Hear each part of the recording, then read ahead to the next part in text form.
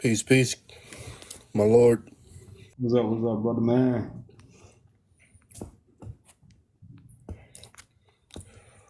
Boom. And Got me a good sleep. sleep in today, huh? Guess it's right. I ain't sleeping the day away, and I'm just, man, I'll No, be I say trying to you got catch some up. good sleep. Huh? I say, yeah, you got some good sleep today. Oh, yeah. Nah, I'll be trying to catch up on my sleep, man. Because Yeah, I'll be moving and grooving, so I'm like, man. yeah. Yeah, I feel you on that one, bro.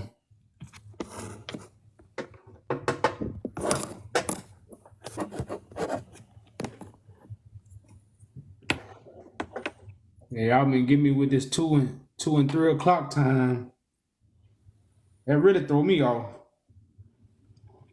'Cause, it ain't too hard for me to shake back, but kind of be throwing me off sometimes. Dang, what? How come my light always look ashy? You feel me? Like in the camera, my light be looking ashy. When you be in the camera, your skin be glistening. The light be hitting your skin like it's right. You got your ring light? Huh? You got a ring light? Nah. That's why then. Yeah, you ain't got no ring light. Oh. Yeah, I get a ring light. Yeah, that's what I got a ring No, light. I had to like reset up my whole little thing. All I got is my computer, man. I don't got none of that little fancy stuff. I just got a computer. That's it. Yeah. Yeah, you gotta get the ring light. The ring light got you glistening.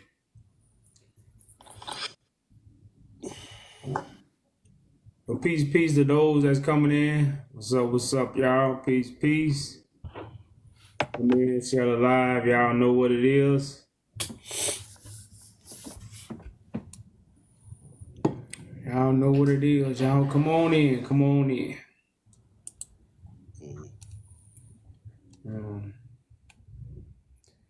Get this good party started.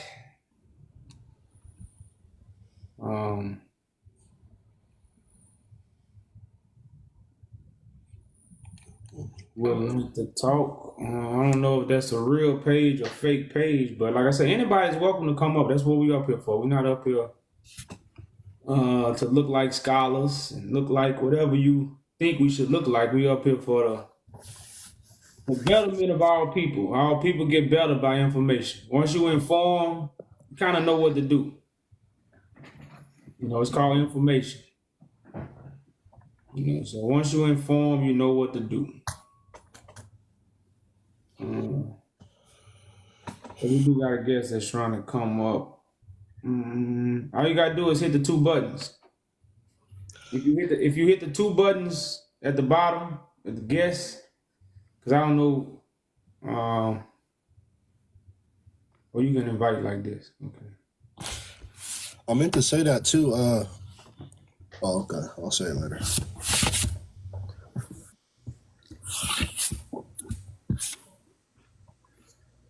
Yeah, what's up? What it is? Jay? I can't. Braden. Braden? Yup. Braden? That's my last name, but yeah. Okay. So what's the topic? So, about your Facebook page, you just made that Facebook page today? I mean, TikTok page? Like 2 days ago, but for some reason my picture, it's just a profile picture, hasn't been uploaded yet. Okay. So what you got for us? I don't know. What do you guys want to talk about? I love to debate. So you mean to tell me you just started a TikTok 2 days ago and you wanted to come up and you don't know what you want to talk about? Let's talk about the Bible.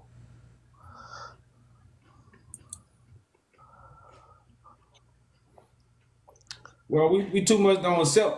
Well,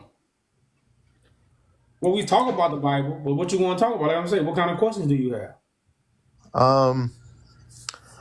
As far as and I know a lot of people have done this throughout history, like try to predict when Jesus is coming back, but nobody knows.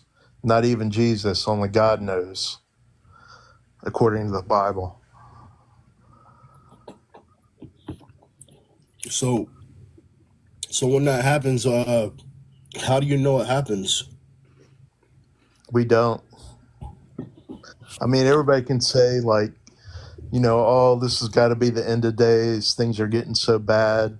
The thing, my my theory is things have always been bad, but we never had the media, the news. Like back in even the 1900s, there was stuff happening. I mean, you might have had newspapers like in the 1910s, stuff like that, or letters. I mean, but you didn't have, not everybody had a cell phone then. If they could see, like even a wreck, you know what I mean? It seems like now everything just more instantly people know of things. So I think, there's always been evil since the beginning of man, since Adam and Eve. There's always been Whoa. people killing others. So I you mean, would, so I so don't you would really think we agree? can, I'm sorry. I don't think we can really say that, oh, this is the end of times because this, that. There's always been wars since the beginning of man. I mean, I really don't think we can actually say, oh, we're getting close because this and that's happening. Okay, Because it's so always been happening. We just didn't know about it, okay, brother. especially. Okay. No, I mean, I want a dialogue. So I like what you said. So then, at that point, then, wouldn't you say that there is, I guess in another way, you would basically say you're basically saying there's no dates. There's no Yeah. dates of when things happen, right? When God comes. Yeah. And I think people like, oh my gosh, we need God now. You always need God. You know, you should be prepared for the next minute that he could arrive. Not, you know what I mean? People try to forecast this and that, and And that brings me to my next question. With you saying that, um, if we can't say what the coming of God, what it looks like, how would you, like I said, how would you know what that looks like if there's been so many things that try to say or try to implement that this is that and this is this according to prophecy? How would we know what that looks like if nobody has ever seen it? yeah, I don't think you can. I just think you got to be right with the Lord always. I mean, and do your best to be a righteous person because you never know when it's time. Right. So would you say that there's many people think that all eyes are gonna see some catastrophic event out the sky? I mean, is that what is that what we're waiting for, or No, because we're waiting for, I guess, the saved that believe in Jesus Christ will disappear before all that happens. well So that's hopefully I don't get to see that, and you guys don't either. well I know what you're referring to as far as the rapture doctrine, but I don't want to like respond on that just yet. I kind of want to go back to what you were saying about there not being really any dates. So then, what is your thoughts on kind of being fed the narrative that Christ came thousands of years ago, or to be exact 2,000 years ago? Mm. I mean, we know he No, rose. wait. You said Okay. we know, but we just started walking down the road. It's like really nobody knows. You see, so being fed the narrative, we know that there's no dates. It just happens when it happens. Yeah. So being fed a narrative that Christ already came, and then being fed a narrative that Christ is coming and people are trying to like, predict it and things of that sort, we have to go both ways.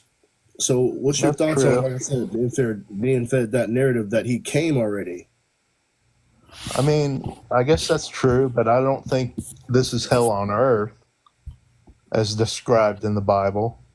And I know, I don't think it should be used as fear tactics either way, which a lot of churches, priests, and everyone does. I don't think it was ever meant to use as a fear tactic. Oh, you better get saved. Correct. And that's one thing I disagree with the church is I don't go to church because of that. You should not be feared into God. God loves all of us. We shouldn't be feared into believing him, I guess. What do you think about what he's saying, King? Well, I really only heard the kind of like the last part. I was looking over something, but some of the stuff that you said in the beginning, like I said, I agree with. But like the thief in the night and the hocus pocus, like the hocus pocus don't go with the reality of God's prophecy. And I think that's where a lot of people caught up. They mixing the reality of God's prophecy and the hocus pocus. For instance, Christ comes like a thief in the night, or I would say it better. All our saviors came from among us. So why is a savior coming from the sky? Like that's the best way I can help people try to remove the hocus pocus. I don't Because if think you that say it the says self, that he'll come from the sky. I think you'll hear God's voice from the sky. But Jesus himself doesn't come from the sky. I don't know where that is in the okay, Bible. well, if you don't believe that, where is Jesus coming from then?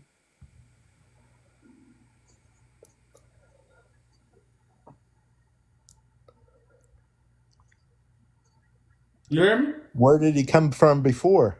Well, we don't believe.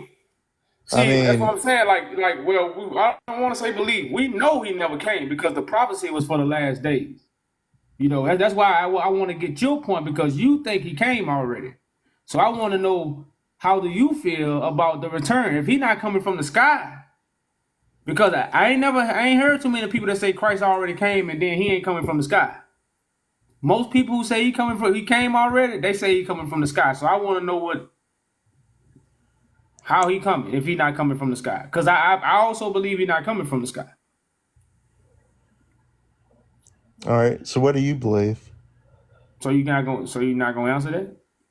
Well, I can tell you what I believe. he All almost right, said it tell me though. that. He almost said it though. He said, where did he come from before? I mean, you didn't answer it, but you kind of gave a clue. You said, where did he come from? Well, no, Before. but he either gave a clue or that was just the only thing he could say because he ain't have an answer. It's only two things. So I just want you to answer it so I can know where you coming from. I don't know, honestly, like how he would come back. Okay, well that's one of the most realest answers that you can say in 2024. I was Yeah. just gonna say that was a beautiful answer. That was the best thing you could have said, brother. And it's very hard for people to do that, man. So yeah, if you don't know, so I mean, that's why I'm I said, honest. If I don't know something or if I haven't read it, I'm going to be honest with you guys because I love to debate, and this is how I learn. okay, well, our knowing is Christ comes from among the people like any other prophet, like Correct. any other savior, just like Noah, like Moses, like Joshua. It's like Joshua led us to the promised land. So why the sky got to crack and all these things got to happen for somebody to lead us to the promised land? Joshua was just a son of man. Moses was a son of man. Noah was a son of man. So Jesus could be living amongst us now. Oh man, you getting wise and wise as we have this conversation, man. And that's what we're trying to reveal to the people through the power of God. These things are happening. Yeah. But also the Antichrist could be among us also. Well, the scriptures say the Antichrist is already in the earth before Christ even showed up. Yeah. But the Antichrist, because remember, Christ is just a mediator for God. Yeah. You know, but how many people mediating for God right now? No one. No, it's a lot of people mediating. No, it's a lot of people mediating for God because mediate means you speaking for God to the people. Yeah, but which one of those are you going to believe? Well, that's why I say we know who the real one is. This is what we come up here to proclaim. We come up here to proclaim who the real Christ is on earth. Because remember, it's like a thief in the night. So Yeah, only those who are part of the light that shines in the dark world, because darkness can't comprehend the light. So a lot of people, you know, I see you got good comprehension skills. A lot of people can't comprehend the light that shines in darkness, as it's written in the scriptures. But you got some people who can comprehend that light.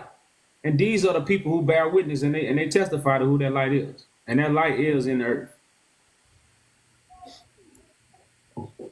yeah, I mean, light can't exist without darkness. Evil can't exist without good. So, Well, you but know, yeah, the Bible says there'll be no question. You won't question who it is. You'll know him. I do know that. nah, the Bible don't say that. You know, it don't say we won't question him because you know it let you know like you know when he comes, his own won't receive him. You Yeah, know, that's what I meant. There'll be no question who he is. That's what I meant. but that's what I'm saying. It will be questioned because people. Well, yeah, the non-believers will Okay, yeah, question. non-believers. Okay, yeah, you're right. Yeah, that's what I'm speaking on. The non-believers. So everybody, when if we all come to the conclusion that Christ, you know, a very strong possibility that Christ is amongst us, already in the earth, do you think that everybody would know, or is it just a few? I think like the people that are like on the fence maybe know, or maybe that believed him before and maybe not now because, you know, somebody talked them out of it or something like that. I mean, I don't know about those people. You know what I mean? Yeah. So basically, as Christ is revealed in the earth, it's not like, well, according to what's written in prophecy, it's not like he would have a grand entrance. Like that's why we don't believe, we know he's not coming from the sky because that's not reality. You know, most people don't realize that the Bible is a book written in metaphors and real prophecies, but symbolic. You see what I'm saying? Prophecies. It's not. It's like indirect, not directly. So a lot of what's written in the Bible is prophecy concerning reality. So Yeah. like if I write something to you and I write it in a poem, right? I sort of like write it in a poem and then I give it to you. You know, if you're gonna take that poem for face value in the realm of reality, not fiction, right?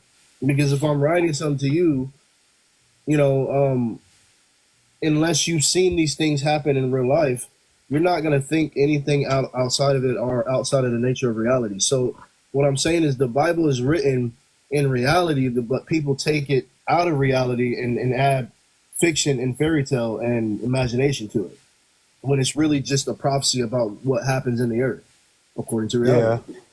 And I mean, So- and then the reality of when the Bible was written also, a lot of people don't take that into consideration. Like everybody thinks, oh, they have all these paintings of Jesus being white. Well, when the Bible was written, especially in Romans, you know, they had to relate to who Jesus could be. You know what I mean? So they put him in their own likeness because that's what they knew. And that's how they tried to sell him as being white. Not that they thought that he was white, that's all they knew. And a lot of people can't grasp that either. And even in other lands, Jesus was depicted as one of their own. So when he was drawn or imaged, he was imaged in their likeliness, not exactly how he was, because nobody else knew that.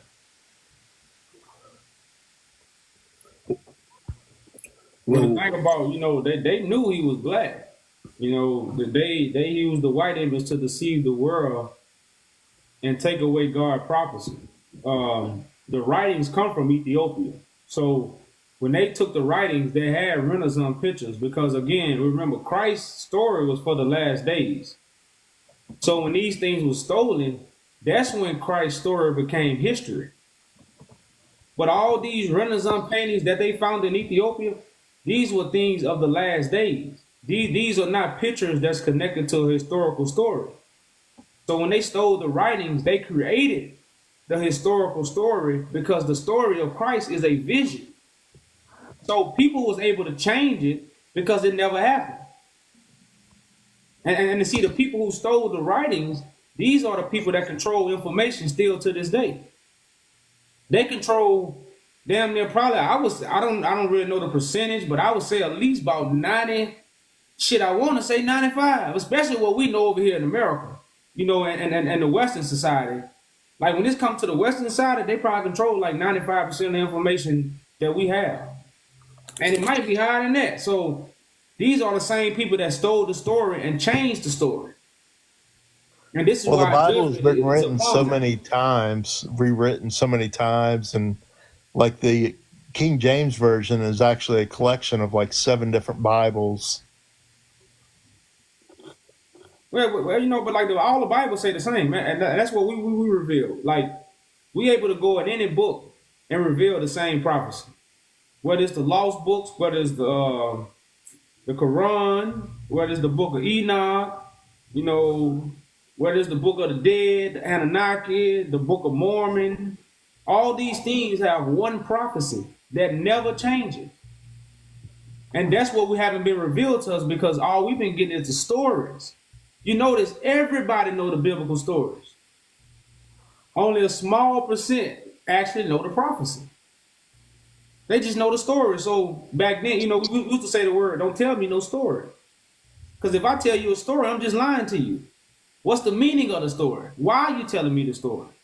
That's what people don't know about the Bible. They don't know why the stories are told, and they don't know the meaning of the story. They just know the stories.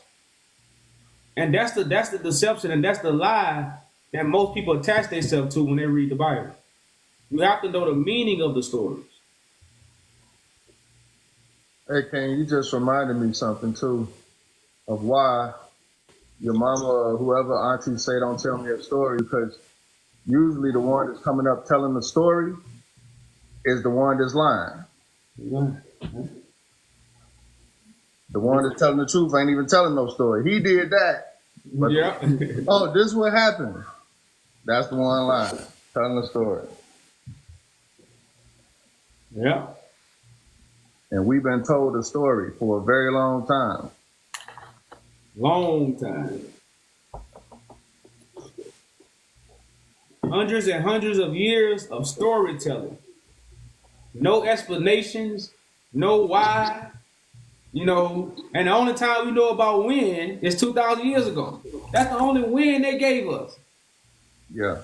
2,000 years, but without the why and the true when, and, it just throws everything off that was trying to be revealed in the scriptures, which is the end Well, time just like prophecy. Christmas. Christmas isn't the day Jesus was born. Nobody knows. They think maybe October. I mean, they never really kept, time like we do now. So there's no way to know all that stuff. Correct. That's like you said. That's logical thinking that people don't want to accept because they want to hold on to the lie. But yeah, you are correct, and that's why. But the thing about Christmas, if you understand the spiritual meaning of Christmas, Christ is born on Christmas because Christmas is connected to the world being it's a cold place because Christmas they say was created because this tree in the wintertime it never died. Even when it was freezing, this tree stayed green. Well, Well, they Christ also is say that tree. because Well, the shortest days of light also. Oh yeah, you can say that too, but Christ is that tree that survived the cold world. Because the devil deceived the whole world. Deception is a part of being unalive. Yeah. So Christ is that tree that God preserved and saved. And he's full of life. He totally green. And all this frost, all this cold weather, all these cold hearts, Christ is all the way green with a star and flashing lights, with a gift at his feet. So the meaning of Christmas was just shaped again from storytelling, aka nursery rhymes about God prophecy, and they took this and made it into a tradition, as they took many of things that come from God prophecy and they made it a tradition. Christ is the Star of David. That's why you put a star on the Christmas tree to represent the Star of David. And Christ will have the light of the world. That's why you put lights on the tree. Christ also will have the gift of the Spirit. That's why you put gifts under the tree. You know what I'm saying? But all this take place when the world is very, very cold and there's no life in the world. Because when it's cold, Yeah, there's no cold life. and dark. Yeah. Yeah, so that's what Christmas was really connected to. But again, if you don't know the meaning of Christmas and you just keep the tradition or you follow the story, it's just a lie. You know, and that's why they say it's no lie without the truth. You see what I'm saying? And so the truth can really be, and that's why I guess the truth is a conqueror. Because when the truth is told, it conquered a lie. That's the whole thing of truth being the conqueror, or Christ being a conqueror, the one who speaks the truth.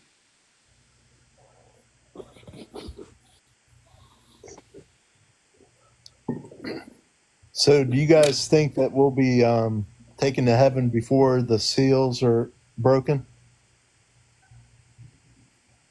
Well, some people are already they're already there, because heaven is the renewing of the mind. In Revelation, they talk about a new heaven and new earth. So this new heaven and new earth is the renewing of your mind, so you receive the new body. You know, and like I say, that's where some people, those who have accepted the Christ that's on earth, they have been brought up, you know, to Mount Zion, which is the renewing of the mind, the new mind, which is the new heaven. And one thing lately, and I don't know, you guys can give me your opinion, that I've seen and heard people say, and it's definitely because I've seen things happen I could never explain, but I also know that I've done things that I didn't think I could do. And I know, like, God gives you the opportunities to do things. He doesn't hand stuff to you, but he gives you the strength, the willpower to go out and do that thing that you want to do. Like, I wanted to get my degree, you know, and he made it a way for me to get that degree. He didn't just hand it to me, but and things happened during that time that I could never explain, but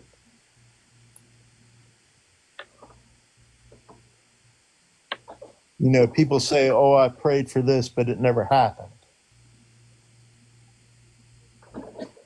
Well, I think like we got a limit of,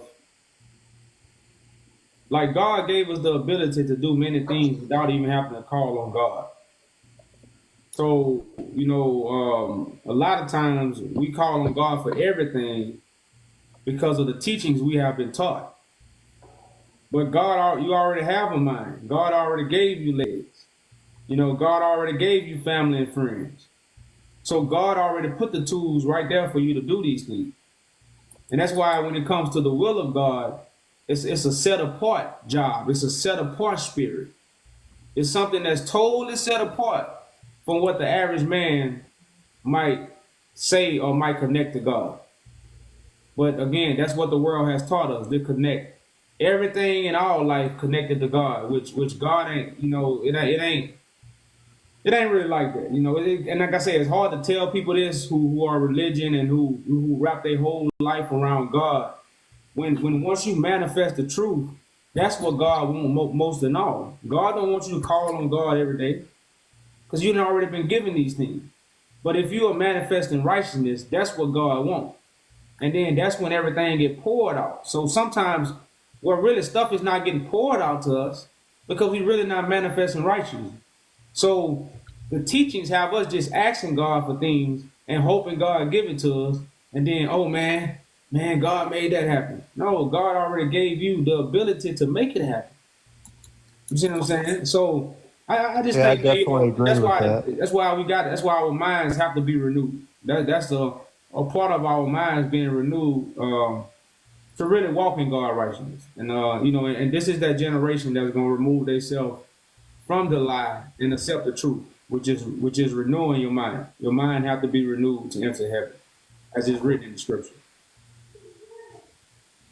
So if you think back to what's written, it's written that in with Christ we become a new creature by being baptized in the renewal of the mind and things of that sort.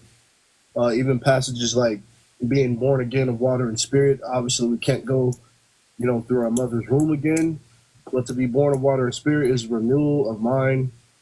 Baptized in a new with a new mindset. So that's the new creation.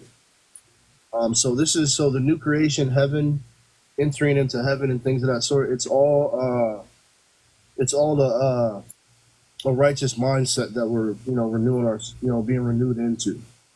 It's not physical. That's why we said earlier that heaven is a mind state. It's a mindset, which is why it's written that the kingdom of heaven is within. So if you understand, when you were talking about the rapture, being caught up is also a spiritual thing. It's but religion has taken it and made it, like I said, fairy tale. Remember? So to be caught up, because it doesn't say rapture in the Bible. It doesn't say rapture anywhere. But it is written to be caught up. But to be caught up is not a physical thing. It's a spiritual awakening, like an enlightenment. More like we have a place in heaven already, right? Is that what you're saying? Yeah, with those that if you understand that heaven is a mindset, we build heaven in the earth. And we make heaven in the earth by renewing the minds in the earth. That's what, spreading the gospel is about. But people have been, like I said, bombarded with religious imaginations, and they think that heaven is in the sky somewhere after you die, not realizing that God is the God of the living. So we build heaven in the land of the living, not after we because die. he made us of his own image when we were created. Right, but the Bible is not referring to the physical image; it's talking about the spiritual image. So when it says that all things were made for him and by him, this is talking about remaking the world spiritually, not physically. So as we're already in the land of the living, like we're already alive in the earth has to be remade, not physically, but mentally, spiritually. If that makes sense. So while people are thinking to see something with their eyes and transform, like magic and things of that sort, that's nowhere where what the scriptures are referring to. This is all talking about a renewal of mind, a new heaven and a new I earth. agree with that, definitely, and that's one reason why it's hard for me to go to churches anymore, because of that reason right there. Because preachers are using fear tactics on that and saying if you don't do this, you're going to hell, blah, blah, and I think we should show the love side of God, not the fear if you don't do this, if you don't do that, and to bring people in, not because to fear God, but to love him as he loves us. It's written. This is actually written about what you're saying. It's written that the fear of God is not taught correctly. It's not. Man used the fear to pull people into their doctrines in their religion, when God is not a God of religion or ideologies or doctrines. But, I know nowhere in the Bible does it say you have to go to church at all. Yeah, well, the whole idea of church and communion with God is all backwards, anyways. Yeah. I mean, nobody. we're this right here could be a communion. Us talking right here, this could be a church, according to the Bible. That's the definition. Yeah. Um, I kind of think that what I'm trying to relay, I'm not sure if you see what I'm saying as far as in a spiritual sense that Christ, all right, angels, heaven, hell, all these things according to the Bible are not physical. You see, these things are all spiritual. They're not literal things. So people attach their literal and imaginative interpretations onto what's written in the Bible. You see, and that's why we got all these things that are not even a part of the message. You see what I'm saying? And that, like I said, like heaven, hell, heaven, going to heaven and floating up into the sky, or, anything like that. It's not even what's written, what the Bible is really written about. The Bible is written about everything that happens in the earth, not after you die or in the sky or anything that we can't really, attach ourselves to. It's all attached to reality. And I mean, it's crazy because, like the flood is mentioned in most religions all over the world. Serpents are mentioned as evil all over the world. And I find that fascinating because those two things are in every religion, all around the world before they even communicated with each other, which I Well, found that astounding. that's a good example. You said the flood, right? Yeah. So let me give you an example, like, of what I mean. Just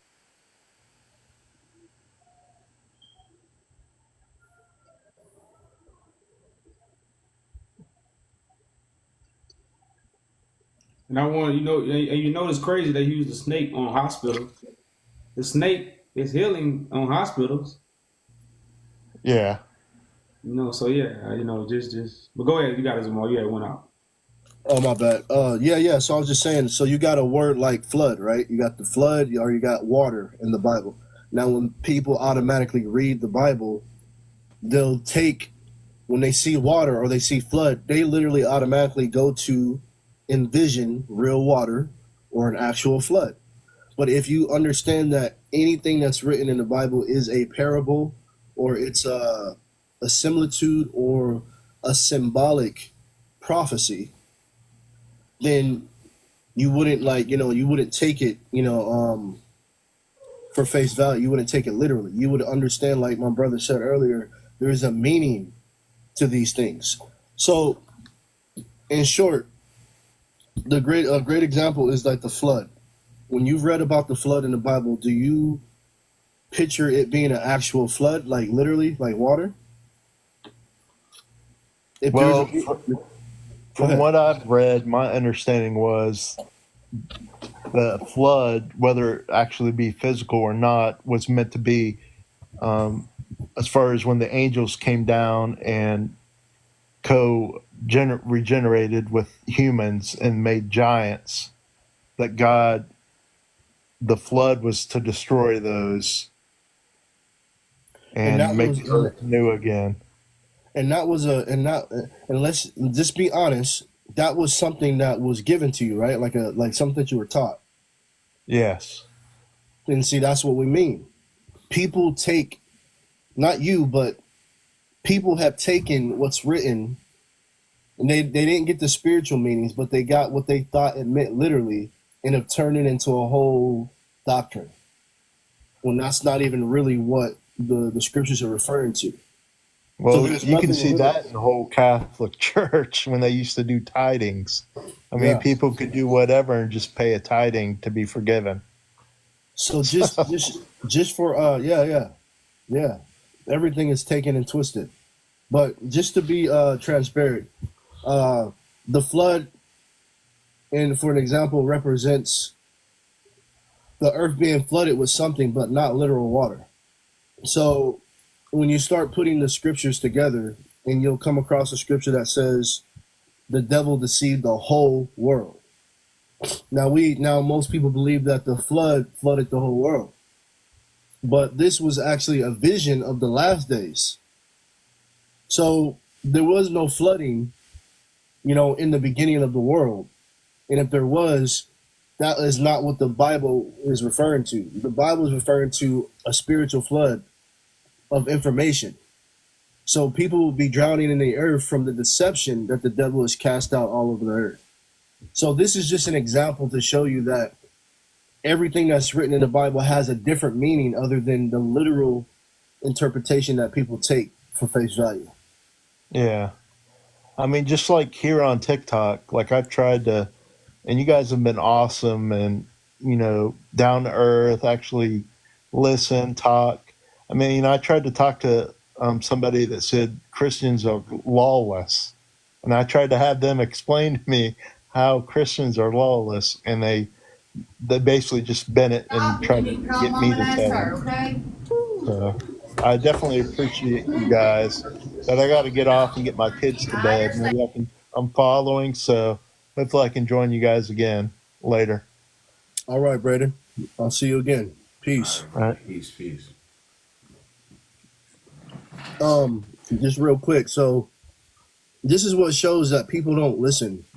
You have selective hearing, right? So we'll be trying to explain something, but you only hear what you want to hear, which is called selective hearing. So I read a comment saying literally there's proof around the entire world of a flood. Now, what I said right now was that the Bible is not referring to a physical flood. I didn't say that there wasn't no flood. Right. I'm saying that the Bible is not referring to anything physical of a flood, but these are all spiritual, symbolic prophecies of what will happen in the last days. So the term flood has a spiritual meaning to it. It doesn't literally mean flood. That's what we were trying to explain to you. So when you say there's proof of there being a flood, okay, so what? But still, the Bible is not referring to anything that you take literally for face value. The Bible is referring to what will happen spiritually in the earth. So, Alright, what you How got y'all for doing, us, man? family? Can y'all hear me? Yeah, we can hear you, brother, but we do got a queue going on, so we go holler at Morning Glory first, then we'll be with you next. Appreciate it. All right, for sure. Appreciate your patience. What's going on, Morning Glory? What you got for us tonight?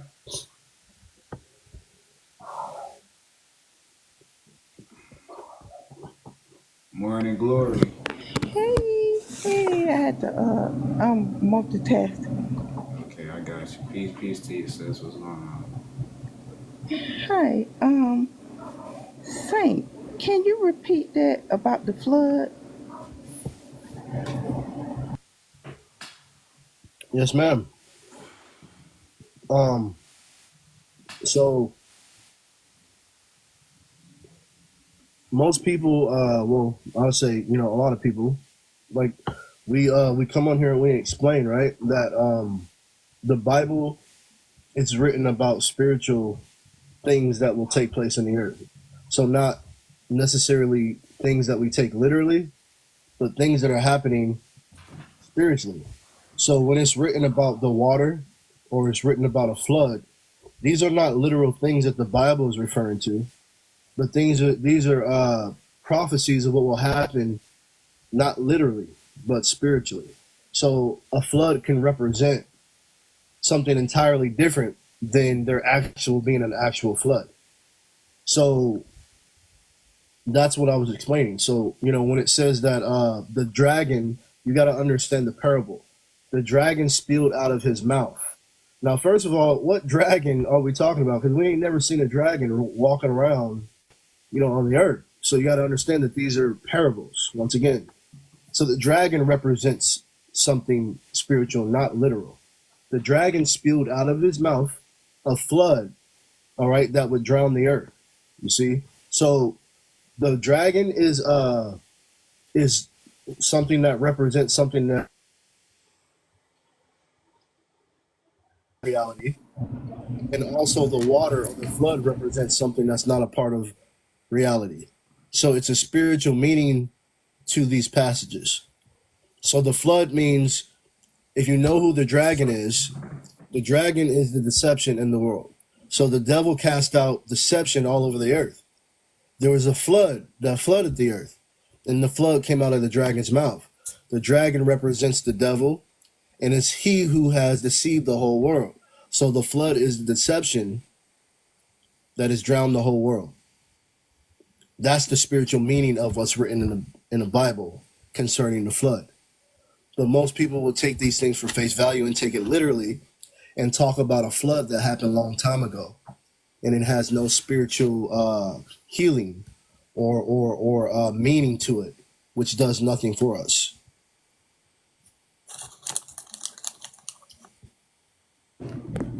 Okay. You talking about the Noah flood, right? Yeah, the story of Moses of Noah is a whole parable, and I know I understand when we use these type of words. Maybe people don't understand, but parable is a story, not a real story though. But there's a meaning in it. There's sort of like a fable. A fable, if you look up the word fable, a fable is not it's not a real story, but it has a lesson or a meaning in it. So these stories that are in the Bible about a man being in a fish, the belly of a fish, or flooding the earth, or just anything that's not a part of reality. These are parables that have a spiritual meaning to them. So there's a lesson. Hello? or a meaning in it. You gotta hold on, brother. So yes, Noah. The story of Noah was a parable about how the earth would be flooded with deception, and the ark represents God,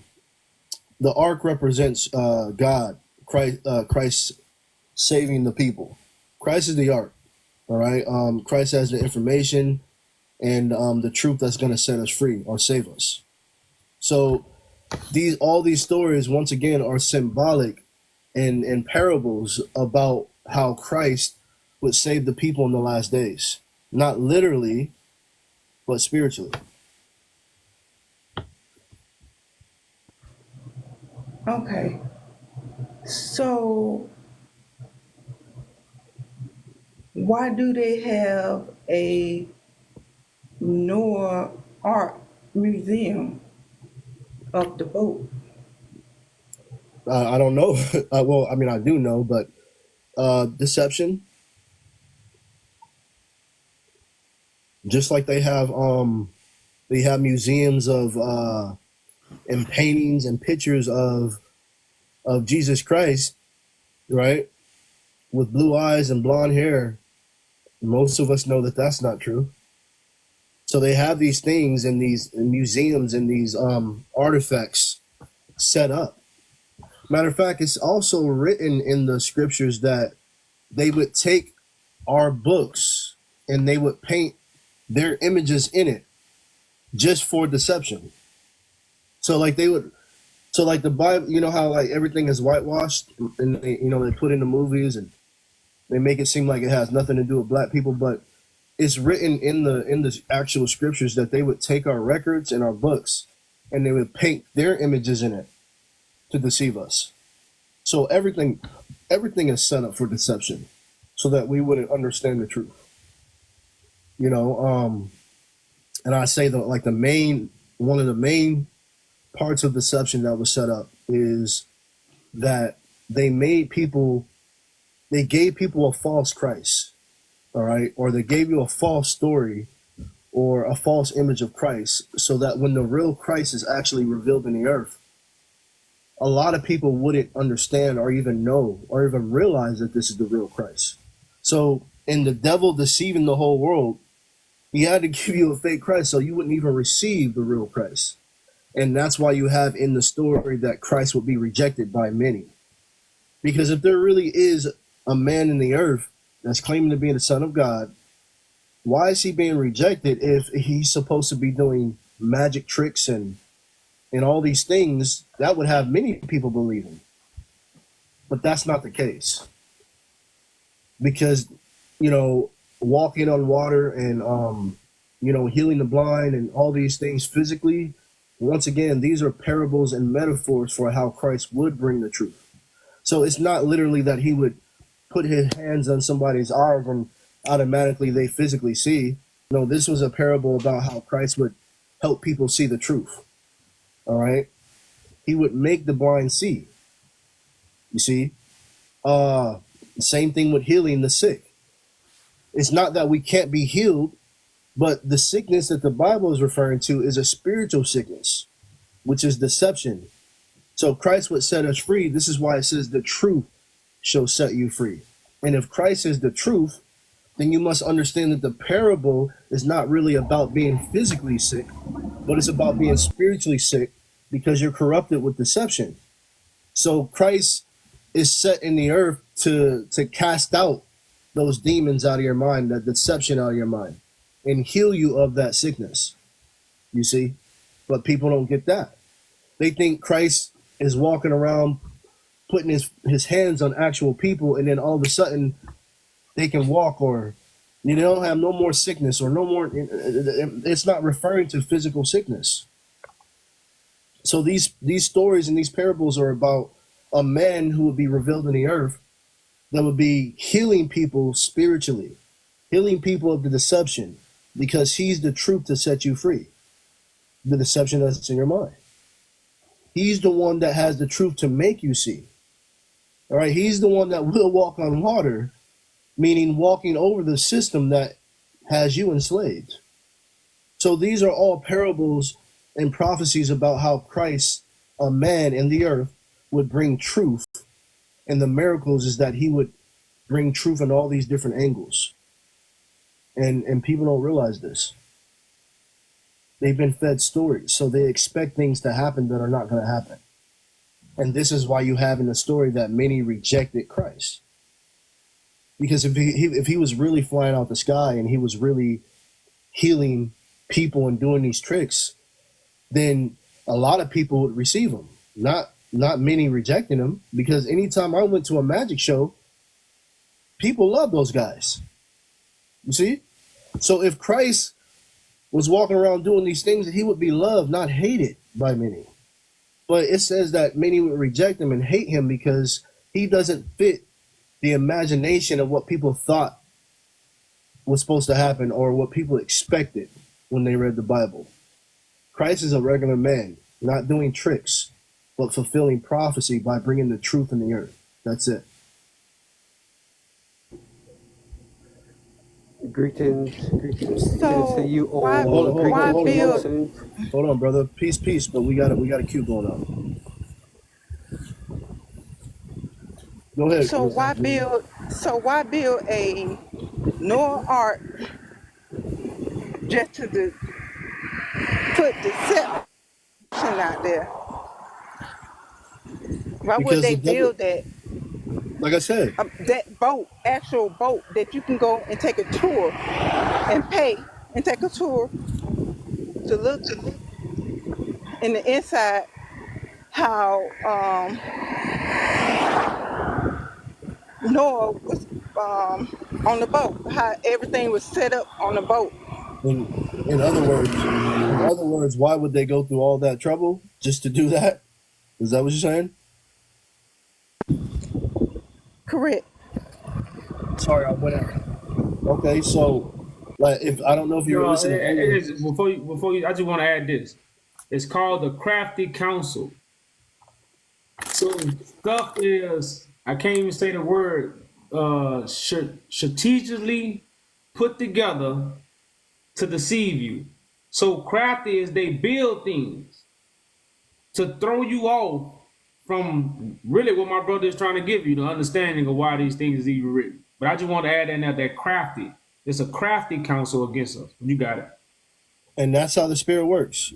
Because exactly what Yaju just said is exactly what I was going to point out, is the crafty counsel. So the reason why they would go through all that trouble to deceive you is because it's written that they would come together with one consent. Crafty counsel against thy people to deceive us. And if they deceive us, the whole world is deceived. So that's why they go through all that trouble. to keep to keep us in darkness, because the if the true judges are the ones in darkness, then the whole world stays in darkness until the day that the true judges come out of darkness, which is what the birth of Christ and that is all about. Christ is the firstborn of the light and from the dead to bring the light into the world, and then those that follow him, will they also get their light sparked and they begin to shine and bring the truth into the earth. So this is all about the light coming into the earth, which is not a literal light, but it's the information of truth, of a new dawn, a new day, a new beginning. It's the deception that's in the world, and this is exactly what we're talking about, which is the darkness. So they go through all that trouble to keep you in the dark, so that we can't worship God in spirit and truth. I know, at some points it may seem vague, but you got to understand that we got to take the whole story, not bits and parts. And so, like my king just said, it's written that they would take crafty counsel. Now you got to slow that down. Crafty counsel. Crafty means that, they came up with clever, extraordinary clever ways. Dangerously deceptive, clever ways to keep us asleep and keep us in the dark. So it was going to take for Christ to come as a thief in the night, meaning to be a light that comes in the middle of darkness. You see what I'm saying?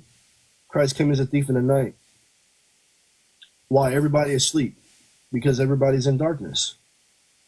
So he's the light that comes into the world, not literally, but symbolically and spiritually, to wake us up, to give us the light. So it may not be the question that you wanted, or it may not have been answered how you want it, but this is the truth. The devil has deceived the whole world through crafty counsel. So the thing is that Are you breaking up, Miss Willie? hello, you hear me Yeah, now? you got it. Yeah, your reception is kind of choppy. Oh, okay, I can see it. I see it.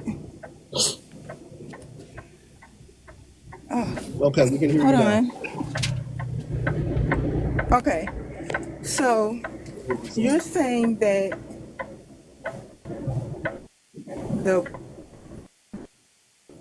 that they have tourists come and see how it was, and like how the inside look, and how the animals, where the animals were, and everything in there, how they was living inside that boat, Hey, is morning glory. deception.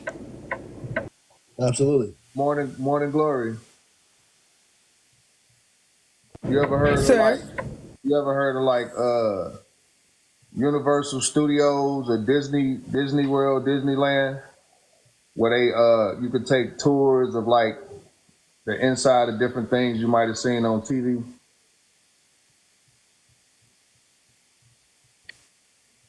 Can you hear me? yes, You ever been to any of those places? yes. The reason I'm asking you is because what I'm trying to point out are the people who want to keep the lie going, who it benefits to keep the lie going, they have the resources to make their lie believable. So don't assume that they won't go all out to try to convince you of the lie that they've been telling us for decades and centuries. Okay, so I'm just, because I can understand how you would say, well, I don't know if you've been to the boat, but the ones who want to keep the lie going, they have the resources to make it real convincing. Now, we just mentioned a scripture, and I know that our people are visual learners, but King just mentioned a scripture, right? and it says that they would take crafty counsel against us. So I just want to highlight again that crafty means very, very cleverly, a clever deceit. You see, is cleverly put together, wickedly wise. All right, a lie that's wickedly and wisely put together to deceive us. So they would go through great extent, a great measure to deceive the people. Why? For them to stay in power. Because when we're in darkness, they're in power. And this is why it says the beast sitteth on top of the waters, which is on top of the deception. So they're the ones that tell the lie, and by controlling the lie, they stay in power. So, like I said, like my brother said, I know how it can, seem like, they wouldn't go through all that, but according to prophecy, they would. And so that's why I told you, just like we got the image of a false, blue-eyed, blonde Christ, many people today, many black people today understand that, bro, that's not the real image of Christ. But they'll go through that extent to paint you an image and have you thinking something completely different just to keep you in darkness. So they can stay in power. And if you think about it, just particularly on the image of Christ, in my opinion, specifically in detailing the crafty counsel, one of the biggest reasons why those images are there of white people, or I should say Caucasians. I'm looking for the word, like what's it called? It's like a complex where basically they make themselves pure more than us. They make themselves seem more pure or more righteous more than us. So we're always looking up to them. So when they put these images in there of Christ being a different race other than what he is, wouldn't you automatically worship that race? And this is what it is. It's like, these are all things set. Are you talking about a inferiority complex? Exactly. That's the word I was looking for. Thank you, brother. Inferior. I can't even say it, but yeah, that right there. That's what it is, sis. So where did they get that idea from? Because you see where I'm going with this? No. No. They got it from the scroll when they stole the scrolls and decided to use when they decided to use scriptural information that it can be used to control people's beliefs. Because if you think about it, most Christians or religions that go against our standpoint, they believe in a Christ or God in the past and in the future. None of it really deals with God being in the present. They don't really, Christ came and he coming. And so when it deals with dealing with God in the present and understanding that the prophecy is about the present, they realized there was power in that. If we can keep the people from recognizing what's right in front of them, then that gives us great power to colonize their beliefs.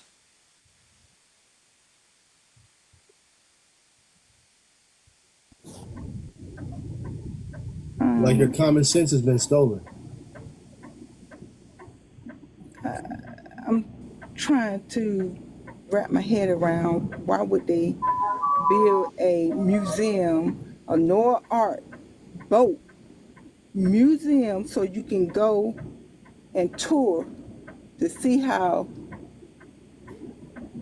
Noah's Ark was set up back then. It's a little bit more than So just. wouldn't that been? Can you say that's like some receipts? It's a little bit more than just the control. It's the money. It's the money too. I'm saying receipts. I mean, do they got receipts? Because they just build the ark and they tell you. I mean, they build these museums and they just say that this is what it is. There's no receipts that they got. It's a big boat. I'm gonna say it again.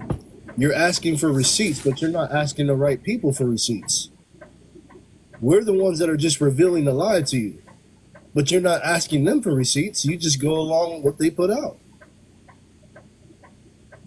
So how do you know that there was really a great big boat? You see what I'm saying? And that this really happened, and all these animals were in the boat, and you know, all these things. How do you know that? See, we're revealing to you that the story about Noah in the ark is a parable. It's not even about real literal animals. The animals actually represent men in the earth. But that's another conversation. So if you can't walk with us in what we're trying to reveal to you, it's like that's a whole different conversation. But we're telling you it's a parable. And you can't and they can't prove to you that it actually happened the way that they're showing you, like literally. You're saying it's a parable, but they literally got a museum where you can Yeah. go out Yep. Yeah, you and said walk. that. But guess what? If you believe it, then you answer your own question. That's why they would do it. I'm trying to get what you're saying because it doesn't make any No, sense that's to what me. I'm saying. Like, think about it. If you actually,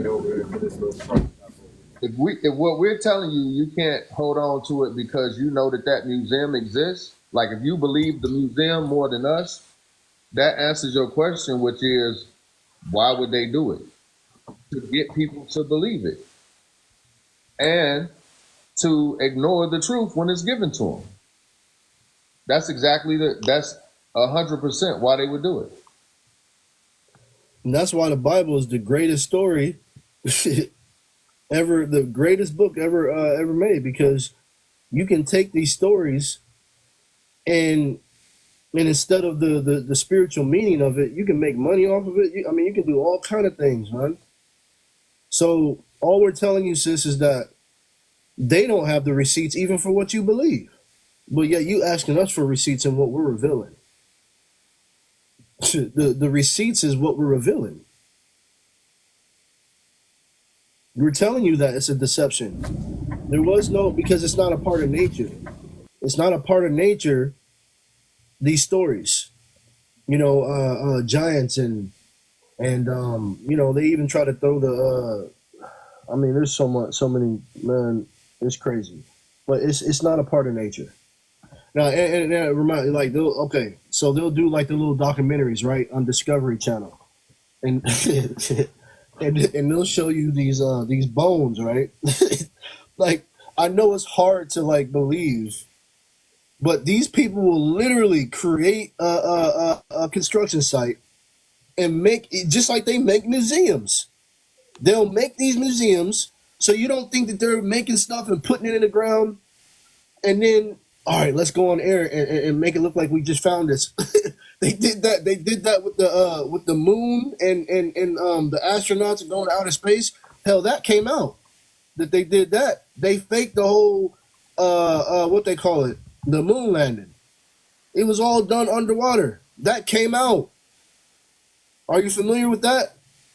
So it's not just us saying making up stuff. No, there's proof that they actually have made up these events to deceive the people. And it came out and it leaked out that they faked the moon landing. That was done in a studio, maybe even in Hollywood. I don't it may have been done in Hollywood. I'm not sure, but it was done in a studio.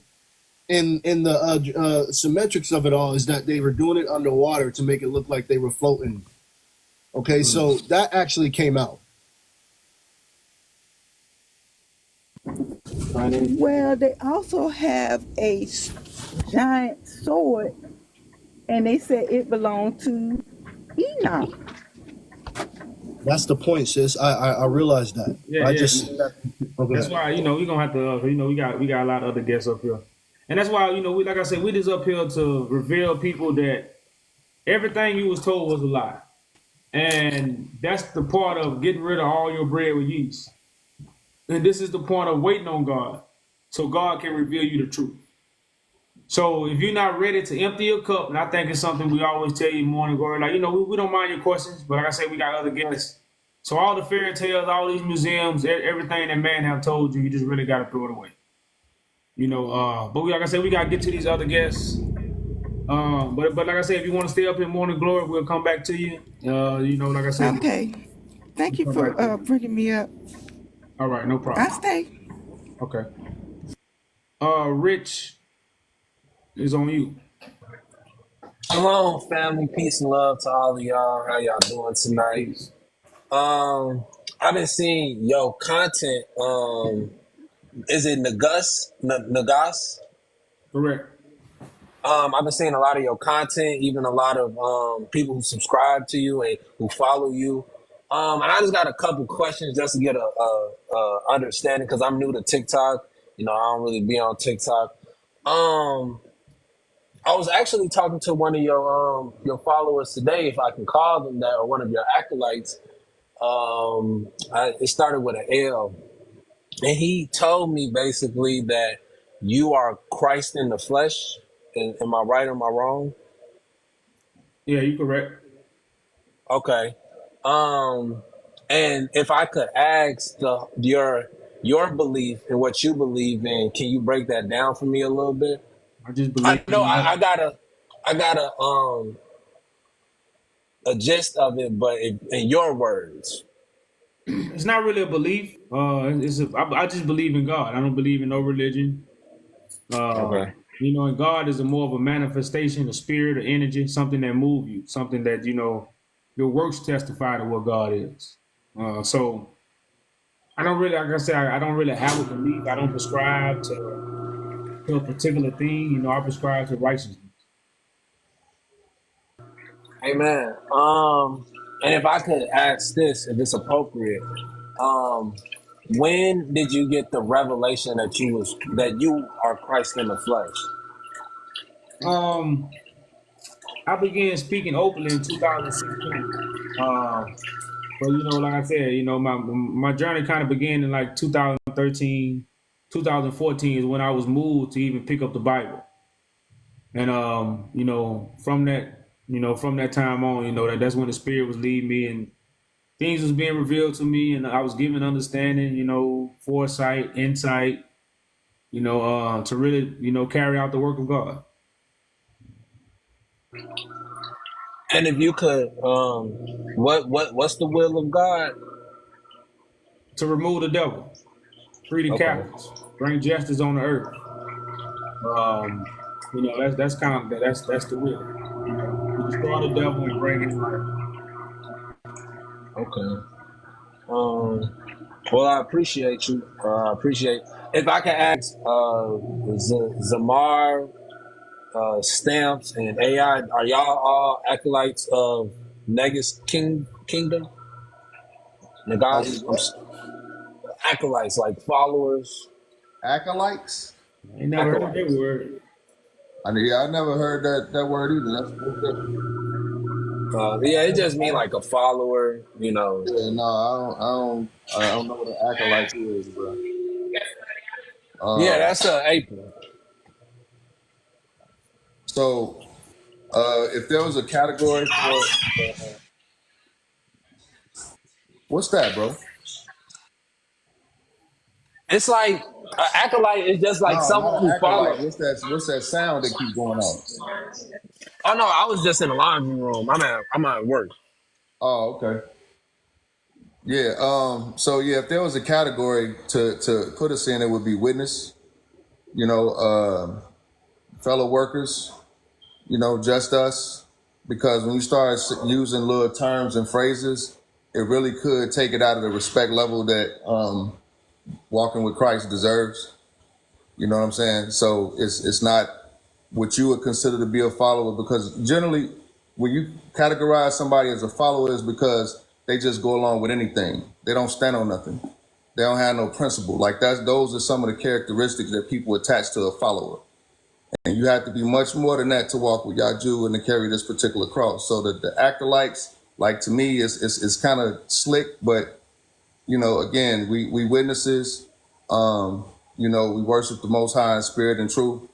we know that Yaju Judah is Christ and he the doorway. So, it's a certain amount of respect that go with this walk, and it don't fit with the act alike. Real talk.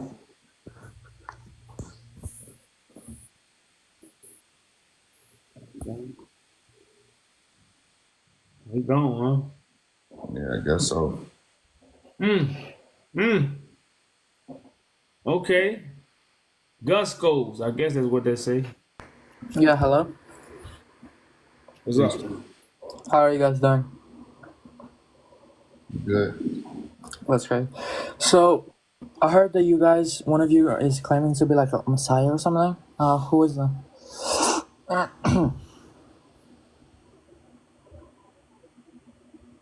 Hey, Zamar. What's up, brother Mon? Hey, so I got a question, bro. Like, do you get different? Like, what's the word? Like, do you get different vibes from certain people based on how they come onto the panel? Absolutely, Okay. absolutely. So We already see. no, I was just wondering, Go like, ahead. do you have a certain kind of like, what's your protocol in terms of like if the difference between if somebody is coming up genuinely to get information and they want to engage versus when somebody is coming up, just with an energy, they about to be, something else.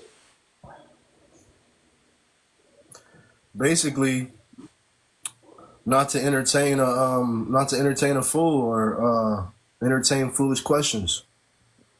Yeah. That's my thing right there. Avoid foolish questions.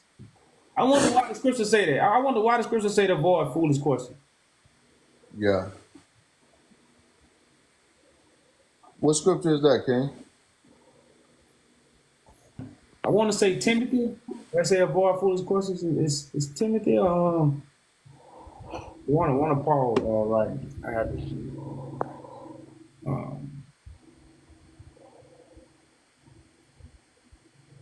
You got it, Hunger? And that's Titus. Titus 3:9. We don't read Titus too often now. I don't even, where's Titus at? It's in the Old Testament. I mean the New Testament. Kind of towards the end. Is it before or after Timothy? After what? Timothy. After, yeah, it's like into the back, like by Hebrews. Okay. The back of the New Testament. You said Titus? Yeah, Titus. Titus 1 and 9. No, it's Titus 1 and 9? No. I'm asking. No, it's 3 and 5. Okay. No, I'm sorry. Is it? No. 9. 3 and 9. Yeah, 3 and 9. It's Titus 3 and 9. It says, "But avoid foolish questions and genealogies and contentions and strivings about the law, for they are unprofitable and vain." Yeah, it's talking about the law. It's not talking about actual questions. So, but what does that I have think to do it's with? probably talking about people that be asking questions that be like, you know what I'm saying? Just not even so much the question, because a person can genuinely ask a question and not know, and you think like they're not asking a stupid question they don't know. But when a person comes with a certain energy and asks that question, What kind of energy you know have I what I'm found? saying? Your discernment lets you know they asking a question for one that they think they know the answer to. So it goes to like that inferiority complex thing you were talking about. Right. You can tell. That when they ask it, you can tell when a person already knows the answer to what they're asking by the way they sound when they ask it. Correct. You know. So that's how we know to avoid foolish questions. Yeah, that So was somebody come in you asking you, somebody come on asking a question that they already know the answer to. You already can smell the sarcasm. yeah, the snarkiness. Alright, so let me change my question then. So I guess in Jewish tradition it says that there will be only one Messiah, and that Messiah is Jesus, as we know in the New Testament, and that he has fulfilled around 300 prophecies. So why do you say that Jesus is not the Messiah and it's this guy? Because there's only one Messiah. Did you get my question? Wouldn't say it again? Okay. So I said, according to Jewish traditions, there is only one Messiah, and Jesus is the Messiah according to the New Testament because he fulfilled around 300 messianic prophecies.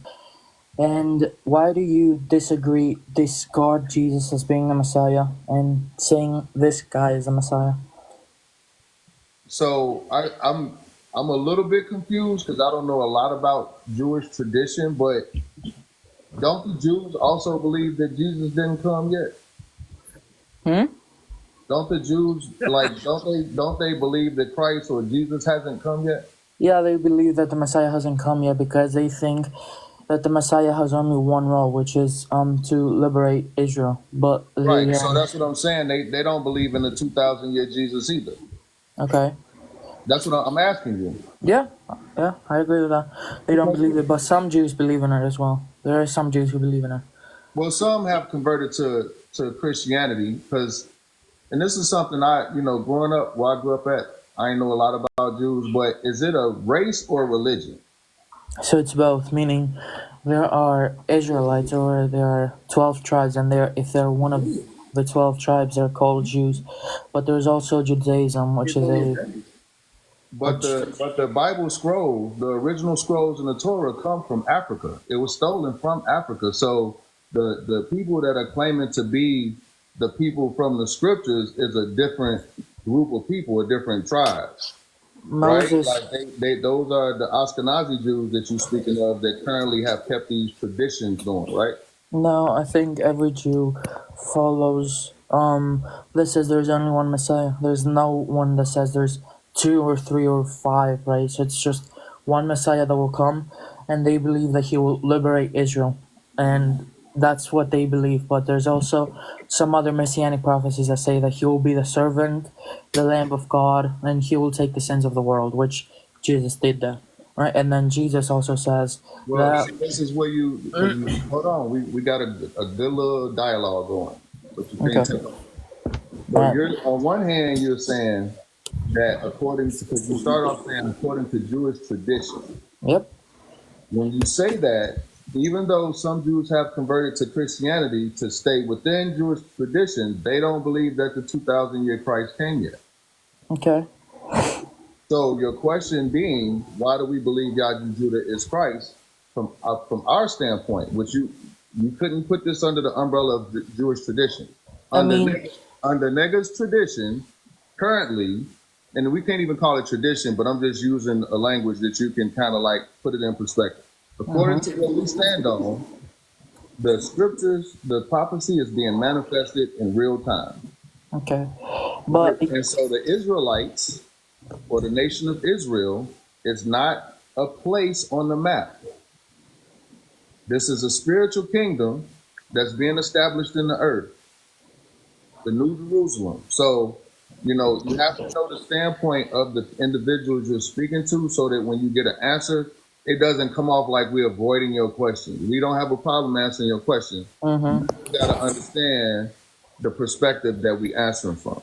okay, so would you say how do I say his name? Yahweh Judah. Yeah, like on his TikTok name. What's his TikTok? How you think you're supposed to say it? I don't know, because I don't want to sound racist. That's why. No, you're not gonna sound racist reading it. Just read what you see. Nagoose, I don't know. Yeah, perfect. Okay, so Nagoose, right? Would you say that he is a lawgiver? Would I say he's a lawgiver?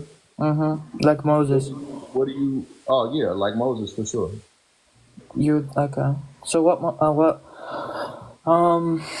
Okay. So what? He's the one. Like, so this is what I'm telling you. When I say prophecy is being fulfilled in real time, he's the one that those scriptures that the Torah is about. The prophecy is about him. Okay. So would you say that he is the only Messiah that existed in all time? That there was no other? No, I wouldn't say that, but you have to also again realize that he's restoring the Solomonic dynasty, and he's also restoring the throne of David. So there have been other kings and queens that sat on the throne of David, including Tedros II, that we mention quite often, in a siege in which the scriptures that we've been speaking about came from. Okay, what does that have to do with my question? But that's fine. So would you say Jesus is the Messiah? Would I say Jesus is the Messiah? Yep. Well, Jesus. the scriptures tells us that the Messiah would have a name that nobody knew but himself. Okay. What So is if that? the term Jesus has been around for ages and everybody knows Jesus, then we know that ain't it. So you wouldn't say that he's the Messiah, right? I would say he is the Messiah. I just wouldn't call him Jesus. Okay, so wait, just to understand, you say Jesus is the Messiah, and you say Negus is the Messiah, but the Jews believe there's only one Messiah, so that's a contradiction. No, it's not a contradiction. The contradiction that you perceive is in the term Jesus. Often, and this is a verse that I didn't know about either, so maybe I'm putting you on something new. But Colossians 4:11 tells us that Jesus is a title that's also pronounced just us, and it's for the fellow workers of the kingdom. What verse was that? Colossians 4:11.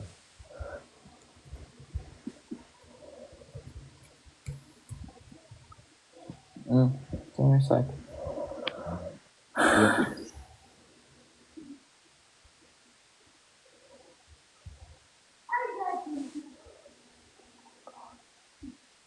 What is this Colossians 4:11 prove? It doesn't say that Read no it. one knows.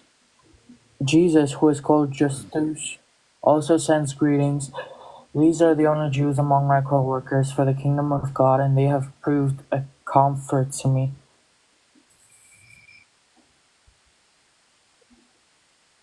That's what it says. So how is that saying we don't know Jesus? We don't know the Messiah's name. I already told you, our problem is not in the fact that there's one Messiah. That's not the issue at hand. Okay, so from my understanding, right, we get the Messiah, the role, and all that understanding from the Jewish perspective, from the Torah, from their books, from the old prophets as well, and the rabbis and When you say everything. we, who are you talking about? Everyone, every human being who believes in the Abrahamic, who's in a part of an Abrahamic religion. So when you say everyone and we, are you speaking in terms of even people who believe in it but never read it? Yeah. So you give credit to a person that believes in something that they know nothing about? Yeah, doesn't matter if they're ignorant, in my opinion. Well, this is the whole thing that we also, why our title says nobody can teach the Bible except Christ. Because I agree with you again to an extent. Wait, where does Titus say that? I said the title of the... The title. Okay. But Jesus says, go and spread I was making a point. Okay, my bad then. What I was basically saying is that I agree with you to the extent that you can be a righteous person. You can worship the Father in spirit and truth without being a bookworm or extra, smart, got 8 books open with the concordance and, all of this other stuff going on. Doing all those things don't make you being more knowledgeable in these things doesn't make you closer to God or more righteous. So I agree with you to that extent. But the question I was asking you about people having faith in something that they've never read, that's not a relationship with God in spirit and truth. That's a relationship to a religion. And you just believing in something that somebody told you because you don't want the penalties of not believing it. It's an insurance policy. I would disagree because people who, let's say, believe in in these three Abrahamic religions, they know the basics. They know who God is. They know how to worship. They They know don't know the basics though. They just been told some teacher, some rabbi, some person with a title and some paperwork hanging on their wall told them something. And because of their respect and reverence for that person, they believed them. Okay, what is that? Just So because it's that's not worshiping God in spirit and truth. That's worshiping the man. And no, that's no, making that man a mediator, which is the role of the Messiah. no. Okay, just because someone is teaching you something doesn't mean you're worshiping that person, right? It doesn't. If And they're also, telling you about how to have a relationship with God and they're not Christ, then they're playing the role of Christ, because Christ is the mediator between man and God. okay, so I would agree that the Messiah. So if you put somebody in the role of Christ, then you're doing what to them? According to you, you're deceiving them. No, if you put that person in a position of Christ, because Christ is the only mediator between man and God, right? Yeah. So if you put somebody in the position of Christ, which is to tell you about how to serve God, then you're making that person Christ, which would mean that you're worshiping them. No, because first off, the Jews don't worship the Messiah. That's one. They don't worship him. Nowhere. They worship their teachers and the religion. No, I would What do they disagree. worship? They worship Yahweh. They worship the one true God. How do you worship the one true God? From reading what he has given to Moses in Mount Sinai. Wrong. That's not how we worship God in spirit and truth. How would I learn the Worship, truth? worship God. Okay, so instead of just giving it to you, I'm gonna give you a little lesson. So, who is God and what is God? What is God? That's a complicated question, but from my understanding, No, it's not. What yes, is it God? is.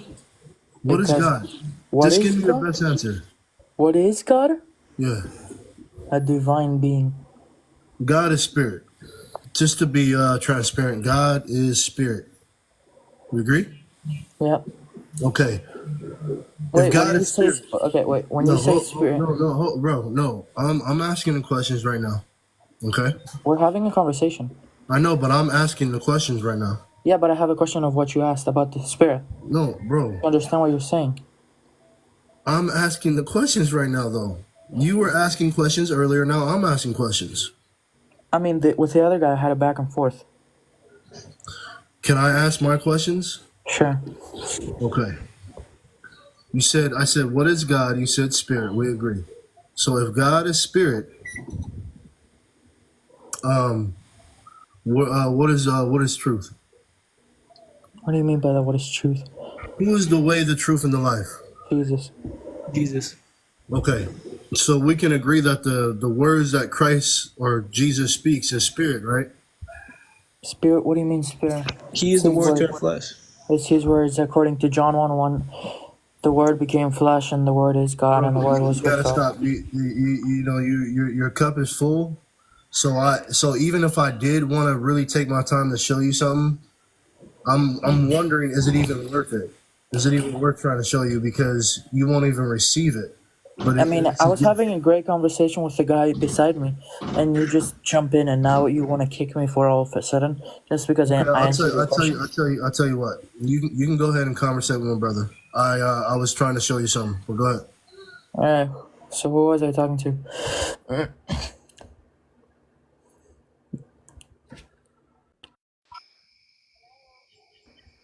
Hello?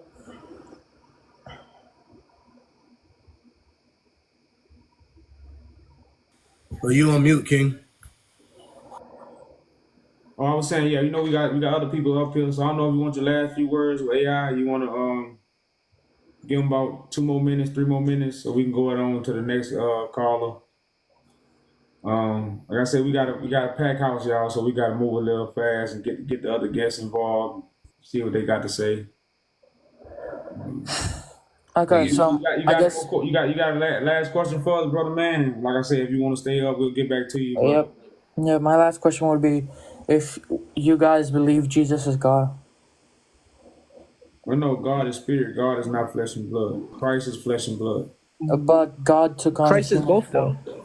But God can take a human form if he wants to. That's And my point. So Christ will be the human form that God takes, which will be a living vessel, which will be a okay, son of man. so Jesus had two natures. As we know in the hypostatic union, he had the Well, like, human brother, nature. hey, you ain't gotta teach me what you know, because I don't believe what you believe. So your cup is Hey, full then. So your cup hey, is brother, full. man, hey, we got a queue going on. So we do one at a time. I appreciate y'all patience. So basically, what we saying, man, you asked me the question, I gave you the answer. But you said he's So, spirit. You didn't answer my question. It's a yes or no question. Do you believe he's God? Yes or no? no. No? Okay. Would you say that when God spoke to Moses in Exodus 3:14, he says, I am, and Jesus makes that distinction in John 8:58, he says, before Abraham was born, I am. And the Jews picked up stones to stone him for blasphemy. Would you take that as a divine claim, as a claim to be God? That's And why I there say a divine claim, because the divine claim is the spirit is inside the flesh, which will be Christ. So that's why I explained to you, the only way Christ can be in the image of God is that flesh have to receive the spirit. The spirit is God. The flesh has to receive God. And when the flesh receives God, is in that divine nature. okay, but that spirit, but that person, did they always exist? Yes or No, no? no, no. No? God always exists. So in Colossians 1:16, 17, where Paul says that God created all things through Christ in heaven and on earth, invisible and visible.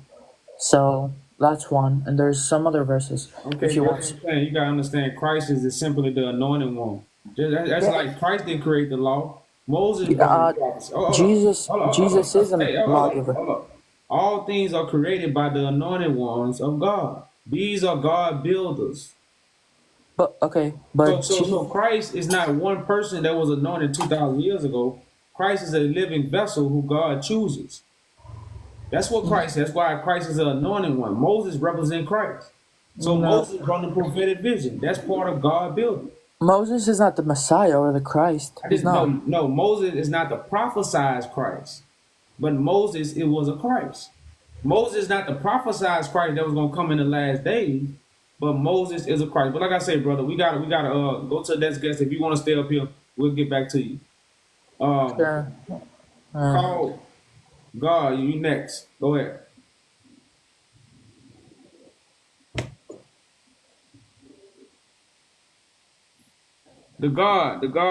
The mic on you, bro. Going once, going twice. My bad. You talking to me? No, no. Oh, my bad. Uh, I'm we're gonna sorry. I'm go sorry. to we're gonna go to my brother at I can't say your name, What's up, but y'all?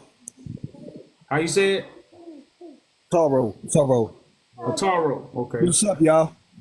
Peace, peace. How y'all feeling, man? We good, we good. All right.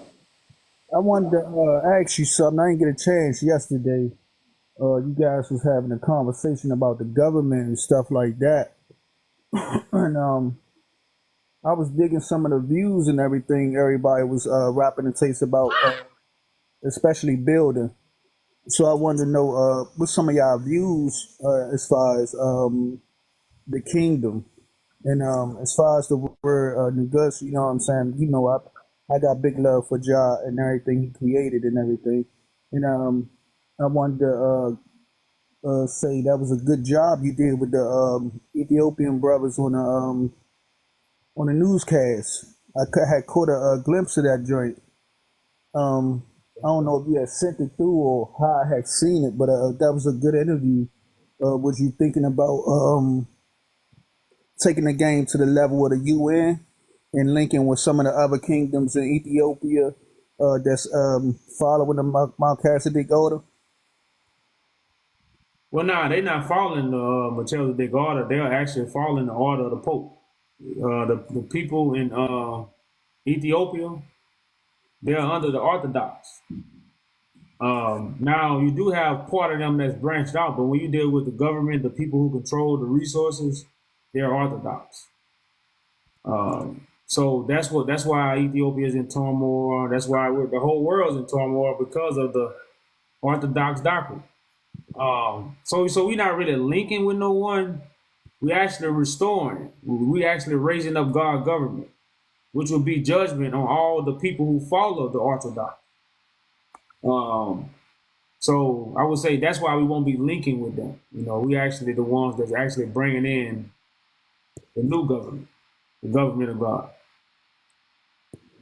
Okay, because I was trying to understand because they got it's a lot of Negus Nagess started all of that stuff over there, and the kingdom is really thriving over there as far as the building and the new structure and stuff going on. So I was just wondering, how you felt about that, and like I said, I seen the interview or whatever, and what I'm saying, you talking with the newscast people and stuff like that, and I was wondering because I wanted to know how high up did you think the situation would go because a lot of things as far as the kingdom is concerned goes through the UN anyway up there.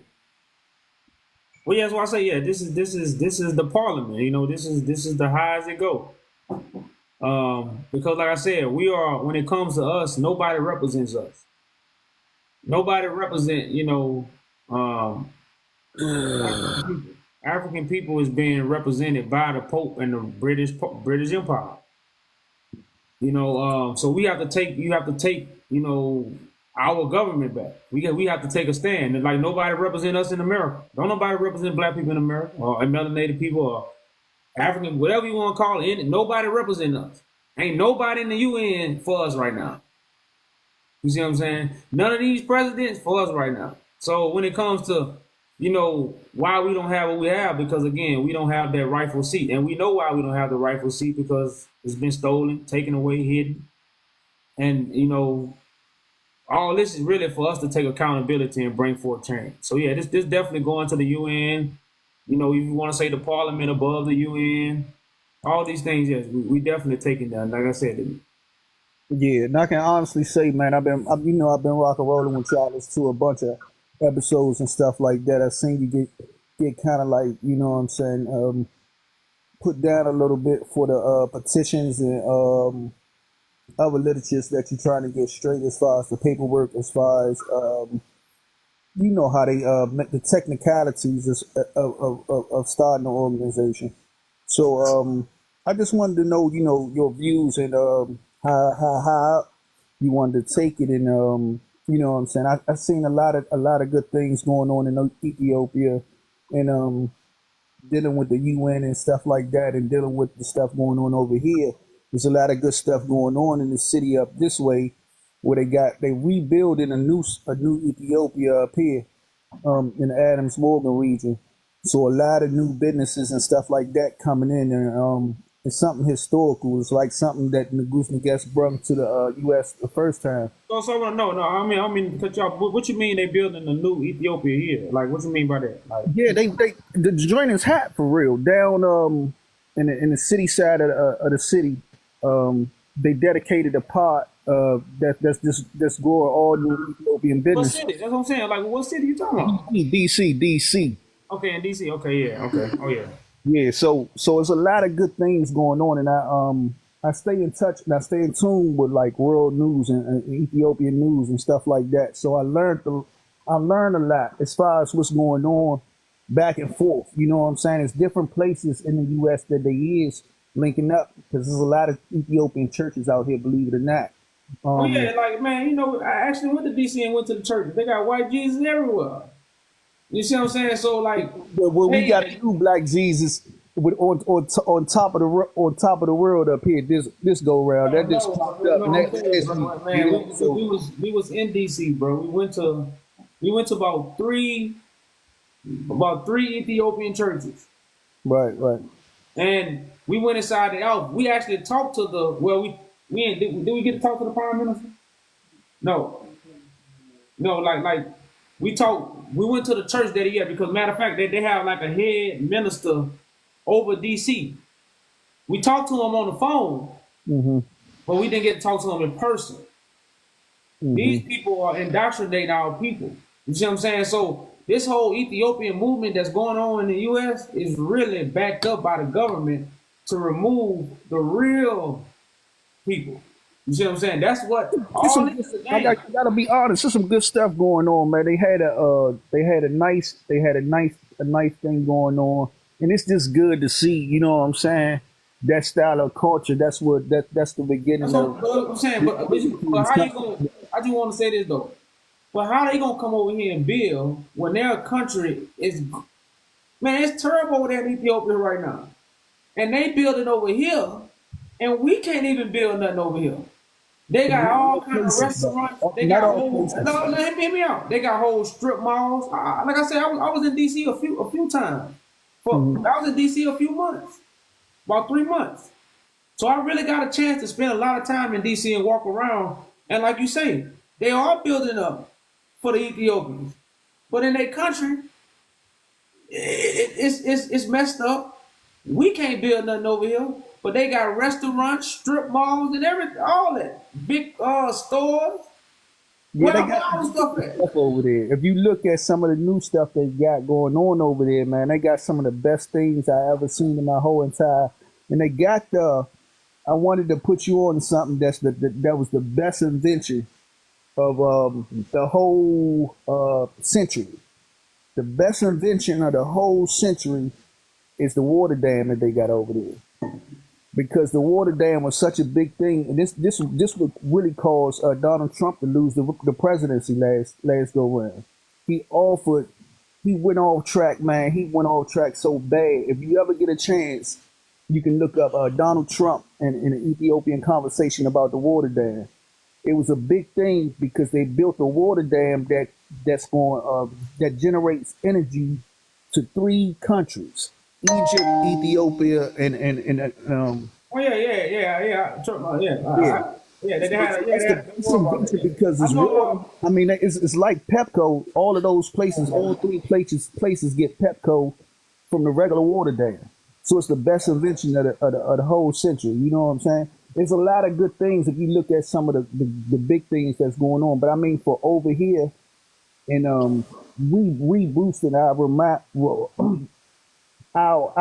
unity over here is something that you know what I'm saying, I'm very conscious about. We got a couple of things up on this end of the stick as far as Black Lives Matter and stuff like that going on. But you Man, know, that ain't going on, man. Like that's now what I said, bro. Like right now, if you go walk around there, around them Ethiopians, now a few of them go kind of, but most of them, you know, you gonna get treated like an outcast. You gonna get treated, and then don't start talking about Ethiopia. And like I say, and we could have got a little bit of that energy, because like I said, we did get some good vibes. I can't say we didn't get no good vibes, because you know we got some good vibes, but a lot of times, you know, it was a you know, and that's why I say, man, you know, at the end of the day, you always got some good when it comes to bad, especially when you're dealing with a world thing or people even trying to get people to come to what they're doing. That's the whole point of the devil. That's the whole point of deception, to make it look right. So of course you can pull out some right things that's happening in the earth, but the core problem have to be fixed, or like you said, we won't survive. It say if time wasn't cut short, would no flesh survive? So it's a lot of things, man, that really got to be stopped, and they got to be fixed at the core. These little good things that we might highlight, yeah, it is good, but they got some big problems going on behind the scenes, you know, and a lot of people can't see behind the scenes to really focus and channel in and fix those problems. It's almost like when your motor go out. You see what I'm saying?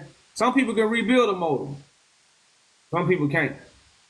No, or some people can listen I to know a you're a car. mechanic too. You look like you got that mechanic look with you. I can do a little something, you know. I can't, you know. Hey, no I doubt. ain't gonna take everything out and put it back together, but I can, you know, I can get us out the road. No doubt. I just was wondering, you know what I'm saying, what were some of your views as far as that? Because you know, I see a lot of positive things going on in Ethiopia and over here. So I was just, you know what I'm saying, wondering what outlooks you was looking to really reach out and to And see, a lot of those resources, as far as that, or a lot of establishing a way, the way as though you stand out and then go to the UN as an establishment. You know what I'm saying? You wanna be able to step up and have your establishment. You know what I'm saying? Stamped the way as though you know what I'm saying is official and everything is credited and you know remarkably admired. You know what I'm saying? As far as on that level, and I think that a lot of the stuff that you guys are doing, it may um it may draw the concern through the churches. You feel what I'm saying? Whereas though the churches will view what's going on as far as the petition, the establishment that's going on and stuff like that. But you know, to each his own. You know what I'm saying? I just believe that you guys are do great as far as I see the vision that you have as far as uniting people and creating an organization where as though issues get met as far as in-house things that's going on in the U.S. So as far as that, you know, y'all keep on striving and just you know what I'm saying, keep going with it, I guess is all I can say, you know, for that. And just you know what I'm saying, get it more, the more and more that you guys do it, you know what I'm saying, the more you get used to it and dealing with extra stuff, because I see y'all go through a whole lot, and I told y'all since the first time we talked, it's gonna come like that. And that's You you know, know, bro. as people, every person on the panel done went through their own thing, and that's why we can probably relate to each other on that note. Whether we, you know how it is, just being our color in America. You know what I'm saying? Yeah. That's why I say, you know, like I say, man, you know, everything we go through, we prepared for, brother, man. So, you know, like I say, a lot of this stuff, you know, we already see is already written. We just got to fulfill it and manifest it. So that's what we focus on. No We doubt. definitely appreciate the words of encouragement, though, brother, man. Yeah, we definitely gonna stay strong and hold it down. No doubt. Shalom, y'all. Y'all have a blessed night, man. All right. Amen. Gucci, what's up, brother, man? Peace to the Messiah, peace to the clouds, peace to the panel, peace to the people in the audience. Listen, something just clicked for me. I think you just spoke to the gentleman that just left down, and you guys were talking about DC and how the Ethiopians come over and they're building up and prospering, and Ethiopia, you know, is going through their own struggles. And then you made the statement to say that, you know, we don't, us, meaning us here in the U.S., we don't get the same opportunity to do the things that they allow others to come over to do. And it just clicked for me. It just made sense that you would rise out of this general area of people in order to rise us up and get us what we need inside that government of God that we deserve to have at this time and this point, because, you know, we the only ones that's despised across the globe. You know, we don't get much love in Africa. We don't get love in Asia. We don't get, you know, like, it would only make sense that you would rise here in the U.S. where we have no order, no law, no government, nobody for us. You know, it just makes sense to me. It just clicked. You know what I mean? Yeah, that's the whole point. Like you said, people that really, the spiritual Egypt is America, because America holds the influence. We have the entertainment, we have the sports, and we got the religious. I would say the religious image. You know, America. You know, America is really that spiritual Egypt that's like the White House or something. It's like, you know, this is that White House. And then I agree with you 100%. We influence the world throughout the culture that we provide to the world. Like, it's not just this generation. It was the generation. It was the generation I'm from. It was the generation before that. It was, we influence what the world does. We line the pockets of the individuals who prosper off of what we bring. So to just jump back a second, it only makes sense that they would try to hold us back here in the U.S. Because if you really think about it, they must know that the Messiah is go rise from out this area. They got to know. They got to know. They got to know. And the thing about it is, they the ones that know, but we don't. There you go. We learning. Yeah. That's why I guess, it's paying off. People, why the Messiah on TikTok? We learning. It's a lot of recording, and, a lot of spreading the message that happened on these social media. So yeah, we definitely learn. Yeah. Okay. I just wanted to put that out there, man. It just clicked for me. Just like a light bulb just turned on real quick. It just like, oh, there it go. That's it right there. Okay, it all makes sense. There's something else you said too, but I won't touch bases on that because it's a little bit more deeper. But this is the truth. This is the way. This is the light. Gucci, man, it's crazy that you would even say that, because right before you said it, I was thinking like, damn, well, what we know now, knowing that you were restoring the Solomonic dynasty, that you were restoring the throne of David, and those places is in Ethiopia, and out of all the groups of Africans that they could be building the most magnificent invention in the world, they doing it for the Ethiopians. And out of all the cities and states they could be doing it, they doing it in the District of Columbia. Exactly. Exactly. Listen, this is for me. I don't. For me, it's like a well-written script. You know what I mean? Mm-hmm. But if you used to seeing the same story written a couple of different ways, then you can catch on to it real quick. Right. They have this. Yeah, it's. Okay, but also, what I was pointing out too is like for us that accept, for us that accept Christ in the present tense, that accept Yahweh Judah, right? What also you can't forget is that like how the synchronicity, because as I'm thinking this is what you come out basically saying. It's like confirmation. He reiterated what you said. He mentioned that this is the White House. Mm-hmm. You know what I'm saying? So it's like it's two parts to it. It's the part that's playing out, that's the prophecy, and it's the part that's playing out, that's the manifestation. Yeah, that's heavy right there. I agree totally. I ain't gonna keep too much time up, but yeah, that just hit me real quick like that. This is an amazing time to be alive.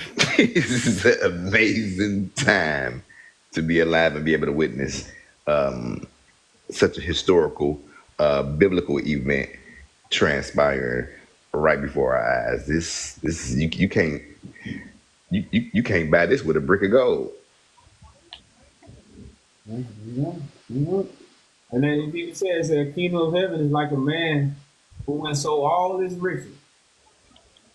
To really walk into what he had found. So yeah, that's one of the parables. Yeah, I ain't gonna hold the panel up though, man. I see y'all. We jumping tonight, so I just wanted to put that out there because it just snapped right there. Confirmation. Yes, sir. Yes, sir. Peace and blessings, brother. Peace and blessings always. All right, Ben Yah, it's on you, brother. Oh, how you doing, brother? Can you hear me? Yeah, you. Peace. I was just listening, brother. I got a question that if you are who you say you are, I'm not saying you're not, it's quite a few of y'all that's claiming that, but when are you going to start? I mean, you're gonna bring us all back together, right? Well, I'm gonna bring the leaders together, and Okay. together we gonna heal the people. So I don't want people to get caught up like you finna see 1,000,000 people, just to get like it's really about the leaders. So right now, what I'm doing, I'm exposing the fake leaders, so the real ones can stand up. That's why Judah have to be aroused.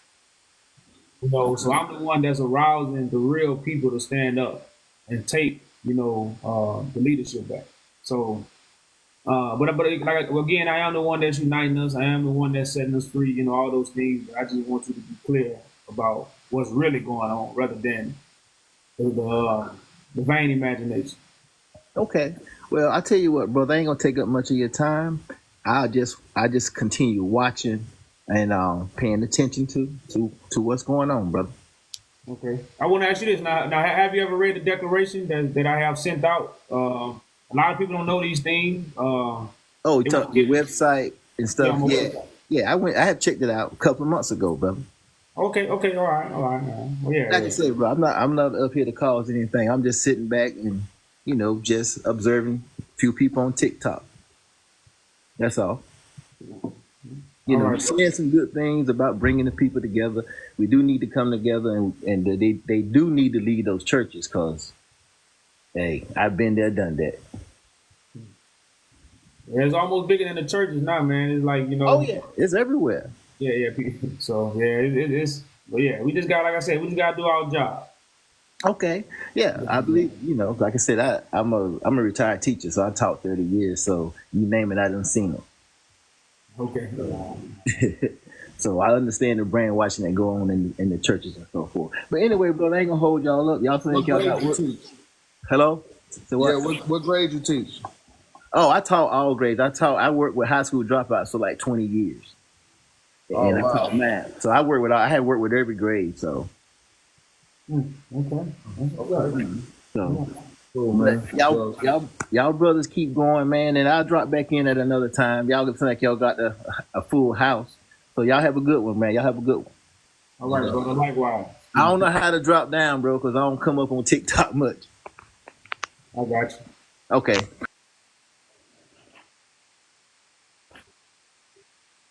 Oh, you got me down. All right. Know thyself. How y'all black men doing? We good. Before I even talk, let y'all know I'm not going against anything that anybody believe or what y'all saying.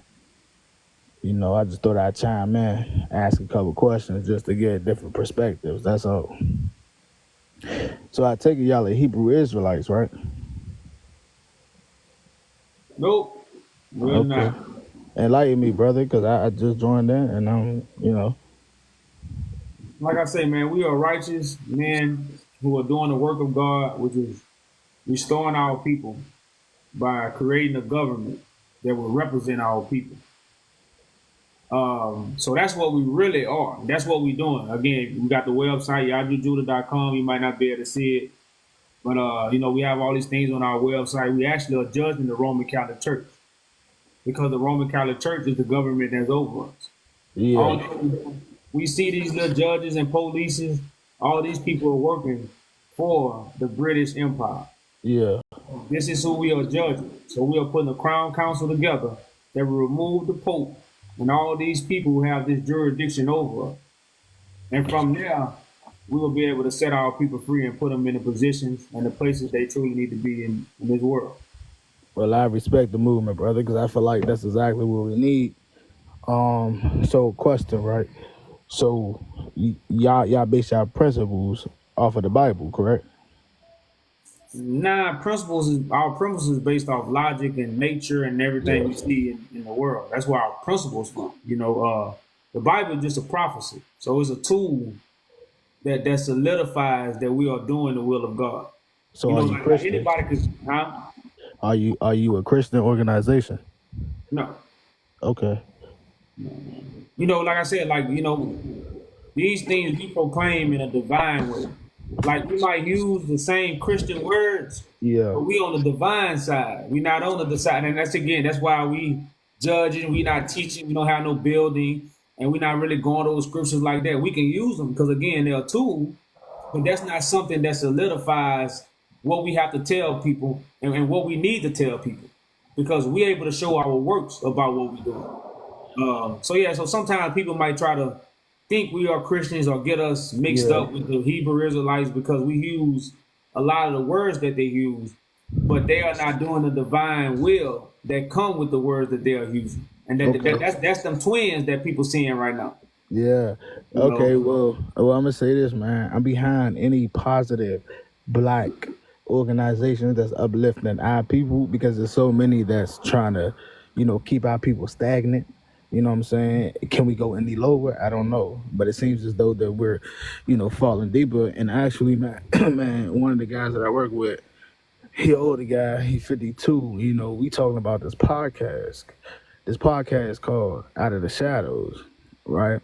Now, it's basically speaking on community topics, kind of like what we doing because there's not too many authentic black influencers that's talking righteousness or uplifting things because we know when we do, we get shadow banned or silenced. And I also love what y'all doing because Malcolm X did say we need to jump into politics, not integrate, right? Not integrate, but jump more into politics, things like that. You understand what I'm saying? So the Bible could be a great reference. And what I like to, try to, preach to our people or stress to our people is, it is truths within the Bible, but we gotta understand who rewritten the Bible and who coded the Bible.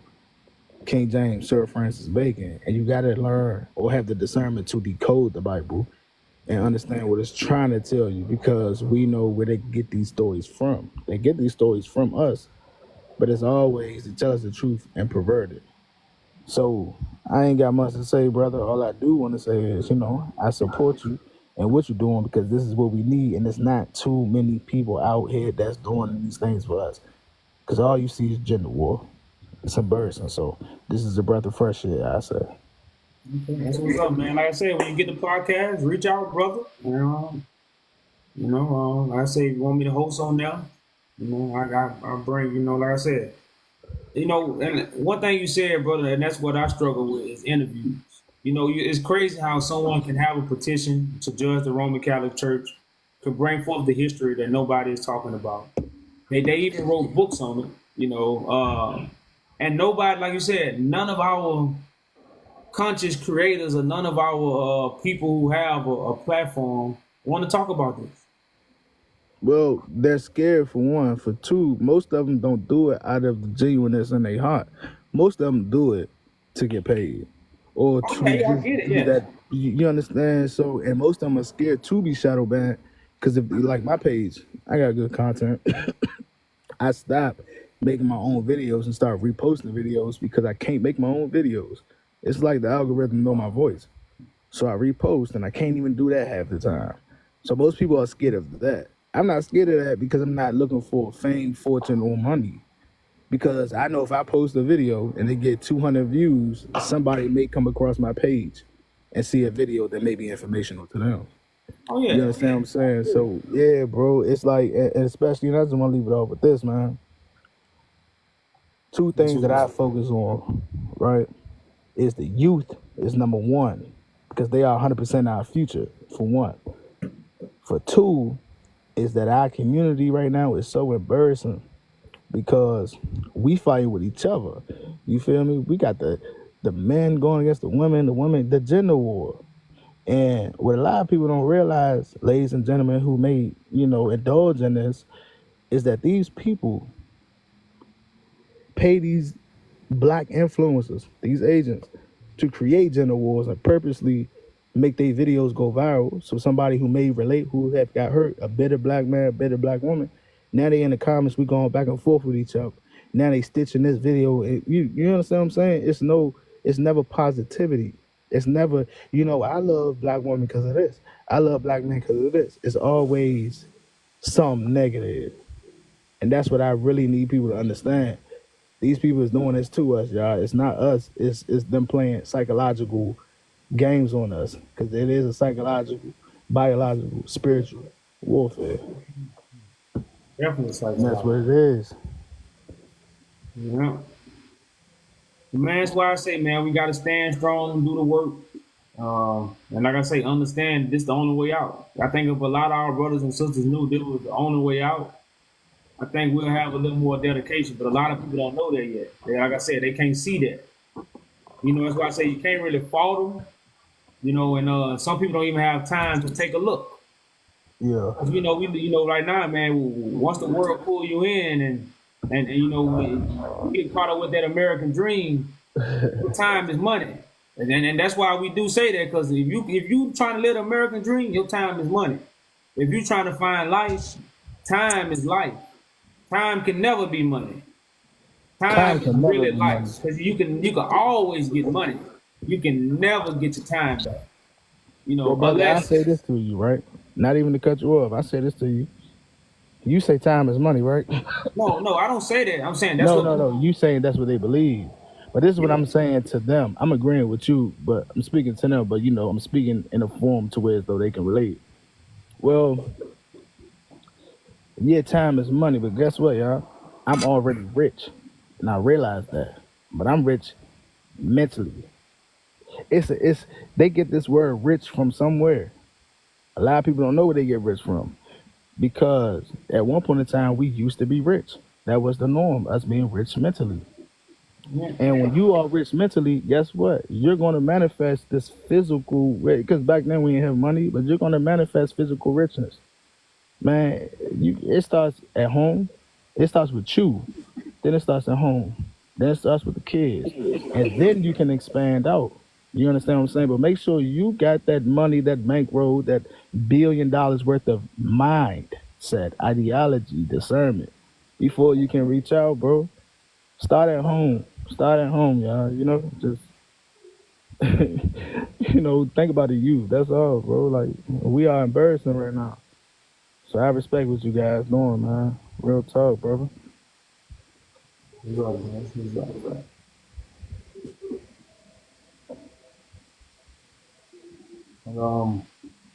Go ahead, take the next guest. I'm gonna stick around for a little bit. I'm about to mute myself. Okay, all right. God, I can't say his name. How you say your name, bro? Ferrari Garcia. Ferrari. What's up, Ferrari? You next on deck, family. Yeah, no, I accidentally hit the request button, and then y'all let me in, so I was just waiting around. I agree with the background that says, so I was just listening.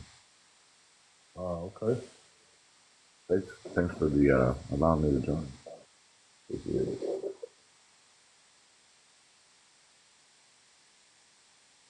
All right, no problem, brother, no problem. You know, and like I said, y'all, this title is connected to "You Must Flee Babylon," and simply we just been listening to a whole bunch of people who've been talking about things they haven't seen or heard. They talking about things they read, and on top of it, they talking about the regurgitated information. Because, like I say, a lot of organizations either they made Christ their ancestor, they made Christ the son, or they made him black. You know, that's the, but everything else is still the same. The concept, and see, that's why I say the Christ story is in everything. When you burn sage, that's the burning bush. But sage is not the burning bush, but I'm just showing you where all these examples come from. You know, because people burn sage to get rid of spirits. But that's Babylon. Babylon got people doing that because people babbled about burn this. When the burning bush was the principal plant, which was a living vessel. They tell you whatever God ain't planted in the earth will be uprooted. So God got plants in the earth, and they gonna be on fire. And they the ones that's gonna be there to what? When they come around, ain't no evil spirits gonna dwell around them. They're on fire for God. But so many people are babbling about so many things, and we are following them customs. So we were supposed to flee from Babylon. So this title is the first step. Now, some people might say, well, I could teach the Bible. Now, I ain't going to even lie to you, y'all. It's so many men and intelligent men who still say they do not understand the Bible. I'm the only one with the answer. You see what I'm saying? I'm talking about real intelligent men who say, man, you know what? I'm going to put this book down. This one ain't for me. I'm not talking about dumb men. But we'll get so many people come on here and act like they really can teach the book. Just puffed up. Full of Babylon. And see, this is that Babylon that the scriptures tell us to run from, flee from Babylon. Because this is why we can't unify. This is why we can't come together. Because of the Babylon. Look at what it got us doing. It got us going to church. It got us praying on rugs outside 5 times a day. It's got us getting on our knees at night. It got us putting fringes on our clothes. It got us with speakers going outside hollering at people. You see what I'm saying? It got us with hates in our heart. All this is Babylon that we are all part of right now. But how you going to flee Babylon if you're not going to get this message? And this is why this title is so important. So it's not to pick on people who, oh, I'm dumb, man. You kind of call me dumb. Because that's how most people feel. What, you kind of call me dumb? I read the same book you read. Right. Okay. But they got principles and laws and order that go with that book. The Bible just not any book. And we know this. You know, so, y'all, this title is very important, man, to a whole nother level of what's going to take place in the world. Hey, brother, I put a lot of titles up. Some? I'm finna give you the mic. I done put a lot of titles up. I done said a lot of things. I put a lot out, you know, from what I know and what I have been shown. This is one of the, almost like one of the greatest titles. And it could be twisted. I mean, it could be said a better way, but this it's almost like a poke. See, you got to poke at all people. You see what I'm saying? So I had to put it like this so it could be that little poke. Like, yeah, come on. You know? So this is why it's written this way. You know, I could change some words to make it, you know, what it really need to say so for the intelligent people. But again, I'm not really talking to the intelligent people to really help them see. You know, I'm talking to the people who deceiving the people that's stopping us from seeing. You know, so like I say, that's why it's an art of war. So everything is strategized and everything is done for a reason. But you got it, brother, man. Wow. All right, look, I'm gonna be real quick. Now you mentioned Babylon a lot of times. 100%. This is Babylon. And look, if you look at the last video I posted, right? I just found this video. So it's this website. They got small, hear me out now, small penises for girls 5 years old and younger to create a bulge within their panties if they feel they are a boy. You feel me? And so obviously, well, apparently this was fact checked. Small penises that create a bulge for a 5-year-old girl. Now, if that's not Babylon, y'all, what is? What is, man? That is sick. That is the devil, bro. Like, think about that. You understand what I'm saying? Hey, so King, I had a question for you that was kind of, yeah, that's real sick, bro. And I kind of want to just shift gears away from that right quick. You know, just so that the panel isn't stricken or nothing kind of, you know, nothing come out of that, if you know what I mean. Understood. But I was interested in your take on in Daniel chapter 3, with verse 16 with Shadrach, Meshach, and Abednego and King Nebuchadnezzar. Like, I know you tell us a lot of times when you accept Christ, people gonna hate you. You know, they gonna despise you for taking up that cross, and you know, we probably get a lot of different things and comments that we post and stuff like that. And so I was looking at that, and I was like, you know, we talk about baptizing in the fire, but then this is a parable about them being in the fire, and it's a fourth person. Like, what's your breakdown of that particular story?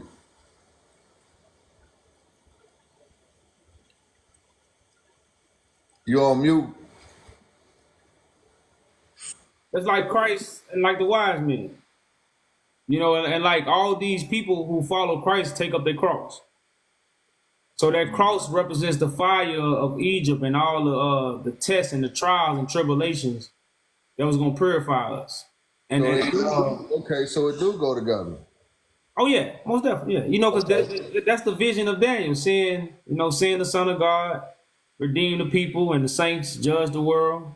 So yeah, that fire is that more like that purification, and those testimonies that they gonna go through for, following the one.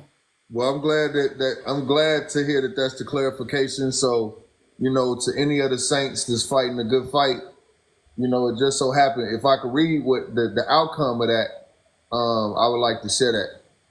Unless somebody else. Daniel 3. Daniel 3 and I'll say 24 would be where I want to start at. Daniel 3 and 24. So just to bring everybody kind of up to speed, these three people, they wouldn't bow down to the golden image that was being presented to them by the king. They refused, and King David. Oh, thank you. King Nebuchadnezzar threw him in the fire, and when he threw him in the fire, he threw 3 men in there, and the fire was so hot that the guys, I guess the soldiers that was throwing them in the fire, burnt up trying to throw them in the fire. Mm-hmm. Threw them in the fire, and the king looking at them, waiting for them to burn up, and when he looking there, he see 4 people instead of 3. And so as Yaji Judah just broke down, that's the Christ is that 4th person that they seen that Nebuchadnezzar saw in the fire with him. But those 3 people, the Shadrach, Meshach, and Abednego, represent those that take up the cross and refuse to bow down to the golden calf, right? And so when Nebuchadnezzar seen them in there with Christ or with the 4th person that wasn't thrown in there with him, then this is kind of where this pick up at. Daniel 3 and 24. Then Nebuchadnezzar the king was astonished and rose up in his haste and spake and said unto his counselors, did not we cast 3 bound into the midst of the fire? They answered and said unto the king, true, O king. He answered and said, lo, I see 4 men loose, walking in the midst of the fire, and they have no hurt. And the form of the first is like the Son of God. Verse 26. Then Nebuchadnezzar came near to the mouth of the burning fiery furnace and spake and said, Shadrach, Meshach, and Abednego, ye servants of the Most High God, come forth and come hither. Then Shadrach, Meshach, and Abednego came forth of the midst of the fire, and the princes, governors, and captains, and the king's counselors, being gathered together, saw these men upon whose bodies the fire had no power, nor was a hair on their head singed. Neither were their coats changed, nor even the smell of fire had passed on them. So, you know what I'm saying? There was a cold piece coming up out that fire. And see what people don't understand is the world don't know who Christ is. And that's why I say even the witnesses are chosen by God. So these are witnesses who see who Christ is. So they have something that most rulers don't really know. So they gonna try to test them like, man, who these that throw them in the fire? Cause he don't know what. They got them.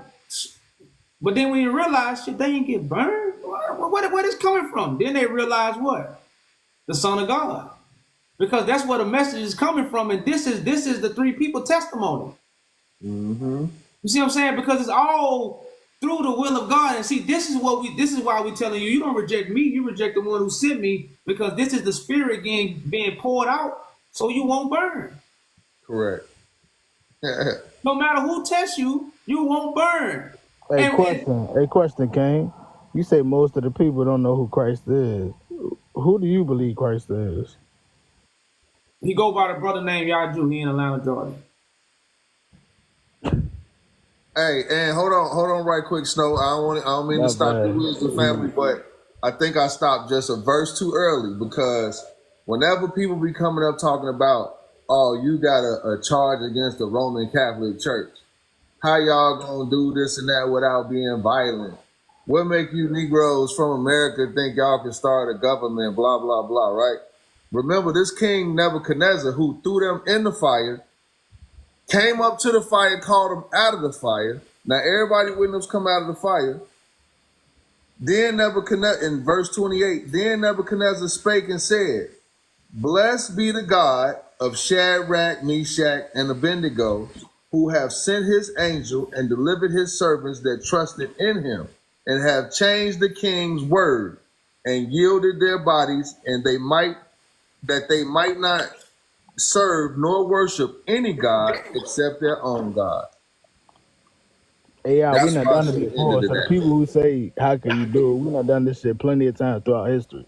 Now, nigga, who is this guy in Atlanta, Georgia that's Jesus? Because I'm trying to beat this man. You in Atlanta, Georgia? Nah, but I'm trying to figure out, I come to Atlanta, if Jesus there, I'm trying to figure out who do you believe Jesus is. What I'm You saying, feel me? like I And if say, he's in Atlanta, if you let you, me know, nigga.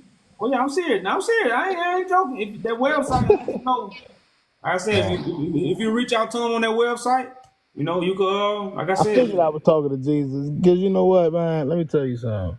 You talking to Jesus too, man. You talking to Jesus too. no, see, I'm not talking about I'm talking about a son of man like me and you.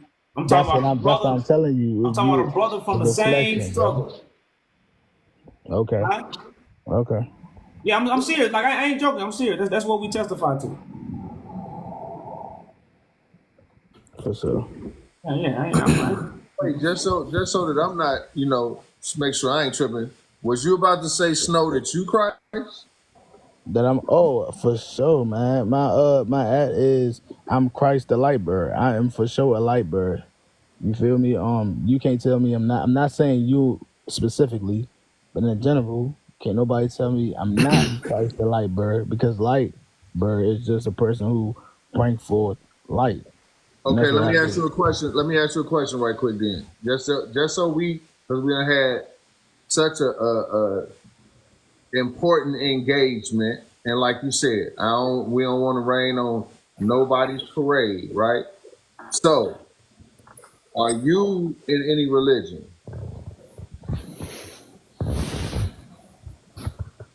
I don't know if you muted, bro, but I can't hear you. I just have a quick question for you gentlemen. That All right, your turn to come up, mama. We got a queue going, so we do this decently and in order. But Brother Snow, I was asking you a question, Okay, can you mute me? Because I don't know how you do this. Oh, yeah. You muted. Snow, you there? Lightbird.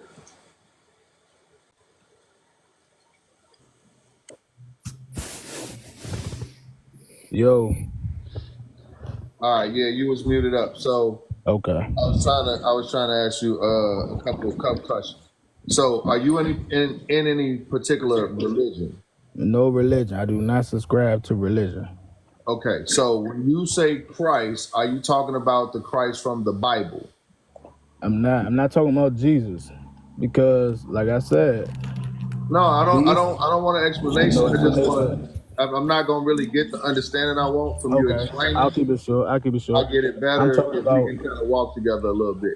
I got you. You're not in the religion, and you're not talking about a Bible light bird. You're talking about what? I'm talking about the esoteric meaning of Jesus Christ. No, but this is what I'm saying though. The Christ consciousness. That's what I am. But hold on, this is the point that I'm making, right? Right. So like, let's take it on let's look at it from a very unreligious cardinal level, right? So if you got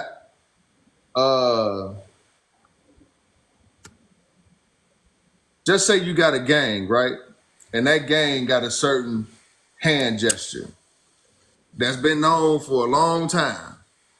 And then you try to take that hand gesture and put your own meaning to it, but you around people that come from that long line of that hand gesture. I They're not got you, going to brother. accept. Hold on, I let got me you. paint the picture so I can ask the question. Okay. The point that I'm making is you're not in religion, you're not in the Bible, but you're trying to make your light beam experience be connected to the Bible. And that's what I'm getting thrown off at. Like, what if you're not into Right. those things? Right. So AI, because that's not. Well, I'm gonna call you because you No, you know can call me AI. That's cool. Okay, yeah. All right. So look, I'm trying to answer you, but you gotta give me about 15 seconds so I can explain. Give me 13 seconds so I can explain to you. That's what I'm not gonna drag it out. So you asked me, what do I mean by that without using a religious standpoint, right? Okay, from the Bible. No, I'm not Jesus from the Bible, but I understand that these stories in the Bible is an esoteric story that they got from some real information. I'm Okay, not Jesus, but I'm Christ. I'm 13 Christ seconds. consciousness. That was enough explanation on that. So, how do you know that though? How do I know that, man? How do you know Well, that it's an esoteric? Like, how have you applied esoterics to the Bible? Who did that to for my you? Bible. All right, well, to the Bible. Well, I tell you this, I can only go off my life experiences.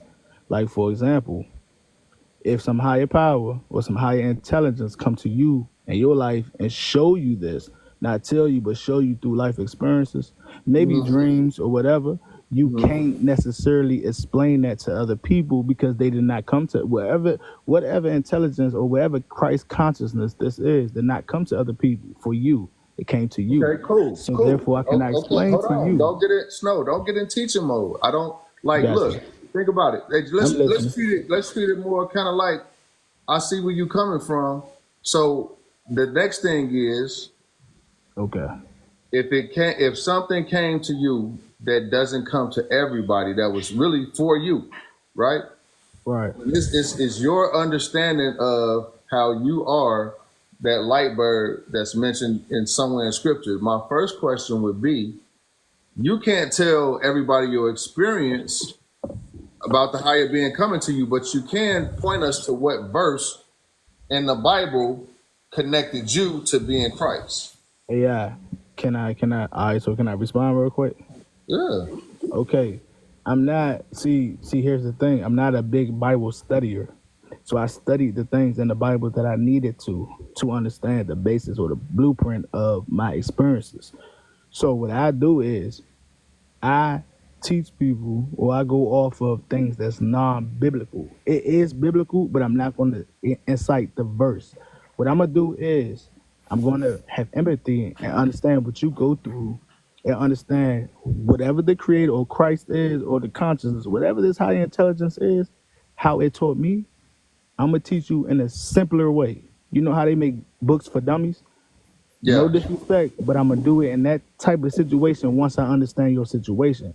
Because I done been through it, but Christ in me, the Christ in me, showed me how to overcome. So I'm not going to show you or tell you what it did.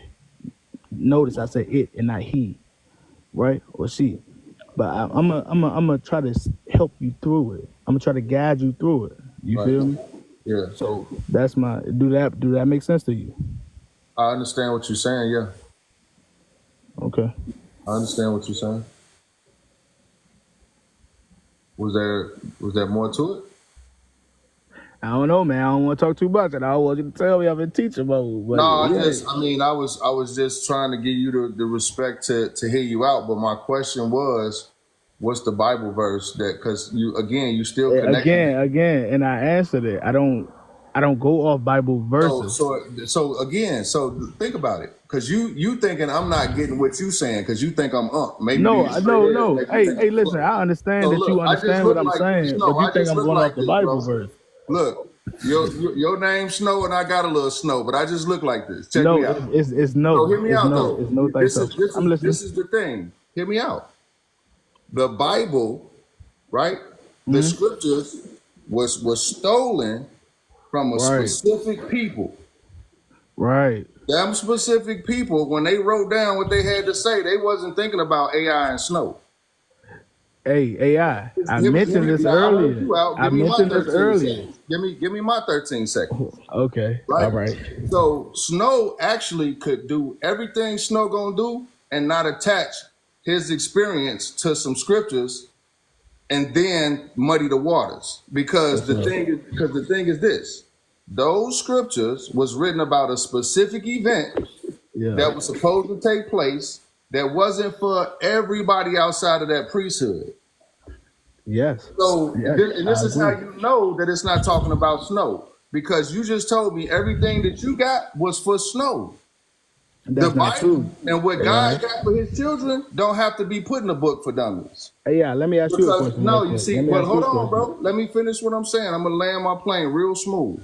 Yes, sir. What I'm trying to tell you is, according to these scriptures, the prophecy and the manifestation is a little bit different than what you're explaining as a higher being coming to you with only information you can understand. Okay. That's all I'm AI. saying. AI, let me say this. Now, tell me if I'm wrong or I'm right, right? Now, do the scriptures not say that the kingdom of heaven is within? It does. Do the scripture not so let me ask you this one question. Why can't you look at it? See, it's like we're agreeing, but you looking at it not in the perspective that I am. So you're taking it as I'm not we're not agreeing. So if the kingdom of heaven is within, why can't I bring out the Christ in me? You know, understand what I'm saying? And help people from the experiences. And you know, the Christ in me help me. Because most people do Bro, not understand they have the kingdom of heaven, aka the Christ within them, to either come out of their situation. So hey, that's what I Snow, do. How can you disagree with that, AI? hey, Snow, can I ask you a quick question though? Did Yeah. the disciples walk with Christ, or was Christ in them? Well, again, like I told AI, I'm not a big Bible goer. You see, But you just no. Oh, go ahead, bro. Because I'm not trying to overtalk, but I'm trying to get my point across. See, like I told AI, I'm not a big. I don't study the Bible like that. I understand what I need to know about the Bible. I understand certain things about the Bible that I need to understand.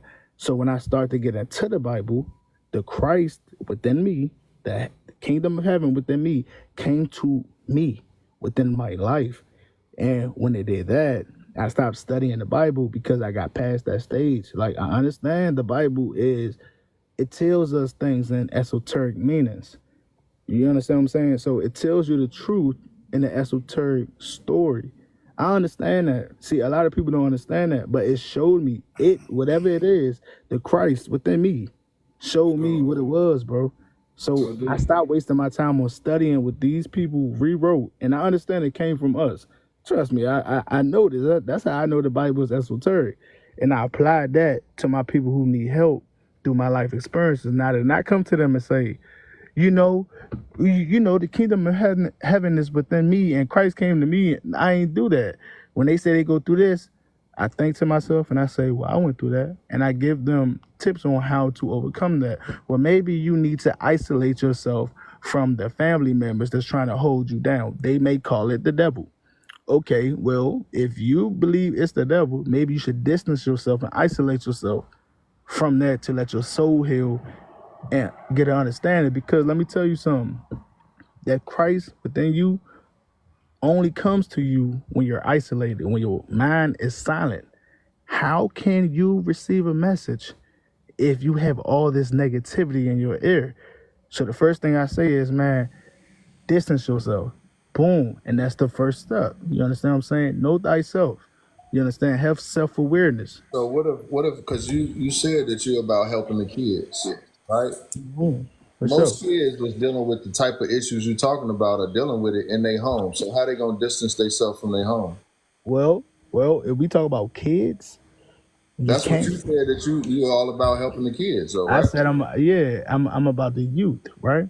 And Yeah. so when we talk about the youth, I tell them, man, well, really, I'm for the youth, but the people that I speak to is young adults. just graduated high school, people who don't know where to go. I don't talk to kids because their parents is talking to them, and I don't want to talk to That's them. I the want whole their point. parents to talk That's to the them. whole point that we just made. Is you said that you telling people to distance themselves, but you at the same time saying you talking to young adults that don't have nowhere to go. AI. I need you. You see, I rock with you, but I need you to understand what I'm saying just a little bit more clear, not misconstrue my words. Now, I did not say I talk to kids. I said I'm for the youth. I did not say I talk to I them. corrected I'm for the myself. I youth. said you said that Yeah. you talking to young adults, right? Right. That's what you, Right. I corrected myself. I Right. said you And talking I to young appreciate that. adults with nowhere to go, but Right. then suggesting that they distance themselves from the problem. Got you. And I appreciate you for correcting yourself. But I'm gonna tell you what I tell them. Man, look, I'm gonna tell you, I can only go off my experience. For as long as you stay with your parents, you have to deal with them. You can't just leave your parents because that's what supports you. Now, once you get away from them and understand this, you have to get by yourself when you don't need your parents and understand you. That's why my name is Know Thyself. Because once you understand your flaws, listen to me now, you will understand where it come from. Where it come from is your parents. Okay, boom, you got that. But where did your parent flaws come from? You understand what I'm saying? And then So I understand where you're going with it. I like your mind. I like your presentation, the way you bring it, right? I don't necessarily need all the quips and everything to understand, but I feel you though. But this is the difference between what you're saying and the role of Christ, because you can only go off of your experiences. That's what you just said. Isn't that what Christ did? Hold on. You don't really go off into the Bible much. That's what you just said. But as my brother Stamps was saying, you use bits and pieces of it when it suits whatever it is that you're trying to present, which is mostly positive. That's great. But just to kind of bring you to what I'm saying is, I know you're familiar with Cat Williams, right? The stand-up comedian. He said, sometimes when people have that Chrysler, they think they're in a Bentley until a real Bentley pull up. So what I'm trying to tell you is all these things that you're saying is awesome. It has nothing to do with being Christ and fulfilling the prophecy. And fulfilling the prophecy doesn't come from a place of doing only what you know. It comes from being guided by how the Spirit moves you and being able to galvanize the people on a global scale to do, not in your neighborhood, not a couple of kids you're trying to give advice to, but to gather the seed of David from the four corners of the globe. That's not what Snow is doing. That's what Christ is doing. Hey, let me ask you a question, right? So when you give your perspective to the youth, do you use every aspect of the Bible? No, you use what resonates with you. So for you to say, I use certain aspects and not, listen to me, you may need every aspect of the Bible to come to an understanding. I don't need that. So if I sit here and try to preach to a young guy and teach him every chapter and every aspect of the Bible, that can take days. They don't have that type of they don't have that type of you feel me? They don't have that type of attention span. They don't have that type of hold on, hear me out. What I just said went over your head like that crown, bro. No, it did not, bro. You're not trying to listen to me, but I respect that and I understand. I see, because I done been through this situation before. Now, I've been through this situation. You ain't never where been through people this try situation to, before, trust me. yeah, I have. When people try to make me seem like I'm not really, you know what I'm saying? Like, come on, bro. Like, you're testing me, I feel like, but it's cool. But go ahead, Sam. My bad. Yes, sir. Yes, sir. Yes, sir. Didn't Christ be a regular man? I believe Christ is a regular man. I believe Christ is no different from me and you. Okay, I believe so that Christ, yeah. So if he a regular man, how is he in you? Bro, again, listen to me, y'all. I need y'all to be attentive. You hear me? I am going off what he said. So what I'm saying is I do not subscribe fully to the Bible. I'm speaking on Bible points because that's what AI keep bringing up. Now, he keep bringing up the Bible. So I brought up. Hold on. I'm about to explain to you, bro. Come on, listen. So I brought up the kingdom of heaven is within you. Now, obviously, everybody go by Jesus Christ and the Bible. So if that's what y'all go by, I'm going to give y'all pointers from out the Bible that show y'all that we are just like him. He said it in the Bible. I'm not Christian, y'all are, or y'all go by the Bible. He said you can do everything that I can do if you understand your potential. Did he not say that? He said that. So I'm showing you that I know how to use the potential or the kingdom of heaven that's within me and bring it out to my community. What is so wrong with that? But it's key principles you must stand on when you speaking on things pertaining to God. Cause you gotta remember, whether you believe the whole Bible or not, God still got to order.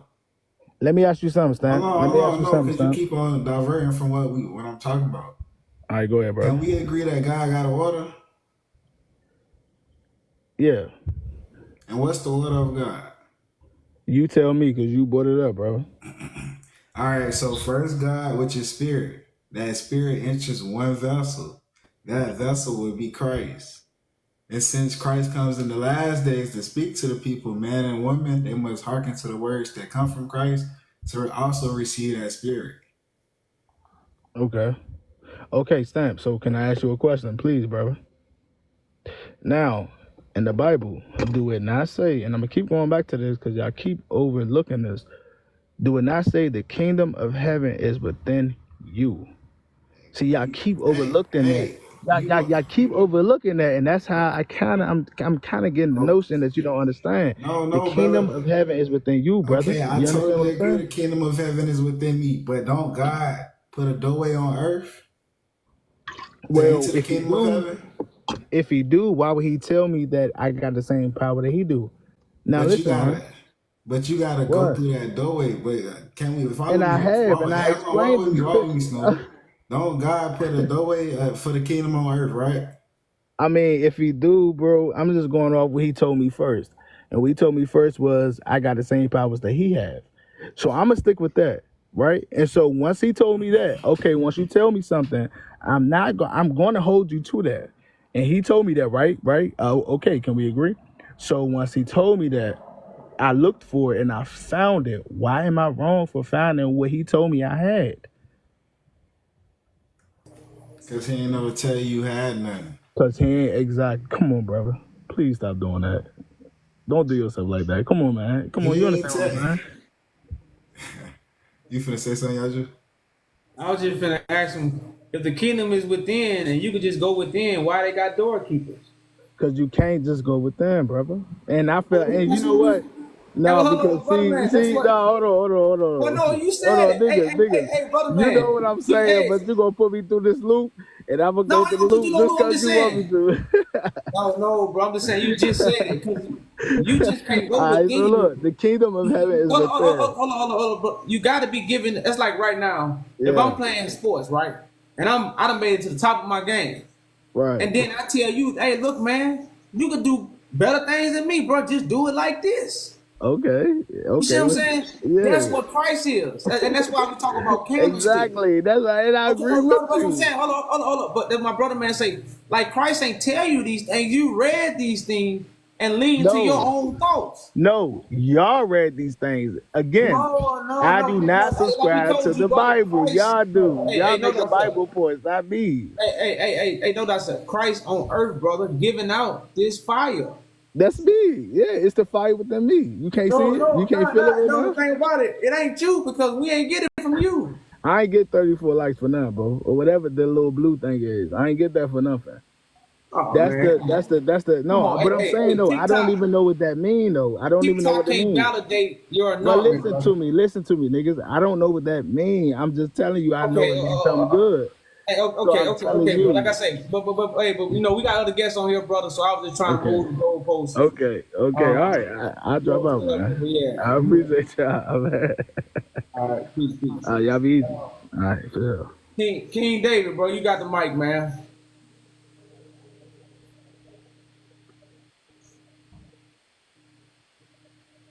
King David.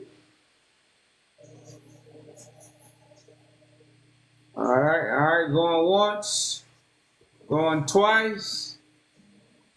Soul Tabina. I guess that's how you say your name. You got the mic on you. So God bless you all. I have a question. When you guys are saying nobody can teach the Bible except Christ, what do you guys mean?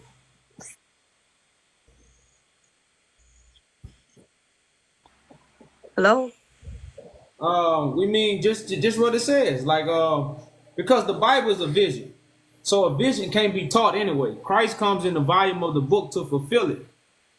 So man can't teach it because the Bible is sealed. The Bible is sealed up until the last days, as Daniel said.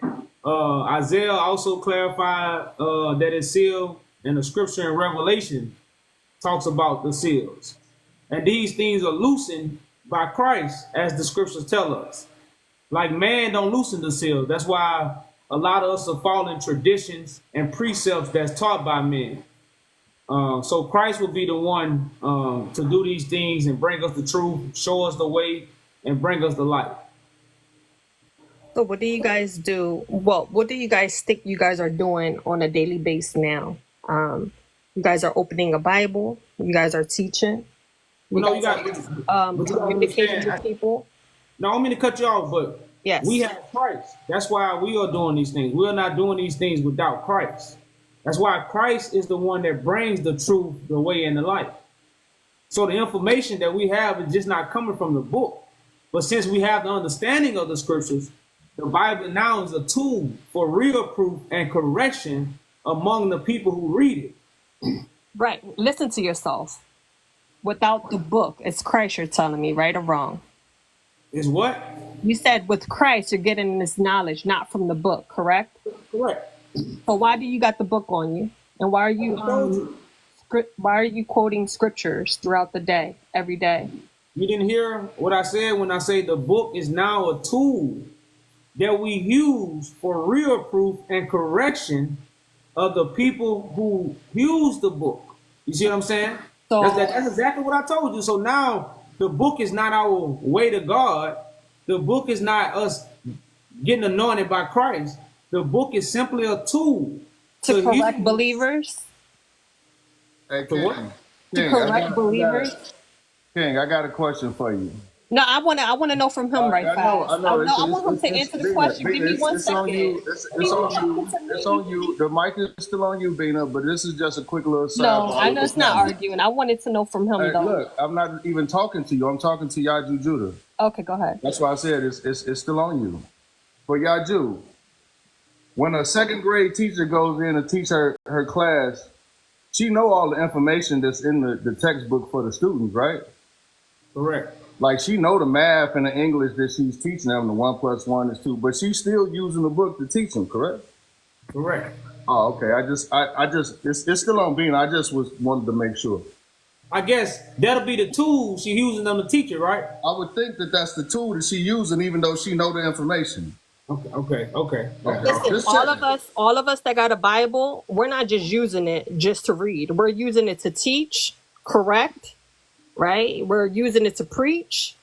We're using it to, talk about the gospel. And that's what you guys are actually doing on this platform every day. That's what you think we're doing. But when somebody asks you a question, do you not go straight to the Bible? Do you not go straight to scriptures?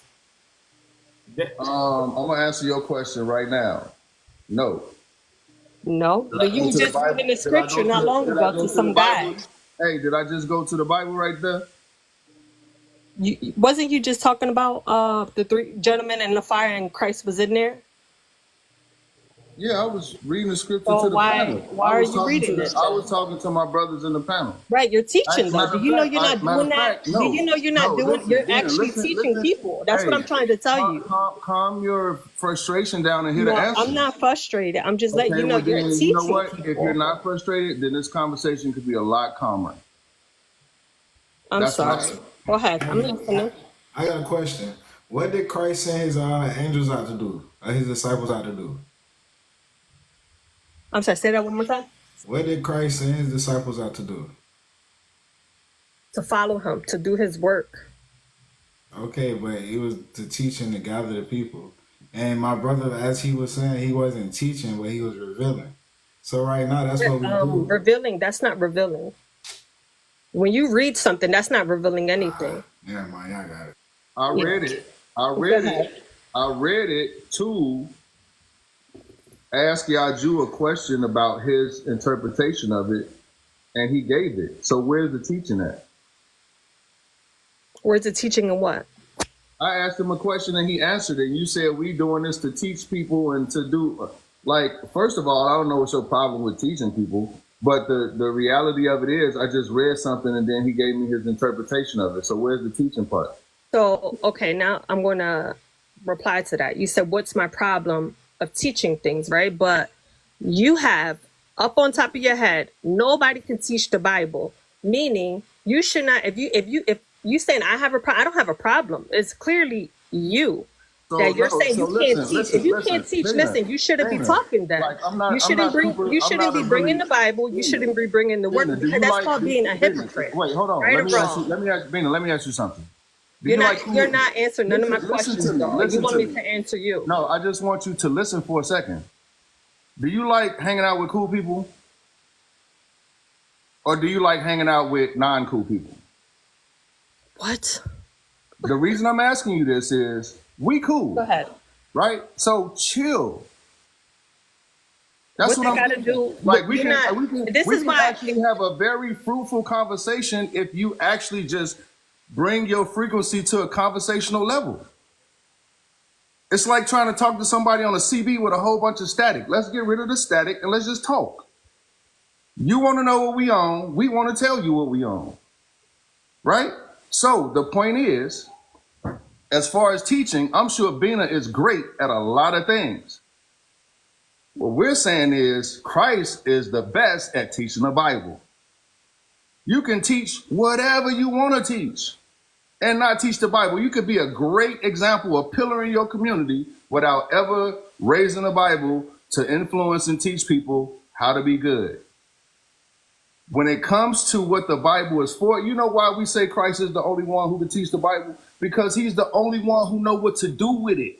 Everybody else wants to take the Bible and basically be good based on what grandmama, mama, the preacher, what people told them, who place themselves to be the mediator between them and God. Not knowing that your creator made you in his image to just be righteous. But when it comes to the scriptures that the priesthood wrote, when they wrote the visions that they had down, that was for the priesthood to pick up in the last days to finish God's work. When you accept Christ, that's when you become a fellow worker. If you don't want to follow Christ, just teach whatever you good at. You don't have to teach the Bible. I don't have a problem with teaching. I don't have a problem with Bina teaching. What we saying is when it comes to the Bible, Christ is the only one who knows what to do with the Bible because it's the basic instruction before leaving elementary. When you go to high school or the higher learning of God, you want to get it from the best, right? Don't Bina want to learn from the best? Why wouldn't you want to get it from Christ? That's all we said. Listen, God had left his It's my turn to listen. Bible here for a reason, right? Yeah, but not for what you think. So what do I want you to know? What do I think? Well, for one, if you have a Bible, you think that God put the Bible here for you to have it. So what is the Bible for if you have it in your possession right now? So you shouldn't have it, right? That's what you're trying to say? Correct. That is Or exactly what I'm your trying- brother that is- on the Yes. panel too, he shouldn't have the Bible? Bina, yes. You are Yes? correct. Okay. Correct. So that's being a hypocrite then, right? That's not being a hypocrite because we do have it. The You make deceiver no made sure. sense. Listen, You hold make on. no We doing sense. so. We're Yo, doing you so. make no Listen. sense. I'm so sorry. I so apologize. You just don't make sense right now. Listen, this is what you're negating. That there is somebody who had an intention in handing out the Bible in mass. This the same people that own the printing press that created the Bible in the first place. It's the same people that go and dig stuff up and control the information and then bring it back to the masses with whatever narrative they want it to have. We don't control the narrative because the Bible was never intended for mass consumption. This is Matter what of you're fact, telling people here. listen to the book, logic. you Listen to the don't logic. need. Listen to the You don't logic. need to 'Cause learn from it. I know you are a super logical person. So listen to the logic. You keep When the talking Bible, and you when don't the let people Bible, I said, speak. listen to the logic. That's why I'm talking. No, I you're said, not listen. logic. You're speaking lies because Okay. you are being All a right. hypocrite, and Okay. you have a Bible in front of you, and you will quote the scriptures, and you have the nerve to be on a panel to say, "Oh, well, we shouldn't have the Bible," but yet you're quoting from it, and you're trying to teach people, but then trying to go against it. That's kind of like being a hypocrite, honestly. Like, no disrespect to you, no disrespect to nobody, but that's like saying, okay, well, I'm not supposed to have this book, and I shouldn't be learning from it. And Christ is Listen, supposed to you be know the what? only one teaching, right? You think But that yet I'm I trying? have that book in my house, and I'm on What you're social trying media to every day, and I'm what you're teaching it. missing. I don't think that that's right. The title doesn't say nobody should read the Bible. It doesn't say nobody should be inspired by the It Bible. says It says clearly nobody teach. should teach, right? So Yes. look at it this way. Has God not worked wonders in your life? Always. Always. Can you pass the wonders that God has worked in your life on to the next person?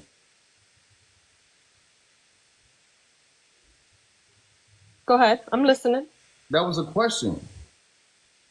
To give my wonders to somebody else? Yes. Like, what do you mean by that?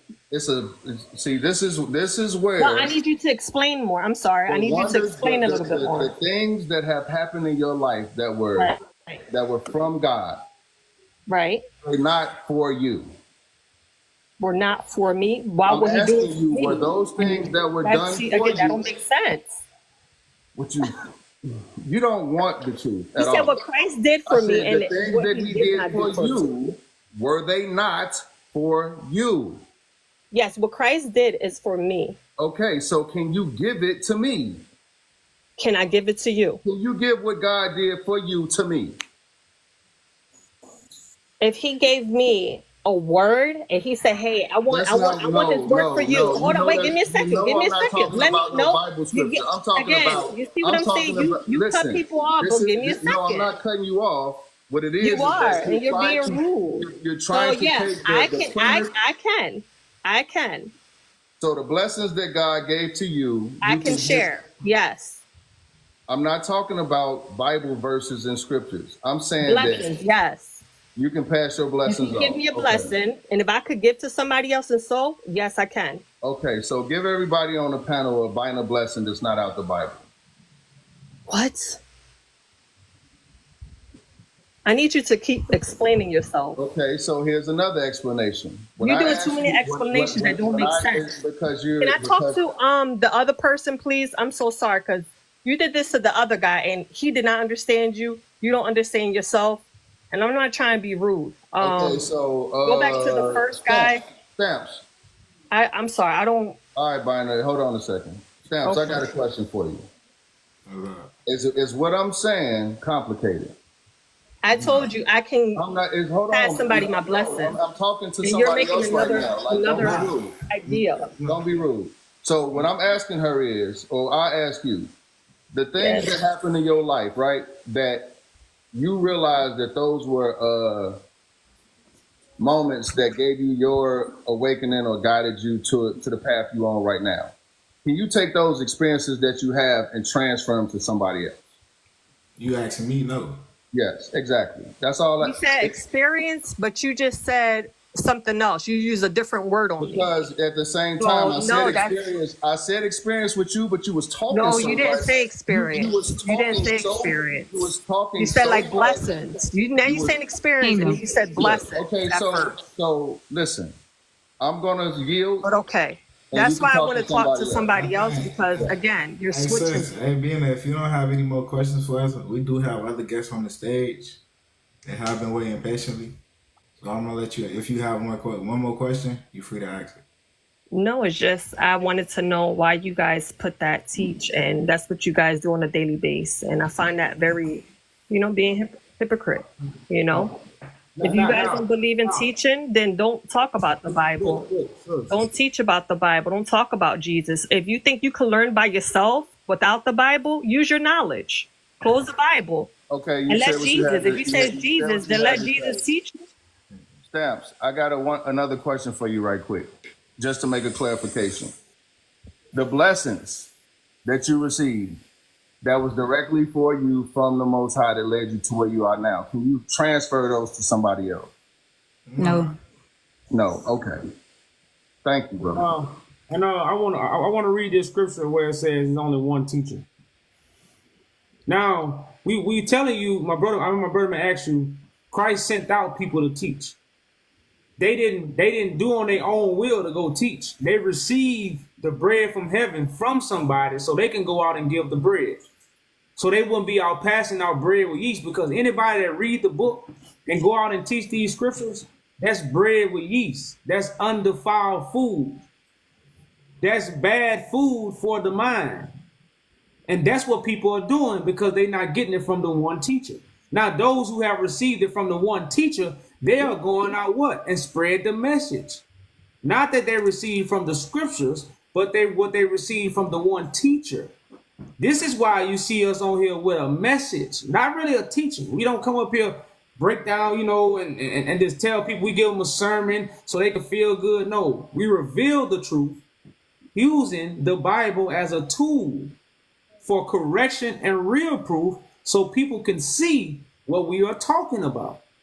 But okay, go ahead. First, you have to see what we are talking about to understand what we are doing. But if you're trying to correct what we're doing, you ain't even trying to see what we're talking about. Because that's what you're doing. You coming up here with trying to correct us. You're not even in that position. Because I would like to ask you this. Who put you in a position to come correct us? The Bible says iron sharpens iron. So if I know you're in the wrong, I have to correct you. Because if I don't correct you, right, in a Christ lovely manner, right, that's what Christ wants us to do. Correct. Iron sharpens iron. And if I know my brother is not saying things correctly, then I'm going to say, hey, I'm doing it out of love. I'm not doing this just to say, oh, you guys are men. And no. I'm just saying it respectfully. And you saying that nobody can preach the gospel. The Bible says we're supposed to preach the gospel to everyone. Sis. Yes. All I asked you was, who put you in position to correct us? Christ. The Bible says we are supposed to. Okay, I want to ask you this then. How did you interact with Christ? Well, when you have Christ, right? When you confess, right? When you confess, because we're all in the flesh, right? So we're all fleshly. In order to be in the spirit, you got to accept Jesus into your life as your Lord and Savior. That's when you can become in Christ. So Christ is in me. No, I say, how did you interact with Christ? I have a relationship. I had to pray. So you got on your knees and you receive authority from Christ. That's what you're telling us. I received Jesus in my heart as my Lord. I believe. Once you say that prayer and you believe that He is Christ. So I heard that. But that's what everybody tells us in church. So we understand it. But I want to tell you this. Have you pulled all the needles out your own eye? What you mean out of my own eye? As it said in the scripture, don't cast the first stone unless. So you feel like I'm judging you? No. I say. So why did you come up with that scripture? You gotta pull every speckle out your eye. Right. You gotta see the whole matter. So I'm asking you, have you pulled every speckle out your eye? Yes. So you the anointed one then. If you have Christ, I'm anointed. Yes. I'm not going to deny the anointing upon my life. Oh, okay. So what are you doing with the anointing? I preach the gospel. I'm in the streets. I don't know if you know Philadelphia well. It's a very violent city. I'm out in the streets. I preach the gospel. I'm in a missionary group. I'm also working inside my church with the children's. And I work with them. I teach them. Because if you have Christ, you can do it all. The only thing impossible is with men. That's all. Because the only thing what you're missing is you don't have Christ, you have an imagination, and that's why I'm sorry. I have Christ. Hold up. You're like disrespecting me now. I'm not. Hold up. Just like you told us, we are just speaking the truth in love, and the truth hurts, right? So just like you come up here trying to correct, they don't have Jesus. I believe in the word. I teach the word. I love the word. I don't deny His word. God damn, I heard you. Okay. So let's go to John 6. Let's go to John 6 and 30. John 6:40, and I'm gonna read to you the will of God, and we're gonna see if you're in alignment with this. That's So you're fair? gonna teach now, right? That's not what the No, top says. I said we're gonna read it and see if you're in alignment. Trying to teach. Okay, I got you, brother. John. I have authority to teach. John, Just like you John think you got what? authority to spread the gospel, I got authority. So go to John 6:40. It's 40. crazy how people come up here. Now, we let people know where our authority is. But then people come up here and try to say they got authority to do something. Who gonna be wrong? I'm listening. So we go, it says, and you got it or you want me to read? Somebody got it or you want me You to said read? John 6:40? Yeah. Okay. You can read. It says, and this is the will of him that sent me. But that everyone which seeth the Son and believe on him Right. may have everlasting life. Yes. And I will raise him up at the last day. So the Son, you can't believe the Son and receive nothing, because the Son, you got to eat his flesh and drink his blood, which means you have to partake in information that will be coming from a Son of Man in flesh and blood. And I got one more scripture for you to clarify these things, why we have authority, because this is who we know. So I want to go to Hebrews 5:1. Now, I just read a verse where you have to see the Son, because the Son is not in the sky. Okay, wait, you can't jump. I want to, that's your interpretation, right? So it says, and this is the will of him that sent me, that everyone which sees the Son and believes on him, you may have everlasting life, and I will raise him up. We all, as Christians, we believe that we will see Jesus Christ, and we got to believe on him and nobody but him. And in the last days, right? Because when Christ comes, the dead rise and the church will rise up. So you can go to the next scripture, because you have your interpretation. I got a question for you. Go ahead. Hold on. But the point is, you're going to be raised up in the last day. So how is God or Jesus in you and you not raised up? Is it the last day? Is the destruction with the fire happening yet? Or No, are we I'm just saying the Christ Antichrist? comes to All raise- that got to come to pass first. Hold on, but that's what I'm saying. So Christ is coming to raise us up because we are the walking dead. That's in the last days. You'll hear the last trumpet sound. Everyone, we will see Jesus coming in the cloud. That's why he didn't raise me up yet. So that's the answer for you. But you can go to the next scripture. What did you want to pull up? That's cool. I know you don't want to talk to me. I want to ask King a question right quick. So in that verse that you just read in verse 40, it says, and this is the will of he that sent me, that everyone which Son. Yes, we will all see Jesus. I'm talking, you don't want to discuss with me, I got you. Okay, go ahead. Go ahead. But so it says, which see it, which is a condition to what follows, right? Yeah. So you can't go into all those other aspects of what this verse is talking about until you actually see the one that's speaking. Correct. Okay? I just want to make sure that I'm reading that right. All right. But what other chapter you want to pull up? You want to go next verse? So right now we're going to Hebrews 5. But again, just to clarify, you have to see the Son to receive something from the Son. You can't read a book and receive something from the Son. We will all see Jesus. That's not what it means. We will see Christ. You see how you interpret it different? Sis, that's what I'm saying. So, but sis, who gonna determine who right? But the scriptures here. I'm going to tell you why you don't understand. The Bible says people with a carnal mind will not understand the things of the Spirit. That's why you won't understand.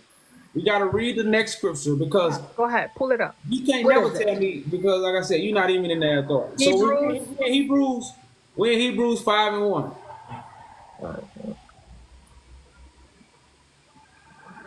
You want to read it? Yeah, you got it. You can read it. I got it. For every high priest taken from among men is ordained for men in things pertaining to God, that he may offer both gifts and sacrifices for sin. So it says every high priest taken from among men, right?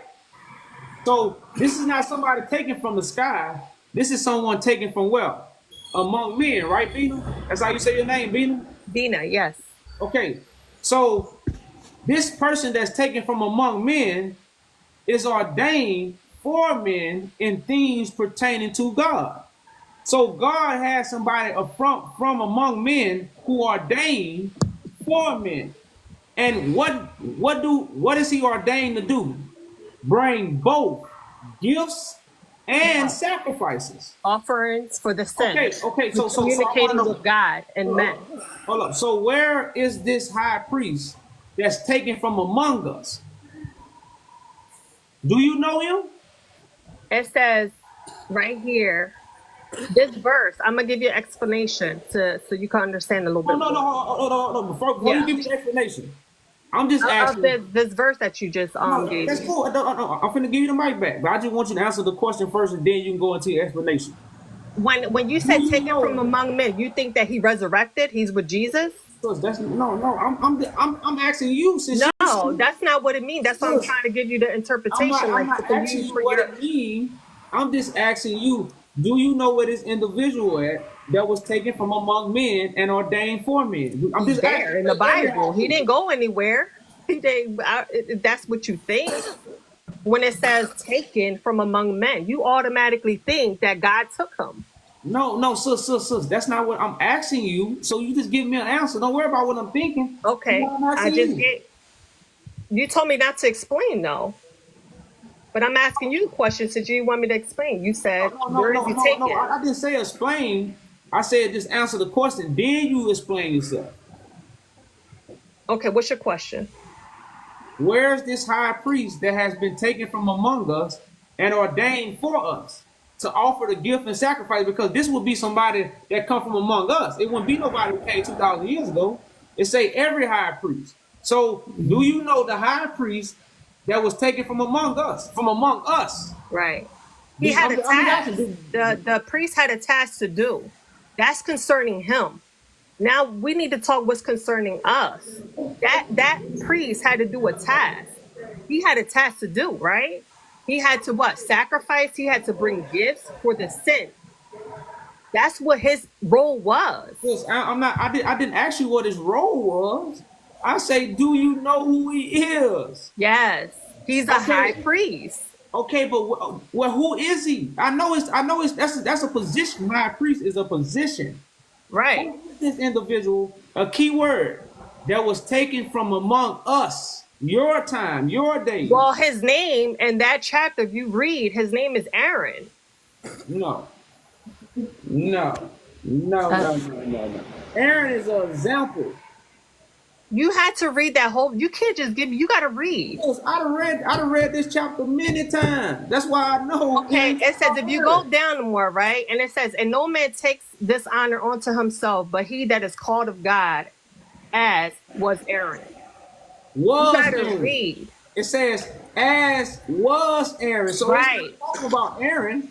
Aaron is an example. Exactly. Who was Aaron? Was he a priest? Yes. Okay, thank you.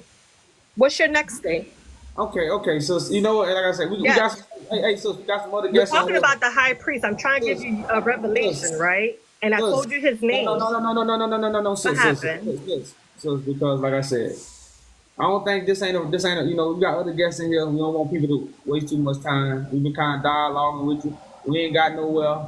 And again, you told me who he was. I'm giving you names, and you got to read the whole entire scripture. All right, God bless you, and peace. May God be with you all.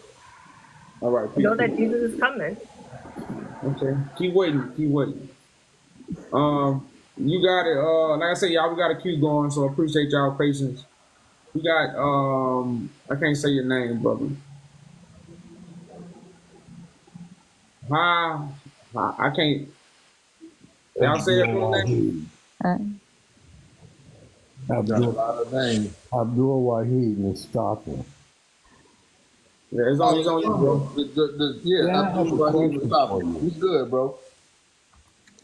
I have a question for you. I just learned today there was a Bible discovered in Turkey that was written 1,500 years ago. And my question would be, could you take that Bible and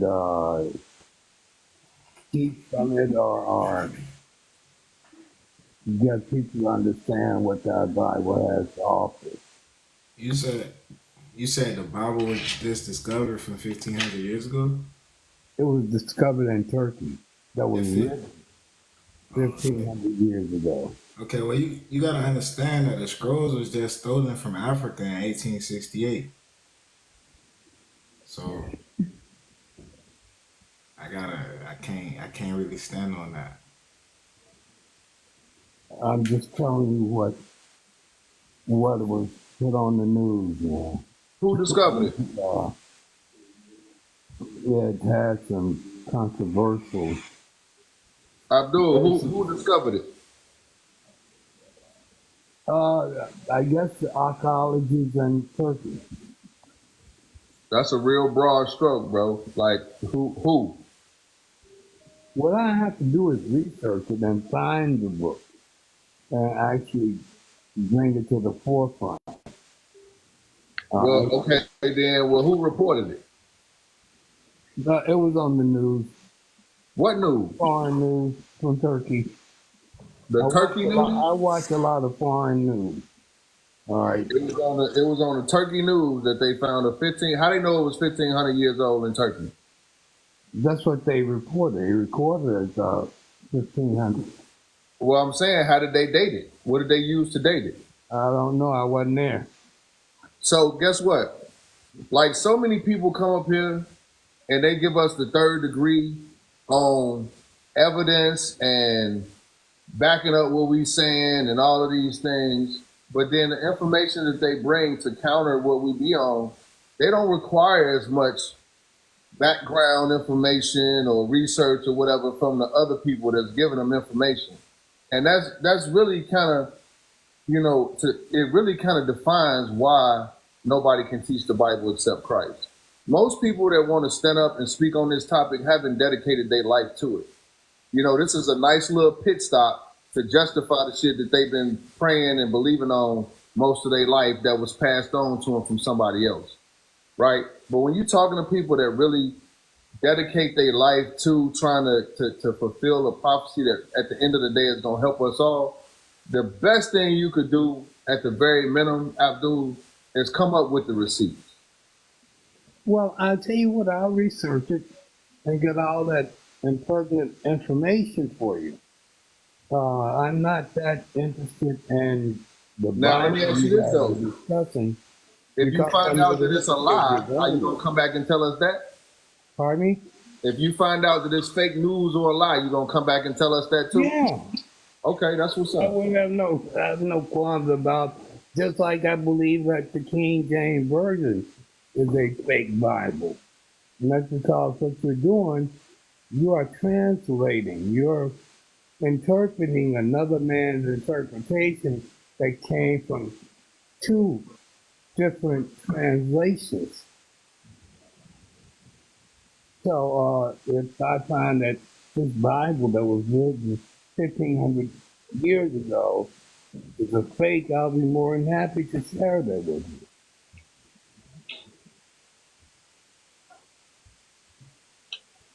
Good night, Mama. Okay. All right, brother, man. Like I say, man, we know we deal with the writings. They are visions. They're not something that need to be interpreted. They have to be acted out. And God was going to activate the generation to fulfill the will. So no matter what book you find, no matter what translation, the vision remains the same. That's one thing. Out of all the Bibles, even the lost books, it's still one vision. So at the end of the day, we are the fulfillers of those visions. That's why we're on the right side of God. We're not bringing no interpretation, but we're bringing the fulfillment. And that's what makes us righteous. Could you explain the fulfillment what you were referring to? I can't say it again. Could you explain what you mean fulfillment? fulfillment because it's a vision. So the vision ain't never happened. We are the ones that fulfill the vision. That's why Christ comes in the volume of the book. So when we say fulfillment, we will be the actors of the script. The Bible is just a script, scriptures. We are the actors, the ones who the Spirit of God is in to fulfill these things and do these things that's written. These things have to be done. Even if the Bible that you're using is considered not authentic. Well, yeah, because the Bible, no Bible is authentic. It's all a vision. We the authentic version of the script because we the actors. Like I say, the visions don't change. We did in our times. We are dealing with private interpretations. So from private interpretations, many other stories then came up. You got so many false stories just based off of a private thought of what they think the Bible is saying. What is your vision is wrong? The vision is remove darkness, deception. I said, what is your vision is wrong?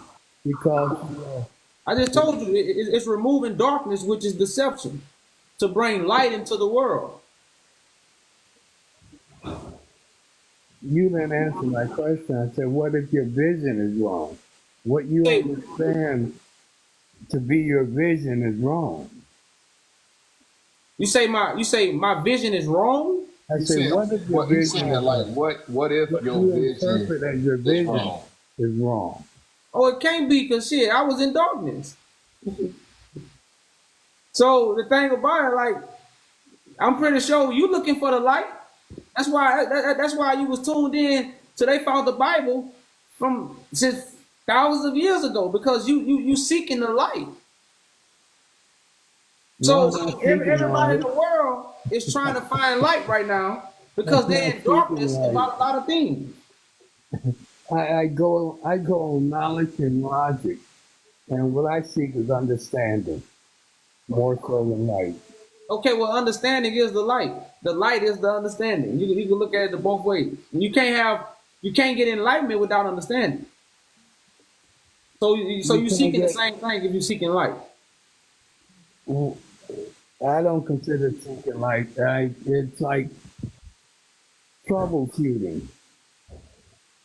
You know, you ask, why does this happen? And you seek to understand why it happened.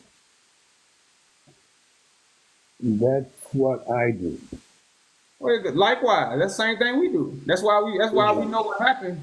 Like you said, it's like a trial and error, or like you said, a test. So again, these things we have tested, and we know for them to be true, because like you said, many people are still seeking understanding. So that's what we giving, understanding. That's what we bring into our people, understanding. Understanding. Yeah. Okay. And you're using the King James Version of the Bible. But the King James Version disagree with you. It say, with all thy getting, get understanding. That's what the King James Bible, so the King James Bible going in line with what you're saying.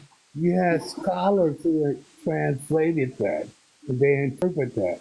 And they got that from the Catholics, who had that written in Latin, who got that from the Greeks, who had that written in Greek. So right there you have three different translations. And if you know anything about translation, you know a lot is lost in translation. A lot of misunderstandings come out of translation. Well, correct, but it still is in alignment with those who have understanding. Now, those who don't have understanding, they get lost in translation. But those who do have understanding, they don't get lost in translation. How can you get understanding from something that's wrong? Wrongly interpreted, wrongly. That's what I'm saying. No, it's wrong in your eyes. Like, who determines what's wrong? Like who determines what's wrong? Well, usually that goes on trial and error to determine what's right and what's wrong. All right then. Now we just had a trial with. You said you seek understanding. That's what the King James Bible say. With all thy getting, no matter how many scriptures or how many books you read in the King James Bible, what do the King James Bible say you must get? Understanding. I don't follow the Bible. I know. I ain't saying you follow it. I'm just giving you a reference because we on trial right now. You said trial and error. I don't reference from the King So James. but you're not. The trial is the King James Bible just said what you agree with. You must get understanding above all things. You must get understanding. So, right. so it ain't the King James book. It's the people who using the King James book. What do you mean, man? If the King James book Bible tell you with all thy getting, get understanding. It don't tell you to read the book and you gonna know God. It don't tell you study the book and you gonna find Christ. It says get understanding. But most people who read the book, they don't search, they don't seek understanding, they seek scriptures. So again, it's not the book, it's the people that's using the book, and it's the people that's teaching the book. Now, I prefer the Ethiopian version. So I'm not taking up for the King James version. I'm just speaking the truth. You see what I'm saying? So I'm just giving the God honest truth. But at the same time, it's not really the book. It's the people who using the book.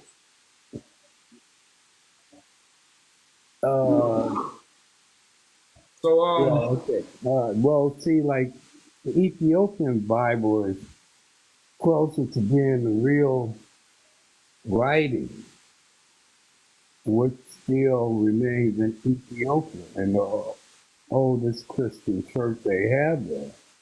Well, that's why I say, yeah, we know about all that. These are the things we bring up.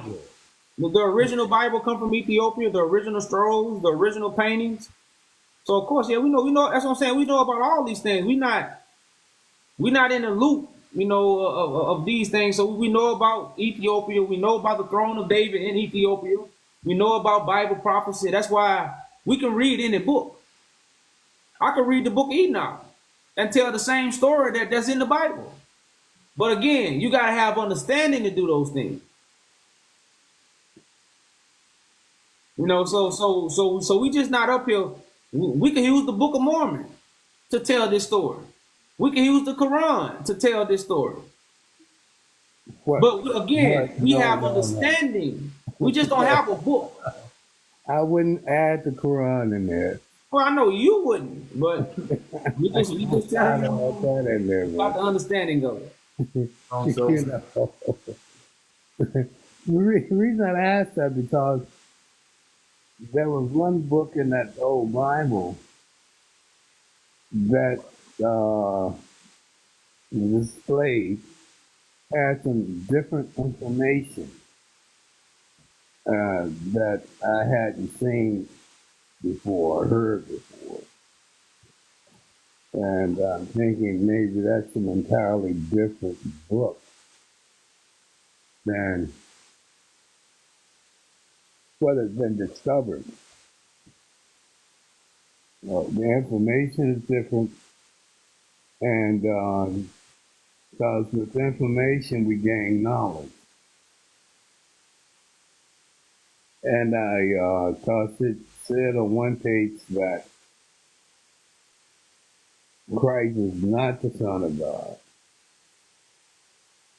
and he's a prophet, just like the prophet Muhammad, peace and blessings be upon him. That's why I was asking about interpretation of that book. But let me find that book and bring it to your attention, and maybe you can get a better understanding of what's being said. Okay, yeah, that'll work. That'll work, man. We'll do that. Like I said, I appreciate you come up here sharing that knowledge. And when you get it, just let us know, and we'll break it down, man. We'll break it down. All right, do that, my brother. All right, peace. All right, Trey works, and next is you, sis. Appreciate y'all praising. What's up, brother man? Trey.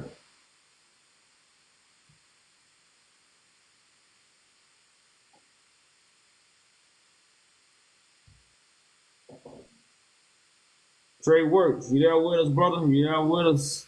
You might have stepped away. Well, sis, the mic on you. Oh, wait, there you go.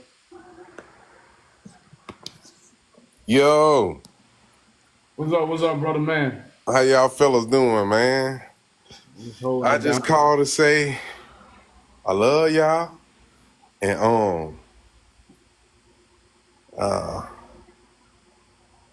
y'all doing y'all thing, man. Hey, I can't wait. I already got in contact with Zaymar, and yeah, I'm trying to, man.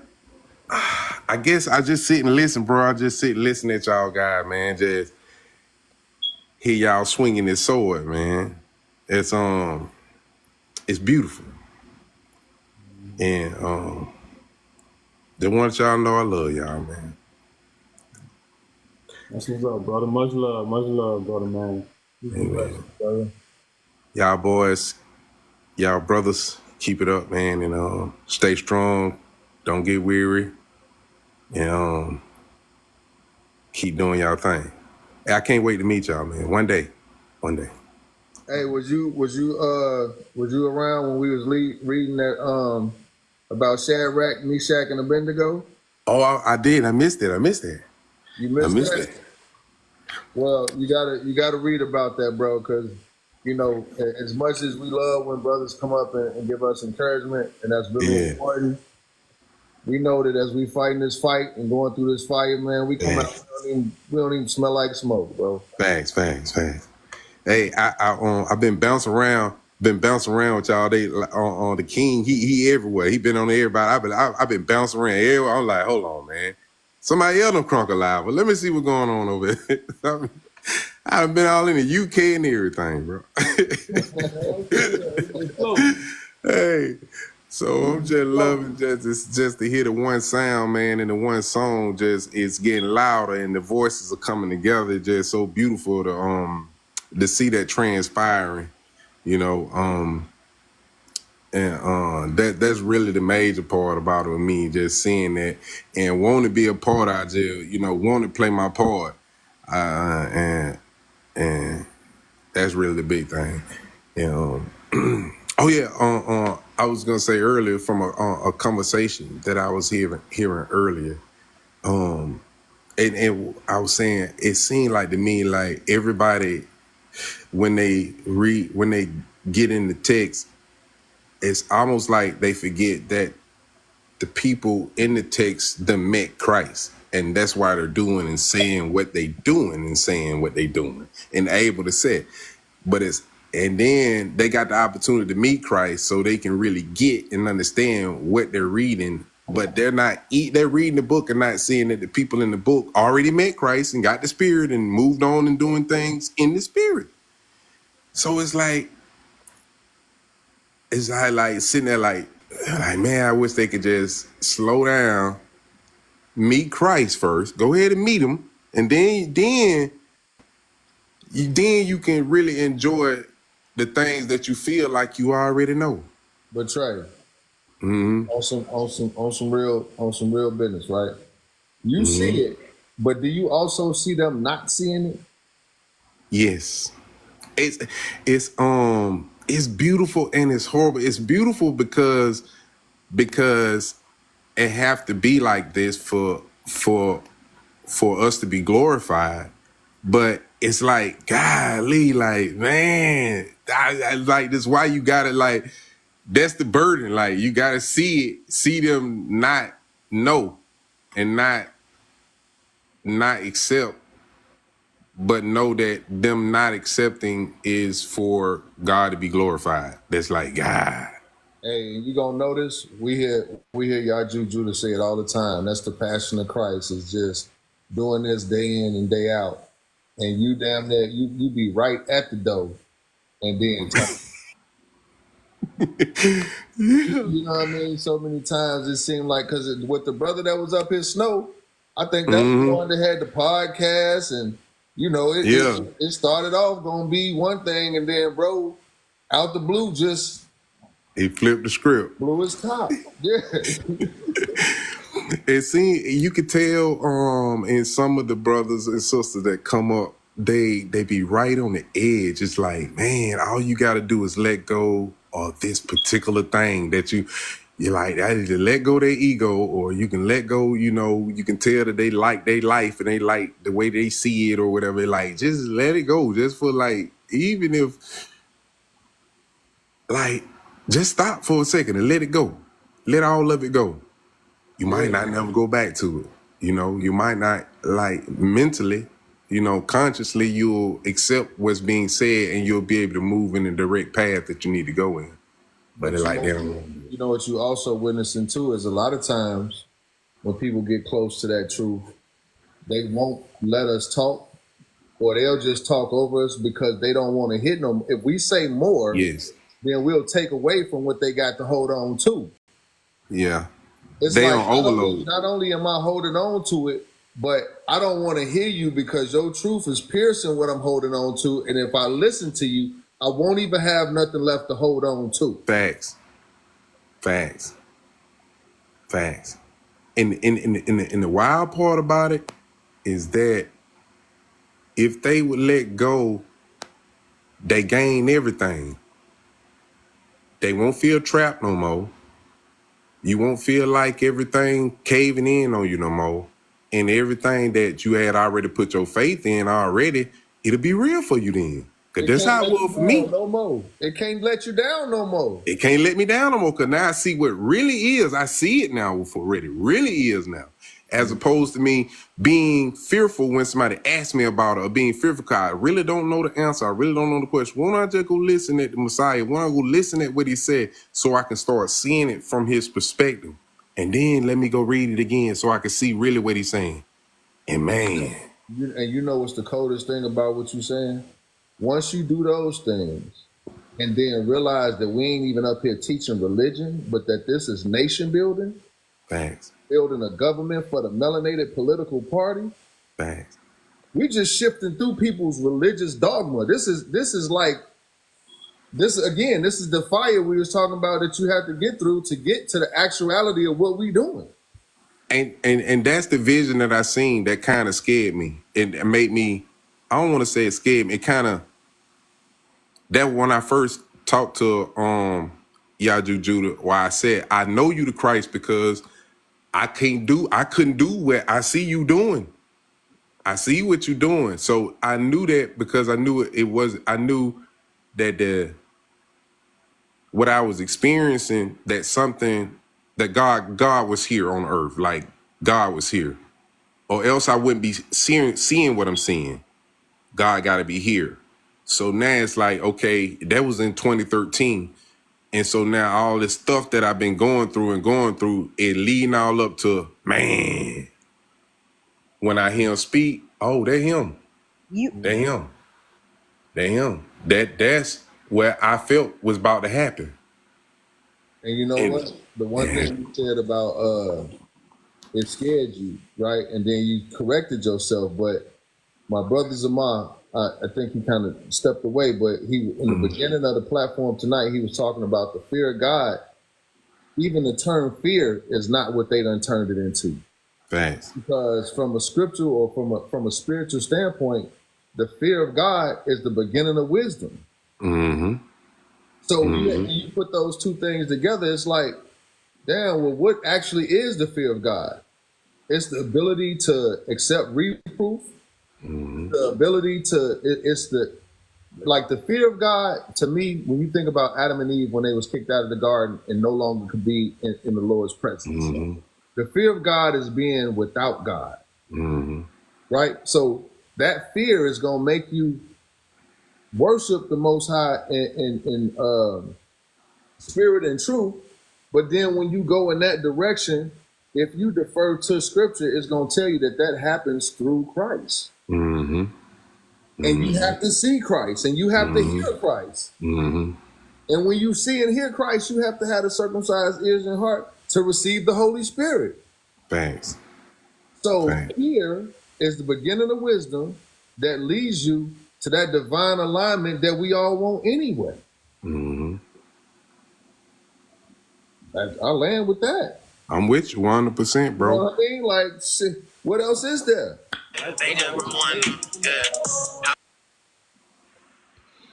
So I just appreciate, I'm kind of going in because I'm just loving your energy, bro. I'm glad you came up and spoke.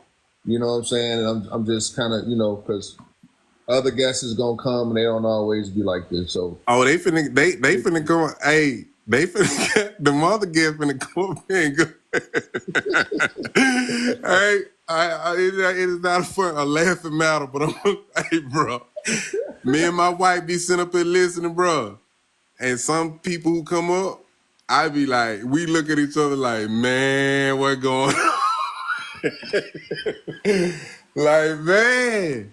Yeah. Like, boy, they out here. Like, we really, like, God really got to sift. He really got to visit the poor. He really got to visit the crippled. He really got to visit the lame and the shut in, the widows and the orphans. They don't know they that, though. They don't. They don't know they that. Man, they don't know they that. Boy, you saying a whole lot. He got to visit the dead. He got to visit he got to visit them, and they don't understand that where they is. They don't get it because they. I see what you said, and I did what I wanted to say earlier when I first came in. That, cause he was saying, something about y'all was saying you said AI that they don't even question the one who gave them the information that they're riding on them now. They riding in with some information that they ain't even question. I was like, woo! I was like, boy, he dropped a bomb. I was like, they ain't even questioning the information that they done sealed themselves up in, saying that that's what's right. And they coming to the Christ saying, boom, like, God. Like, they ain't even questioning that. Nope. They ain't even questioning the one who gave us all of their false stuff from the very beginning. I don't see nobody. I mean, the Roman Catholic Empire and the Pope, he's sitting up there and he carrying himself as who he's supposed to be, who he's saying he in the seat, right? Mm-hmm. All right, so he doing all these things, and I don't see none of these people up here saying nothing about all of this stuff that he done came out and said himself I lied about. Those questions don't even come into their mind. I don't understand that. This one I don't understand. Like, Congress, the House Representative, and the President know that we are the Israelites, us Negroes. It's documentation. Hold up. I don't mean to cut you off, but we got the sister ahead of you, so we got like a queue going. For sure, my bad. Yeah, it's all good. Like I say, I appreciate y'all patience though, man. I appreciate y'all patience. Mm-hmm. And so and I wanted to continue on, and then I'm gonna get on up out of it. I do want the sister. She been here for a minute because I've been watching her there. So I just wanted to say that dude sitting up in that spot and he carrying himself and saying some stuff like he that person. And ain't nobody questioning him. Ain't nobody questioning none of the information he done put his stamp on saying that is what it is. Ain't nobody questioning that. But it's one from amongst us that's teaching us from amongst us. And he coming to his brethren. And it's most of his brethren and his sisters that are coming up here and hurling these insults and these different doctrines at him that came from that dude sitting up in that spot. And they not looking at that. They not looking at that. All the teachings that they got came from that dude. Mm-hmm. And then he done came out and done told you, I lied. It's like they done missed that whole episode. So it's a lot of catching up that they need to do as far as like going and really checking up on the enemy and seeing what he told you to see if you really standing on something solid. Because he done took the whole brick from under where he talking about. He said he lied. He said they lied. So if you come using that doctrine, I be kind of like sketchy, kind of to you that I wouldn't want to do that. That man and I already said that ain't what it is. Mm-hmm. So that's all I just wanted to say. I wanted to throw that in there. And man, I'm gonna get up out of here. I love y'all. Y'all keep doing y'all thing. Y'all do Judah. I love you, King. Love your AI. Stamp Judah. I keep up with y'all brothers and all the rest of the panel. Y'all be safe. All right, praise, peace and love, brother.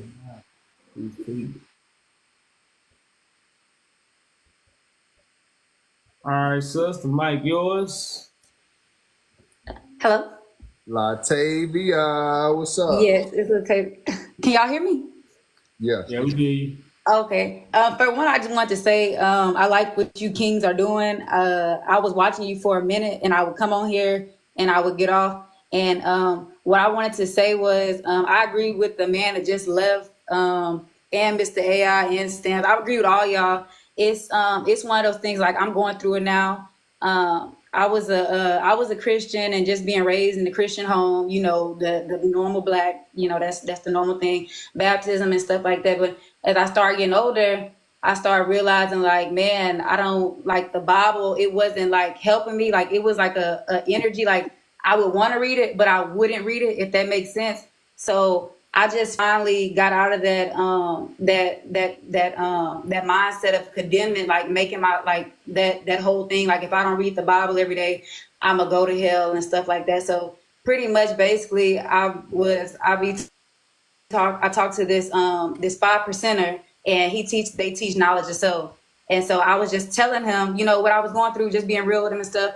And he started breaking stuff down to me. And I'm not gonna lie, coming as being a Christian, and you start hearing those things, you start seeing those things, and it get pointed out to you, it's like, it's no going back.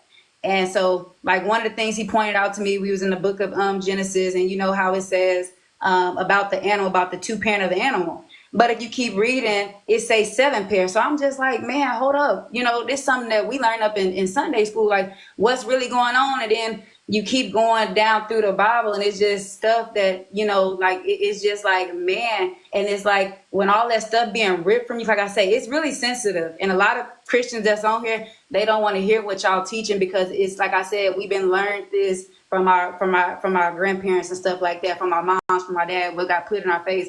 But that's not what that is. And I understand that y'all are not teaching the Bible. Y'all just giving an understanding, like, hey, this is what's going on, because you got to understand what was happening at those times. It's just like Stamp said, like, everything started up in Egypt, in Kemet or whatever. Stuff got taken from us. The Greeks came, they studied our ancestors and stuff. They took it back, they ran with it or whatever. Like, the cross ain't even what we're supposed to be wearing. We're supposed to be wearing the ankh or whatever. We know what the ankh symbolizes and all that. It symbolizes life in the mother's womb and stuff like that. So I definitely agree with what y'all teaching, but it's sensitive. And it's like, once it's like he said earlier, when you say more, people don't want to hear that, because it's like you pulling at that essence that they're not ready to get pulled on, you know? So, and like I said, I have to go through that, but I took myself from that. Like I said, the God I serve, he's not about to send me to hell because I don't read the Bible every day. He's not about to send me to hell because I don't go to church every Sunday. Like it's in the Bible that he don't dwell in a place that's built with man's hands. So it's like, don't come to me. And it's no offense to no Christian in here, because like, I stopped being a Christian 2 years ago. I just say I'm a follower of Christ. And what I mean by that is, of course, I believe up in the laws that Jesus said, because it's common sense. I'm not going to steal from you because I don't want you to steal from me. I'm not going to lie to you because I don't want you to lie to me. It's just common sense stuff. And I think we starting to use people waking up and they using logic and stuff like that. It's understanding. You got to know what was happening at those times. Understanding it was the Greeks and the Romans. And like, you know, up in school, we was taught that, you know, that slaves, they couldn't read or write. But that's not true.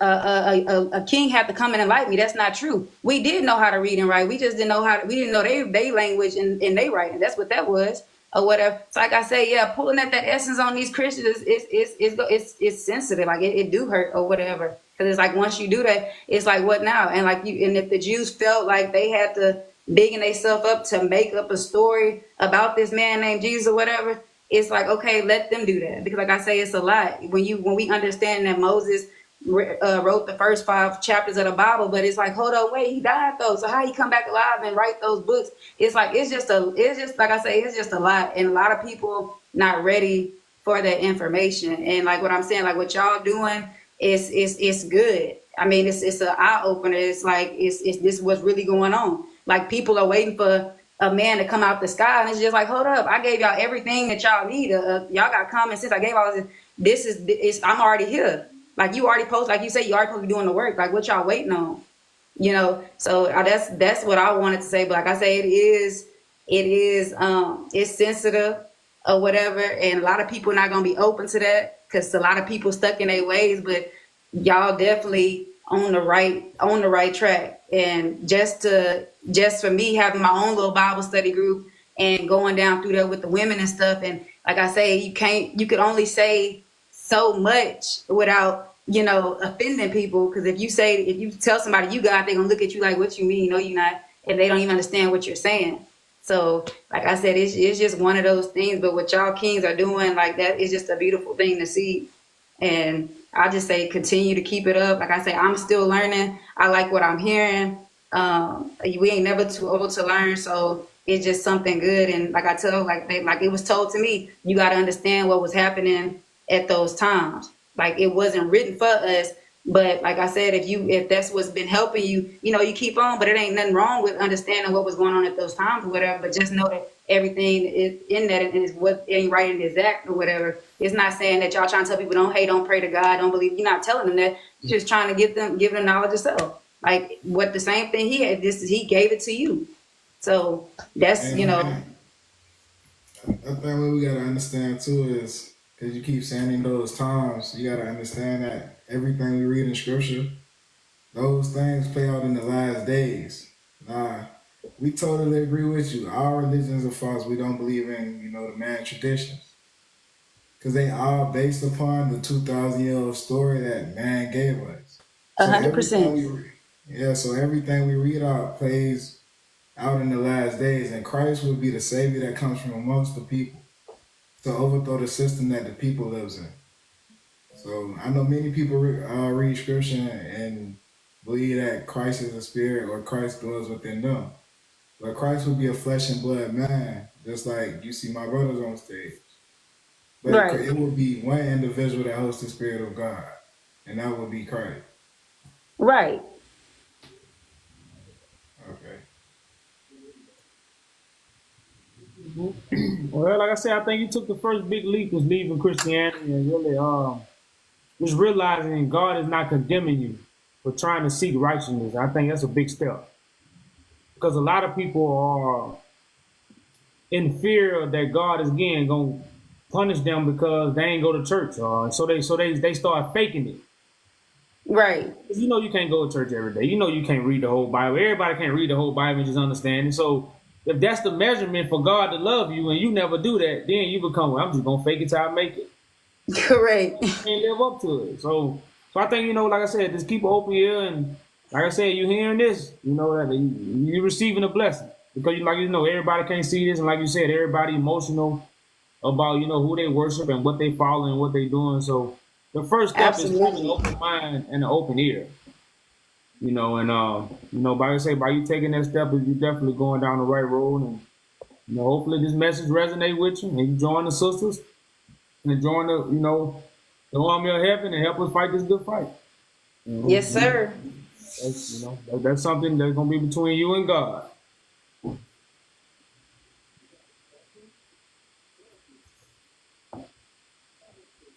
Well, I don't know if you're talking, we can't hear you. Speaking. Oh no, I was just saying, I just agree with it. Like I said, I just like hearing the knowledge, like it's just waking people up for the ones that want to hear. There, like I said, it's nothing like everybody. Like I say, everybody up in they own religion and stuff like that, and it's just like it ain't even about that. It's about a relationship. He said, "Come and worship Him in spirit and truth." So I'm just like, if you doing that, you good. Yep. What's up? Thanks for coming up, sis. We appreciate it. You welcome. You're welcome to hang out too. We're gonna check out what the next guest is talking about, unless you have something else. Okay, no, that was it. That's all I wanted to share. Okay. Well, like I said, you're welcome to stay up on the panel, or we're gonna circle back around, or whatever you're gonna do. Appreciate you. So that Beast Poppy. Oh yes. How y'all doing? All praise to the Most High. What's good, bro? Nothing much. I'm from the tribe of Ephraim. I'm from the tribe of Joseph. I'm an American Indian.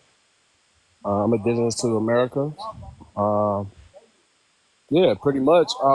This is why I'm trying to understand, man. Like, are we for our people or are we not for our people? So was one of my sisters, Talia, on your panel the other day? Oh yeah, for sure. She was. So you was one of them brothers that wouldn't pull me up on the panel, but y'all was cussing her out and acting very disrespectful to my sister, man. That was a very bad example for a Ephraimite, because I had never heard of Ephraimites before, but when I seen how y'all was treating the sisters, I was really disappointed, bro. I had to let you know that. We didn't treat her bad, but I treated her like the way she treated me. No, y'all was cussing her out, bro. No, I ain't gonna say that. We was not cussing her out. I just treated her out the way she treated me. Your man's told her to shut the fuck up. No, none of my people. Yeah, and I actually recorded it, so I'm not making this up, and you know this. No, we didn't say shut the fuck up. I said you need to be the fucking quiet. That's what I said. Oh, that's what you said. Okay. Yeah, that's what I said. I ain't told her shut the fuck up. No, cause it could get greasy like that, but it's not. So what brings you here tonight, bro? What brings me here is that I don't know why none of y'all have a personal relationship with the Most High. And what I mean by that is, like, if y'all thinking y'all Jew is the Most High, how can he can't answer these questions, and why is not the second coming? Because not only that, I got documentations and I got books that's proving that America, especially the United States, is the Garden of Eden, that this is the land of Shem, who is Melchizedek, and that the tribe of Joseph, who got the birthright, and none of y'all understand what the birthright cut. If I ask y'all this question, matter of fact, let me ask y'all this question. Where is the birthright? Where is the birthright? Because Joshua and Caleb show you the example that Joshua is above Caleb. Caleb from the tribe of Judah, Joshua from the tribe of Joseph, Ephraim. Where is the birthright? Brother man, what's your question, brother? The birthright is with the one who God chooses. The stone, Moses revealed this in Genesis. The stone come from Joseph. We know these things. The shepherd come from Joseph too. You know that's Genesis 49:24. The stone is the shepherd. The stone and the shepherd is the same thing. Right, that's Joseph. Joseph never committed no sins. Okay, we know that, bro. We know that. So hold on. But if y'all know that, then you know that Joseph is the Holy One of Israel. Because Israel, who is also known as Yeshurun, that's why Moses is the king of Yeshurun, because Jacob is Yeshurun and Israel.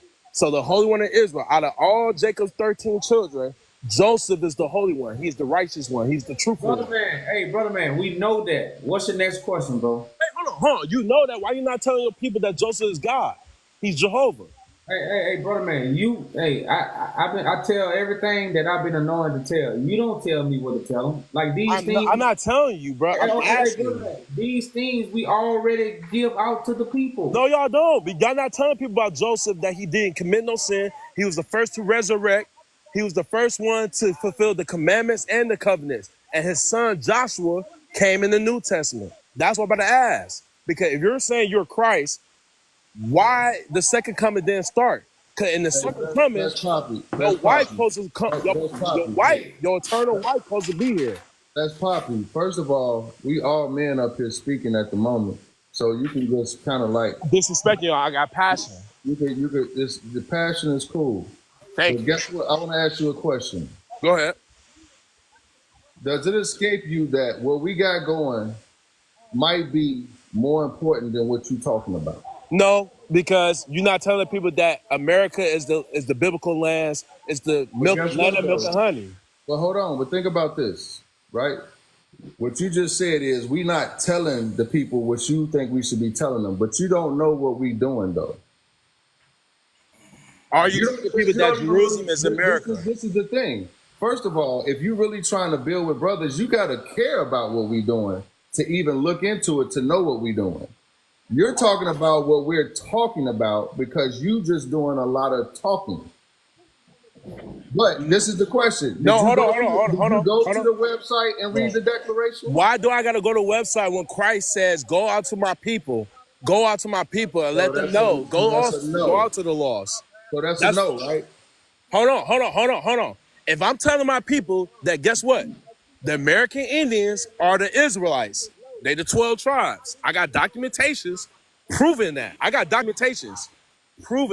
Not only that, I'm telling my people, stop thinking we're from Africa. Stop thinking we're from Asia. America is the ancient land.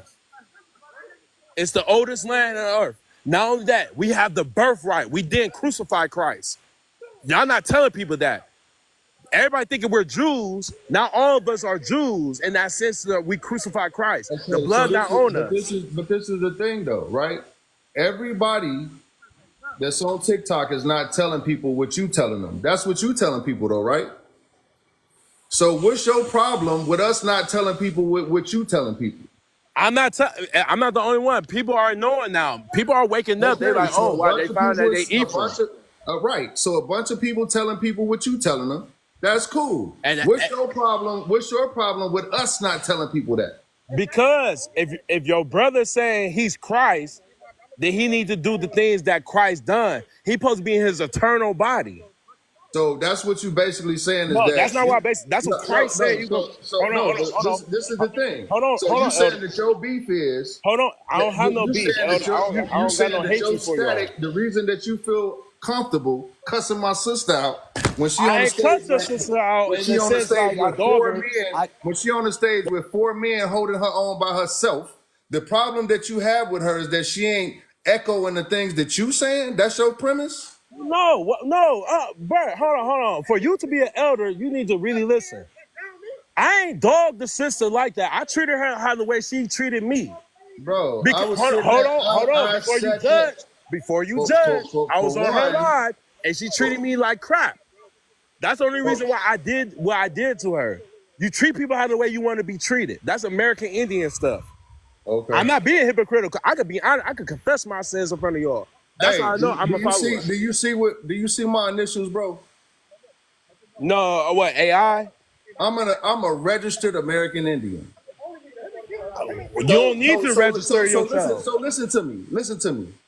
All the shit you talking about, it has its place. But it's so far behind what we got going on that before you attack somebody, you should really know who you talking to. How can it be, bro? You register, you supposed to record. That's how I know you don't know. You supposed to record. You never register because you put yourself under that jurisdiction. Listen, man. Hold on. Listen. Elder, When I I'm tell respecting you, you, Elder. listen. Hold on. But you're not listening. You're not listening, bro.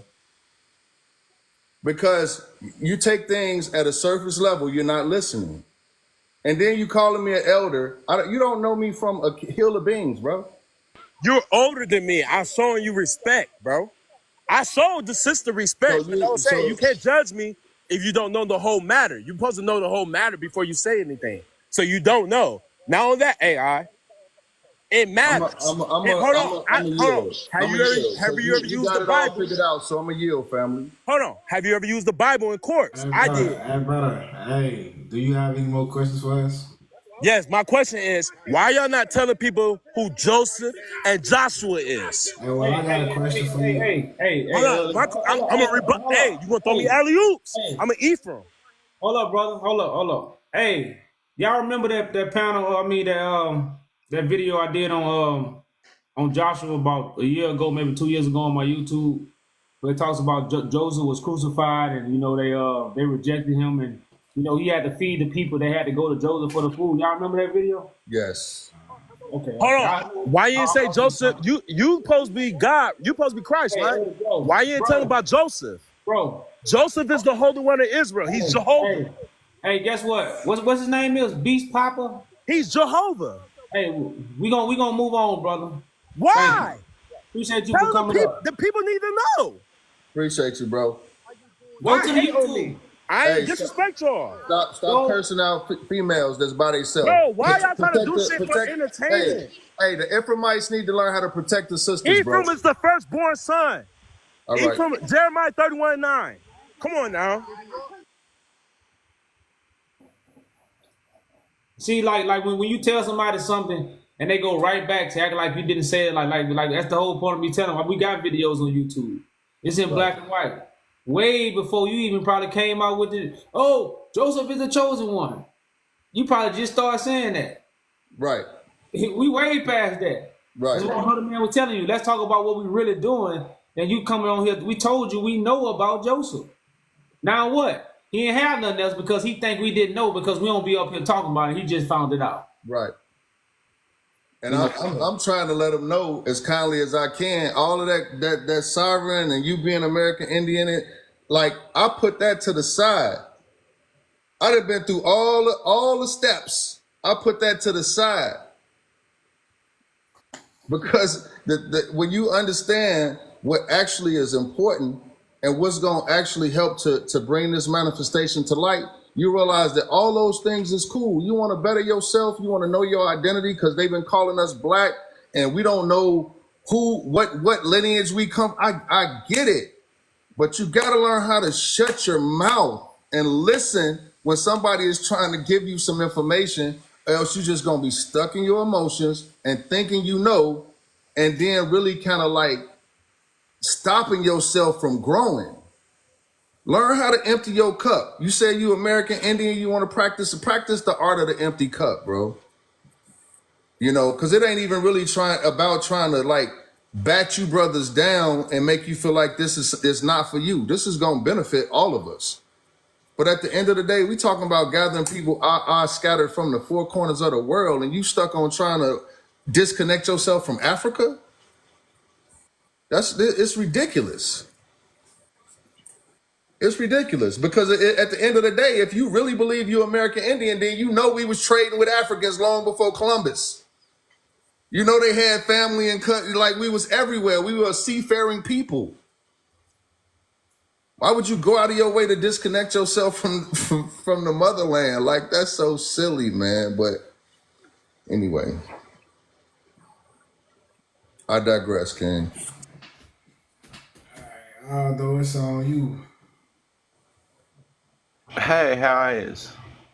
We good. What you got for us tonight? Oh, well, sorry if I came off a bit abrasive in the past. I should be treating you kindly and with respect and honor, as you deserve. You know, we each have our own path. We each do our own bit, and we all try to help somehow, some way. I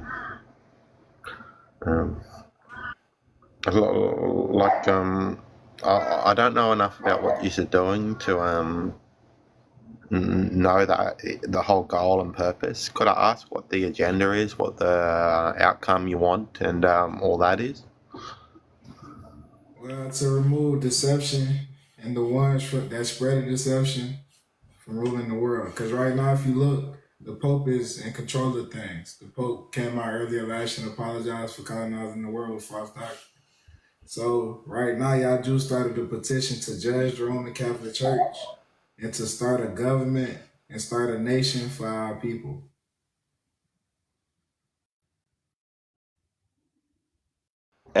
Give me 1 sec. My dog's barking, and I gotta go get her.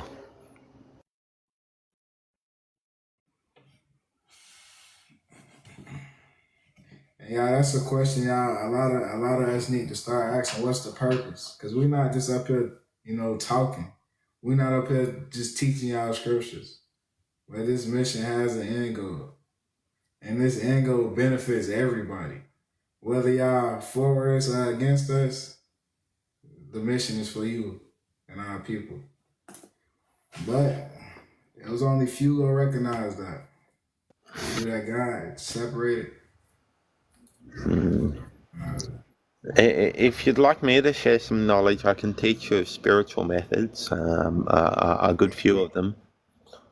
Well, we're not really up here for the teachings, but if you have any questions for us, we're most definitely welcome to answer. Well, I'd ask you to teach me your spiritual methods and what you can do.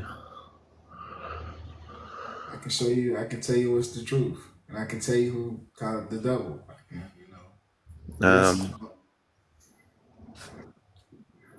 To teach the truth, and this is truth, because I want it to be truth. If you want it to be true, and you truly want such, no lies and deception, you will speak truth as truth is. But if you want to lie in place, you will lie in the face of others. But should you wish everything to be true, it'll come out as true. What we want does much in regards to what we do ourselves. Past wants of choice or self, like what we wanted for ourselves, become us through some path of basic, I don't know, how should I put it, basic connection to the universe and basic choice of ourselves become what we choose to be through the universe and our want. I'd want everyone else and myself to be good, to be loved, to enjoy, to have faith, to praise each other for their good, and such well-being brought up between us all.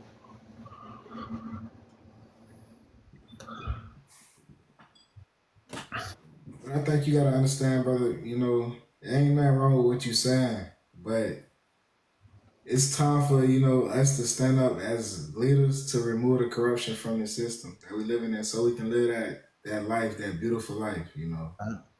The corruption will be dealt with by lawful agents and lawful police and all that sort of stuff.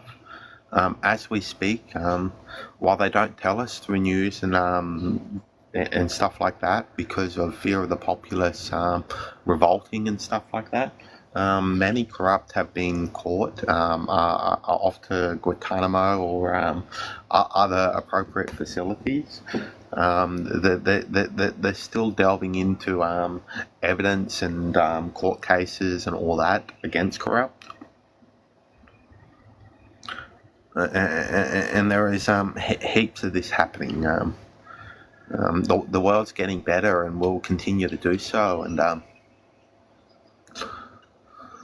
brother, the world ain't getting better, and the government not finna stop what they doing by sending their law enforcement to do it. So that's why what we doing is overthrowing this system and starting a whole new righteous system, removing the leadership, removing the corrupt people out of their seats.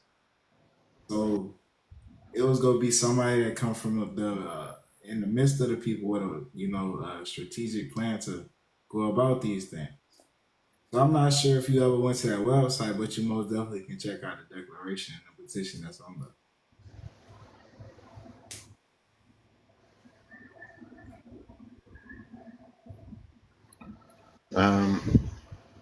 Generally, most of the corrupt are under watch right now, and they can't do anything in regards to corrupt actions.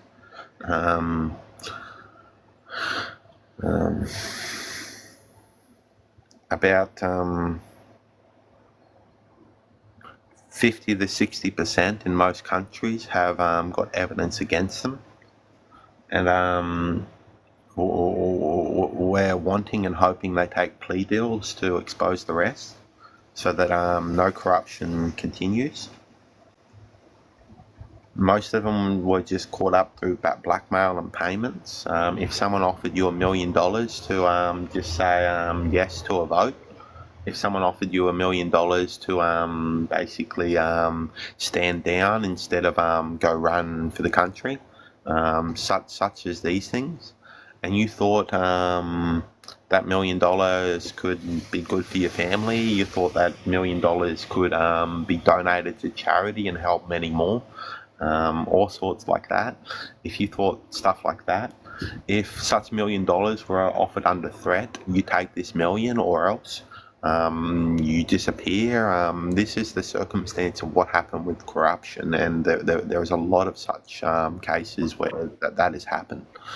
It is disgusting and morbid because rich people control the politics or did control them, and they offered a pittance of what they made in regards to what the votes went for in their favour.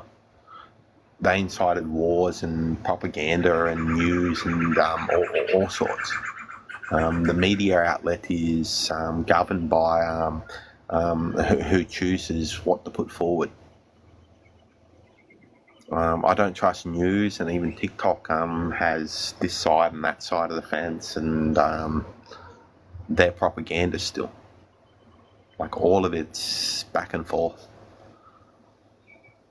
without the real news being told.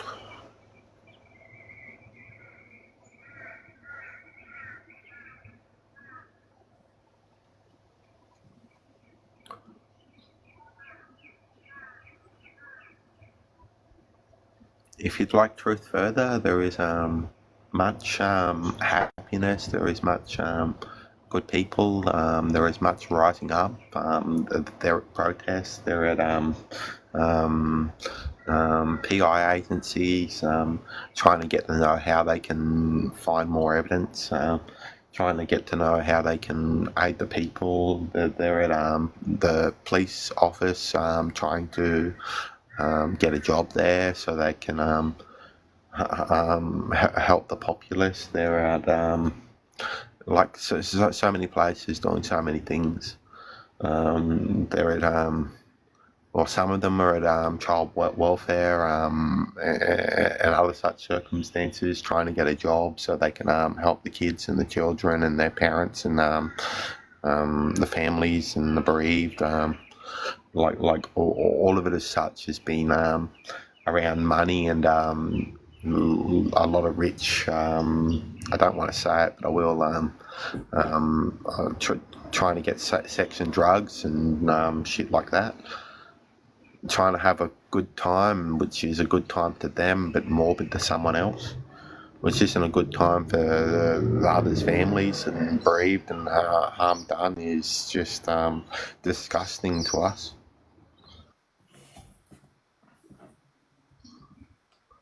The world is getting better through industrialization, through love, through caring commitment, through each individual up there trying to help, not knowing how to.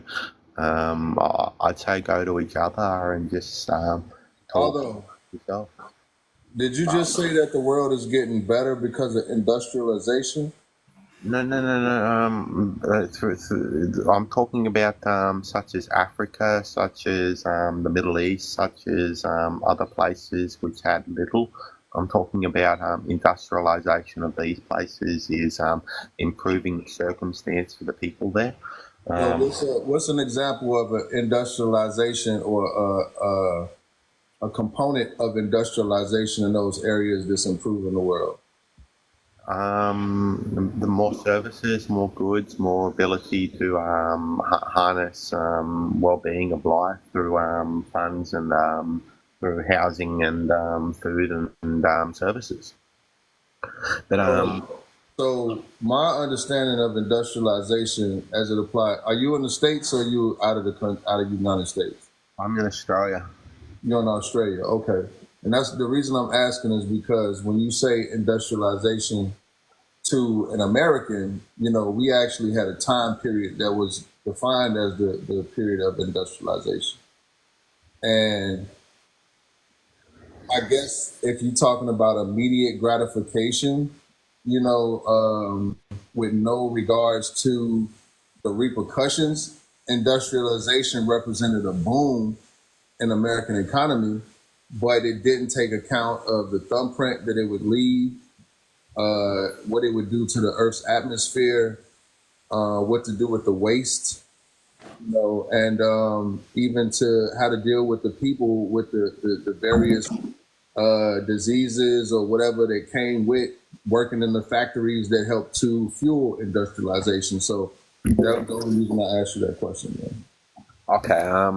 There's other things like the world is getting better through just how should I put it? The way of people. The way of people in how they treat each other, how they come together, how they ask for each other's love, how they offer their own service, and they help out with chores. For one example, they give to the needy. They they be with each other, and So Regularly. let me make sure that I understood what you said. You said that these are the characteristics of white people. No, I'm saying the world is getting better in the ways of all people coming together. All people. Oh, okay. All people. I'm sorry. I thought I heard you different. I'm continue what you were saying.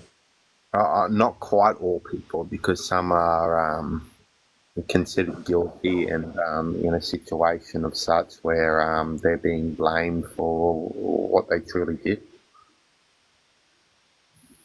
Well, what do you think about the title that we have up that says nobody can teach the Bible except Christ? Well,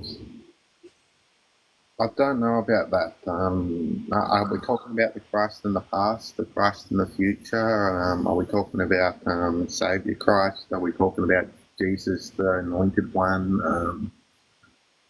So, okay, so you just said something very interesting, right? You said the Christ of the what? Of the past? Yes. Which is the one that we all familiar with. Or the Christ of the future, which is also the one that we all familiar with, but happens to be the same one from the past, right? No, it happen to be the same one from the past. He is he that is present and would teach the Bible if us. Wait, so let me be clear. So you believe in the Christ that came in the past, right?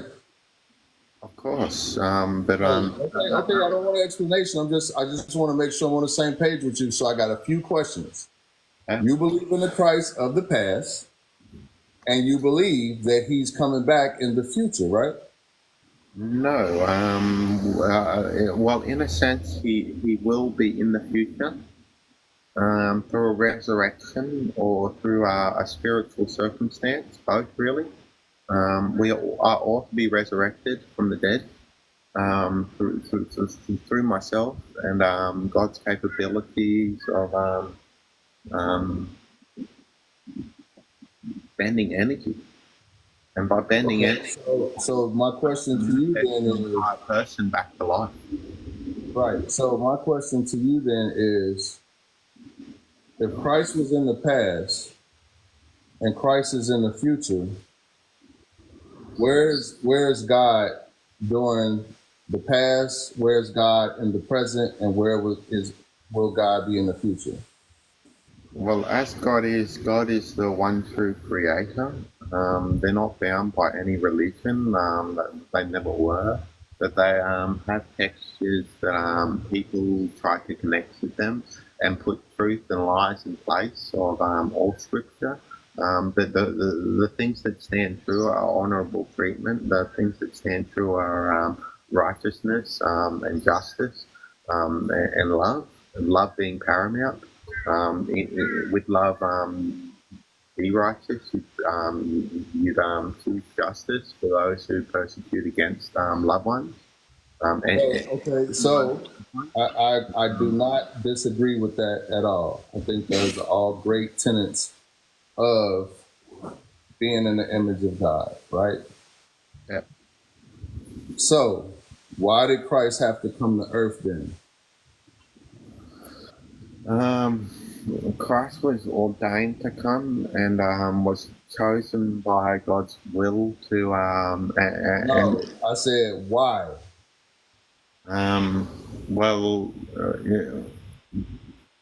Jesus chose what was best for the Creator rather than Why did God say He sent His Son to the world? Well, the will of one person was to basically create the future as he chose. And but you can't deviate from the we've been talking about all of these very general tenets that most people that believe in the 2,000-year Christ hold to. And you're kind of deviating from those things with your answer because you know what I'm getting at. Okay, can you... Because I know you're highly intelligent, so I know you know what I'm getting at. And you're using subversive answers I'm not to not be accurate I'm trying to be as true as possible. I know, but you're trying to be true to what doesn't match with what I'm saying. So check it out. Can you ask the question once more, and I'll answer in the most appropriate answer. Okay. So we were talking about why did Christ come to the earth? Why did God say he sent Christ to earth? Christ came to the earth to do everything as the one true creator wills. But why did he have to come though? God already created man. Man was in the earth. As you stated, we have love and joy and harmony and all of these things. So why did Christ have to come and die on the cross? Why was that ordained? Why was it foretold? Why?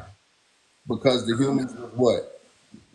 Because there's evil and or wicked ones who do such as they would. Right. So if Christ came, the heart and care of each individual, and in such circumstance, Christ was needed to put them in prison to restore them to a better way of treating each other, to help them to be something that they weren't or that they're not. So then let me ask you this then. Christ came 2,000 years ago and died on the cross. Do you think humans learned all of those things from his sacrifice? Have we figured it out?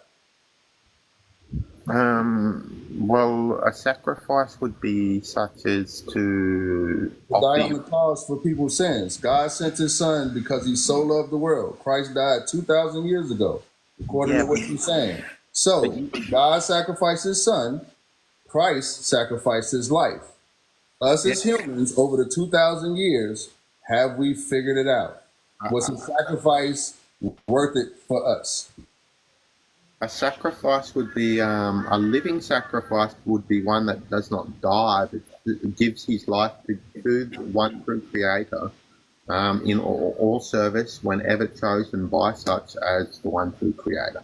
And in such circumstance, there is all that might be, and all that is will be as might be. So guess what, though? You just said something that actually completely aligns us. Comes to be. You just said something that completely aligns us. You said that the person doesn't have to physically die, right? No, there is numerous ways to I'm just asking you if you said that. Did you say that? There's numerous ways to sacrifice oneself, and a dead sacrifice does nothing for the world.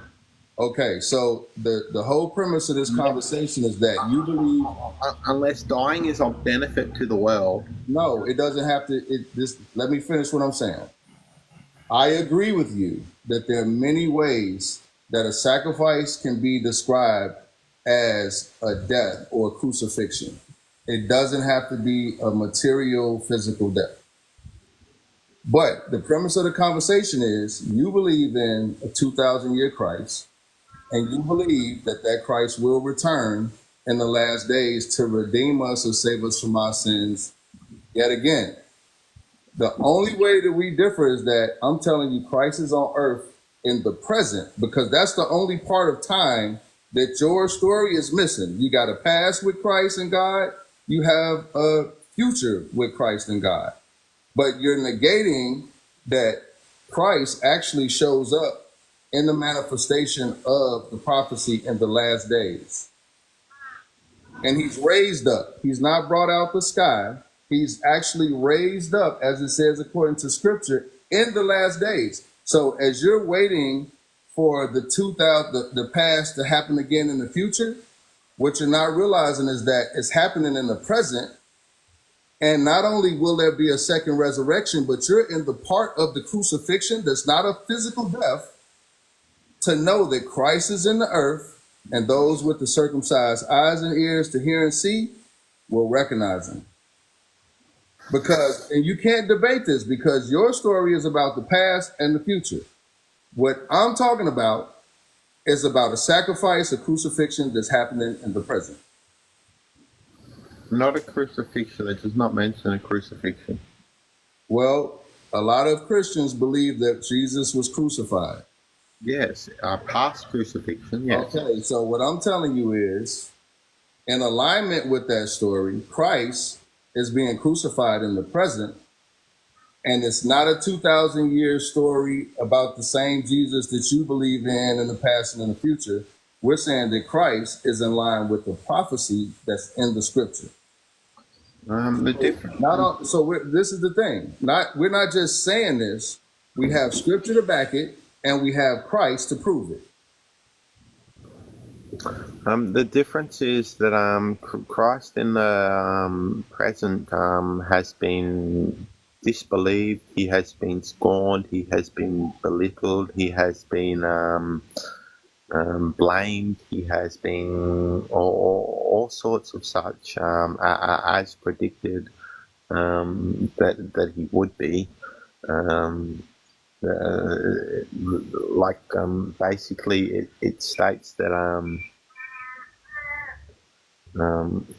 Christ will be resented, he will be cursed, he will be so many things like that, because now, in my opinion, I'm not trying to judge you, but I remember when I first heard that Christ was in the earth, and my desire to be in alignment with the Most High was so much more important than what I thought I knew. My next question was to find out more about Christ in the earth. Not to lean on my own understanding, not to try to go back into something I could have thought before somebody just told me Christ is alive and on earth. Like, that's not a small thing.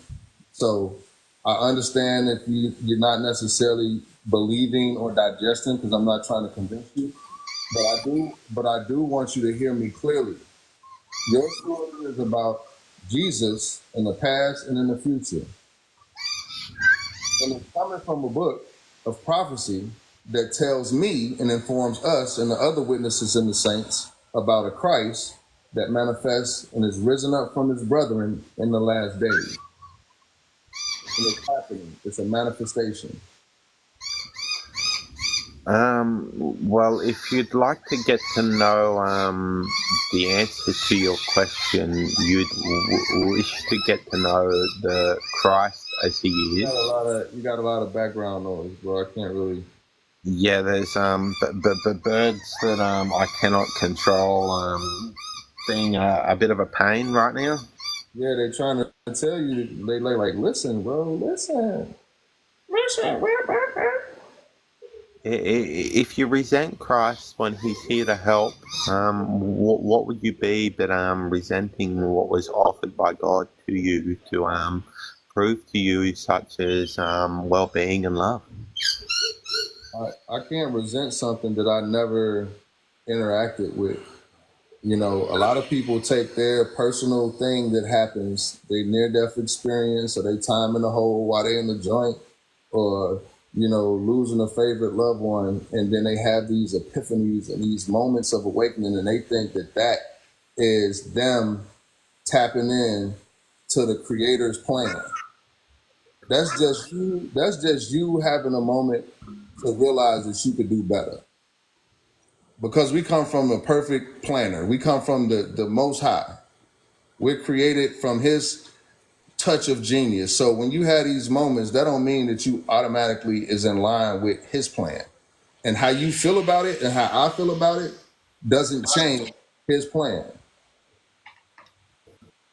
Right? So the art of the empty cup simply just means that when somebody is telling you Christ is in the earth and that we can back it up scripturally and that we can show you Christ, and then you think about what you got in your arsenal. I got a past Christ, or not even, y'all don't even call it Christ because you separating the deity from the Messiah without even knowing it.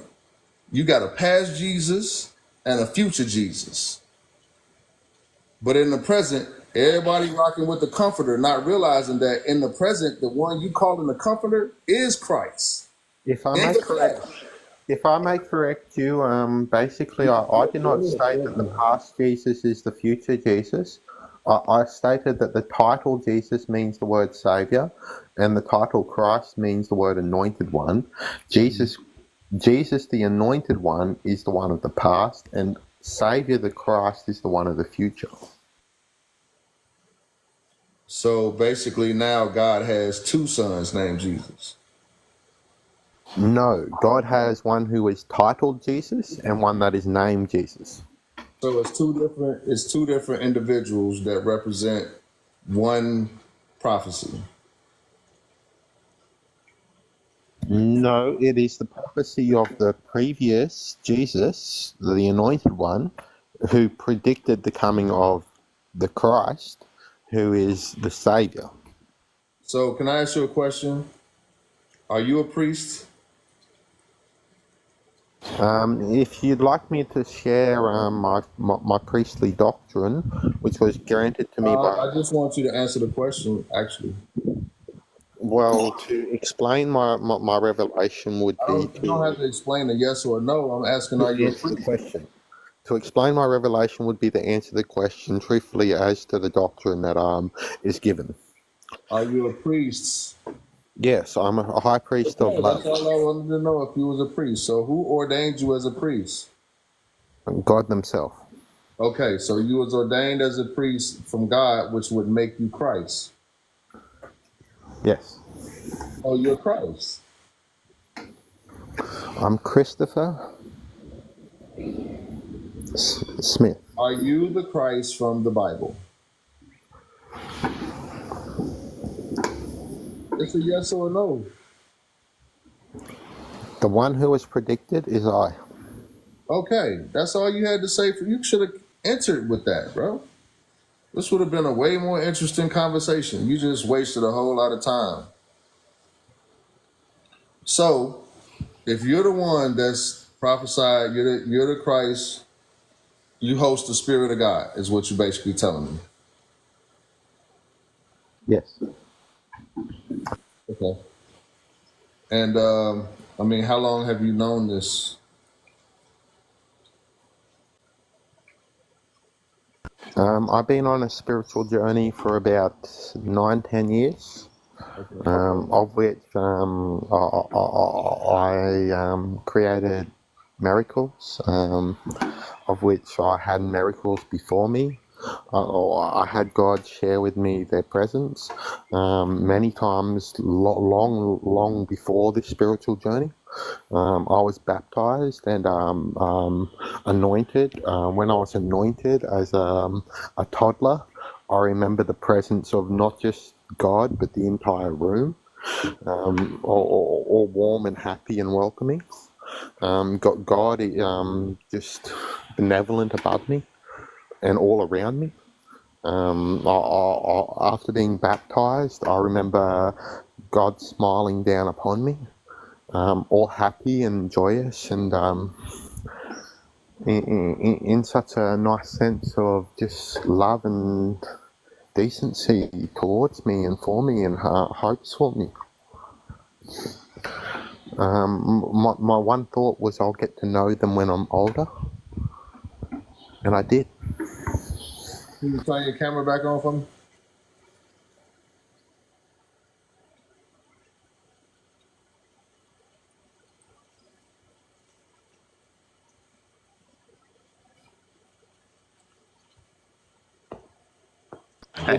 What part of the world? You said you're in Australia, right?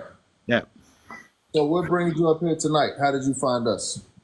Well, I've been on Yaju's platform a few times, but because of my knowledge of self, I disagree with the fact that he claims to be the Christ. So you believe that there can only be one Christ then? I believe there can be Christ consciousness. I believe that if you want to be something, you will strive to be it. So you think that y'all can both be Christ together is basically what you're saying? Not exactly. I said you will strive to be it, but if you are not it, you cannot be it. Okay, and that's exactly where obviously, that's where we stand with you, is that you cannot be it, because every time that you come up, we always tell you, bring your witnesses forward. You're saying you're doing these things, but you never come with witnesses. I stand together with God, and That's alone great. as a man. I understand that you believe that, but you know, If you want to listen, a witness, look up and listen. Actually want to hear God, and they'll witness for me. I didn't hear you say that again. I said, if you want a witness, look up, look around, and actually listen and hear God. Hear the one true Creator and want to hear them. If you truly want to hear them, you'll have your witness. But All that's so you're saying that that's going to bear witness that you're. How is that going to bear witness to me that you're Christ? that will bear witness that or God will bear witness and say to you as such, or say to you something similar. Say to you what they will. I'm not in control of God. I never will be. I don't wish to be in control of God. I want them free and loving and caring and as they are. All right. So, do you have any kind of, I guess, like scriptural alignment, or is that all just from you between you and God too? Scriptural alignment it isn't necessary. Okay. But if it is needed, there is many. So if there's nothing scriptural about it, and I'm going to basically listen to my own surroundings to get confirmation, then what is your whole purpose for being here? What is the point of you? Well, I'd hope to help yous to help others. I'd hope others to help others. I'd hope to help yous to help yourselves. I'd hope to help everyone here on this platform be about life in a decent manner and with decent well-being for you and the rest. Okay. Now the choice, if you want such, you will have such. If you freely do as chosen by being just a bit nice and similar as however what you wanted comes. There'll be many things you might decide not to do, but if you want to do it, you will do it better. All right. Well, I think you accomplished what you came to do. If you think so. So, unless you got any other questions, man, it's, peace and blessings to you. I have 3 questions. Would you do as God wills? Or the one true Creator as such? Say that again? Would you do as the true Creator wills for you? Is that a statement? It's a question, would you? Would I do what the Creator wills for me? Yes. Would you want to do so? Yes, I would. Okay. Then accept and do so. I may not merely be the only one who serves God, and by choice, any can, by wanting to serve God. But that's basically what it means to be a Muslim, is to submit yourself to the will of the Most High, or to Allah if you are in the indoctrination of it, which I'm not. So, I didn't just come up with that because you asked me that question. I was just being honest with you. Yes, but there is a big difference between being a Muslim and being Islam. I could say the truth that I am a Muslim, for I submit to God of service. So I agree with you 100%. Being a Muslim usually implies that you're connected to the religious order and the indoctrination of it. But I do not.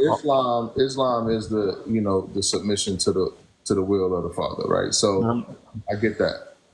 For the well-being of the people who do not like Islam, do not choose to be Islam, and do not like the word Muslim because it is associated with Islam, only by the meaning of the word am I. I'm a servant of God. If you choose to be a servant of God, So and this is do the so point. willfully, This is you what will. you missed the point. We already say that our religion is false. So when I say that I'm Islam or I'm a Muslim, it doesn't mean that I'm in the religious order. I'm just telling you because you asked me if I wanted to fulfill the will of the. I don't remember exactly how you said the question, but you asked me a question that brought me into the mindset of like, oh, okay, so that's submit to the will of the Most High. Of course, yes. Because we always ask people to give yes or no answers. So I was just asking a question. But the way that you received my answer almost made it like you kind of went into your, Christ thing and thought you was doing something. No, I've been feeling like that before I even met although.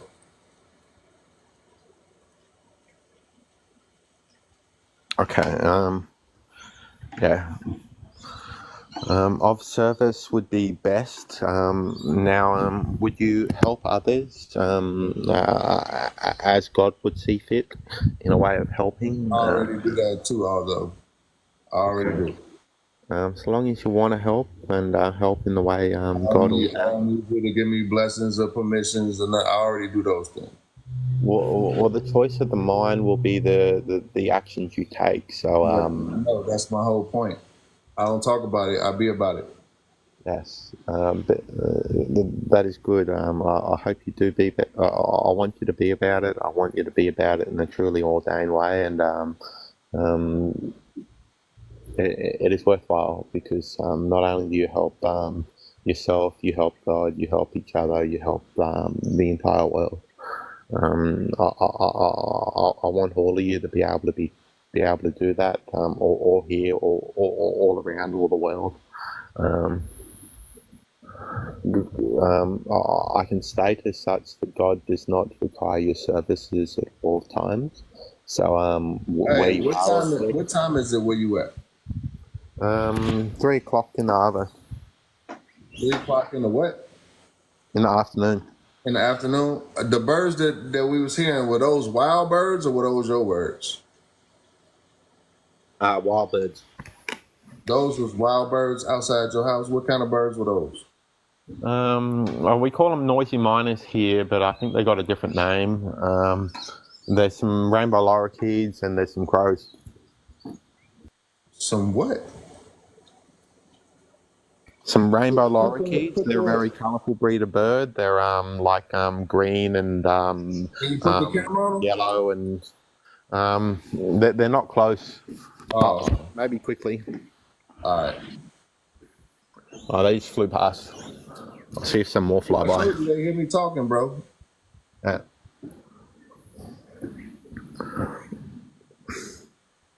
No, they're not close. They're in the tree over there. All right, don't worry about it. I thought you had like a trees and stuff right outside your house. I do have a mango tree. That's nice. That's what's up. And I think it's a Bolivia tree. The Bolivia trees have a little bit of nectar on them that the birds eat. Yeah. Hey, hold on one second. You know what? Because I think, hold on one second, although. King David.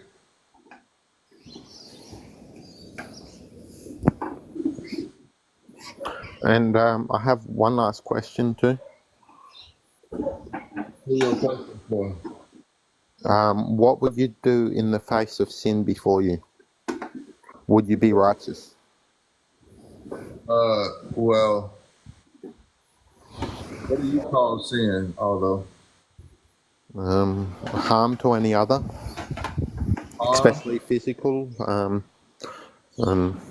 torment or torture, or more torture than torment. Or most people want to be righteous.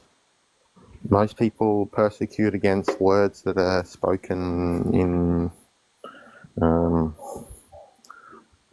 that offend people. Most people don't like that sort, and they argue with them. They treat them badly. They basically they do an eye for an eye, a tooth for a tooth. But I'd want people to do so just and righteously according to God. I'd want you to want such, and I'd want the right way of it being done. I'd say if you see someone in need, you hear a scream, you hear any harm done, you hear a shot, call the police. Go investigate, maybe in a safe manner. If you think it's not safe, do not. If you want to be safe, you will be safe. If you want to be safe but still do the task as needed, you will. Okay. Hey, hold on 1 second. Brother man. Yep. Is anybody else in the queue?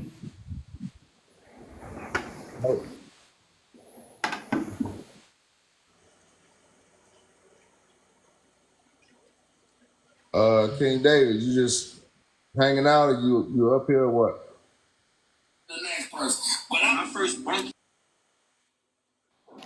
Can I have a minute to share what was ordained to me, just quickly for the people here?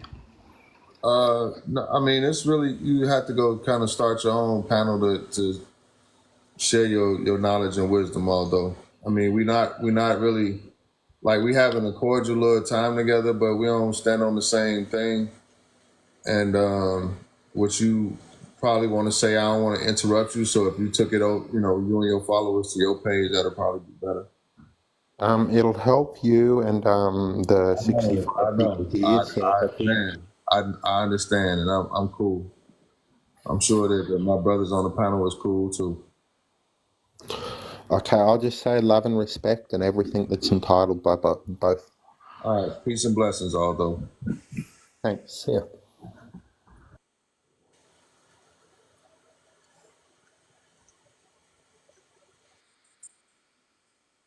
Like that's it, huh? Yeah, if ain't nothing else, because this bro, I don't think he said anything tonight.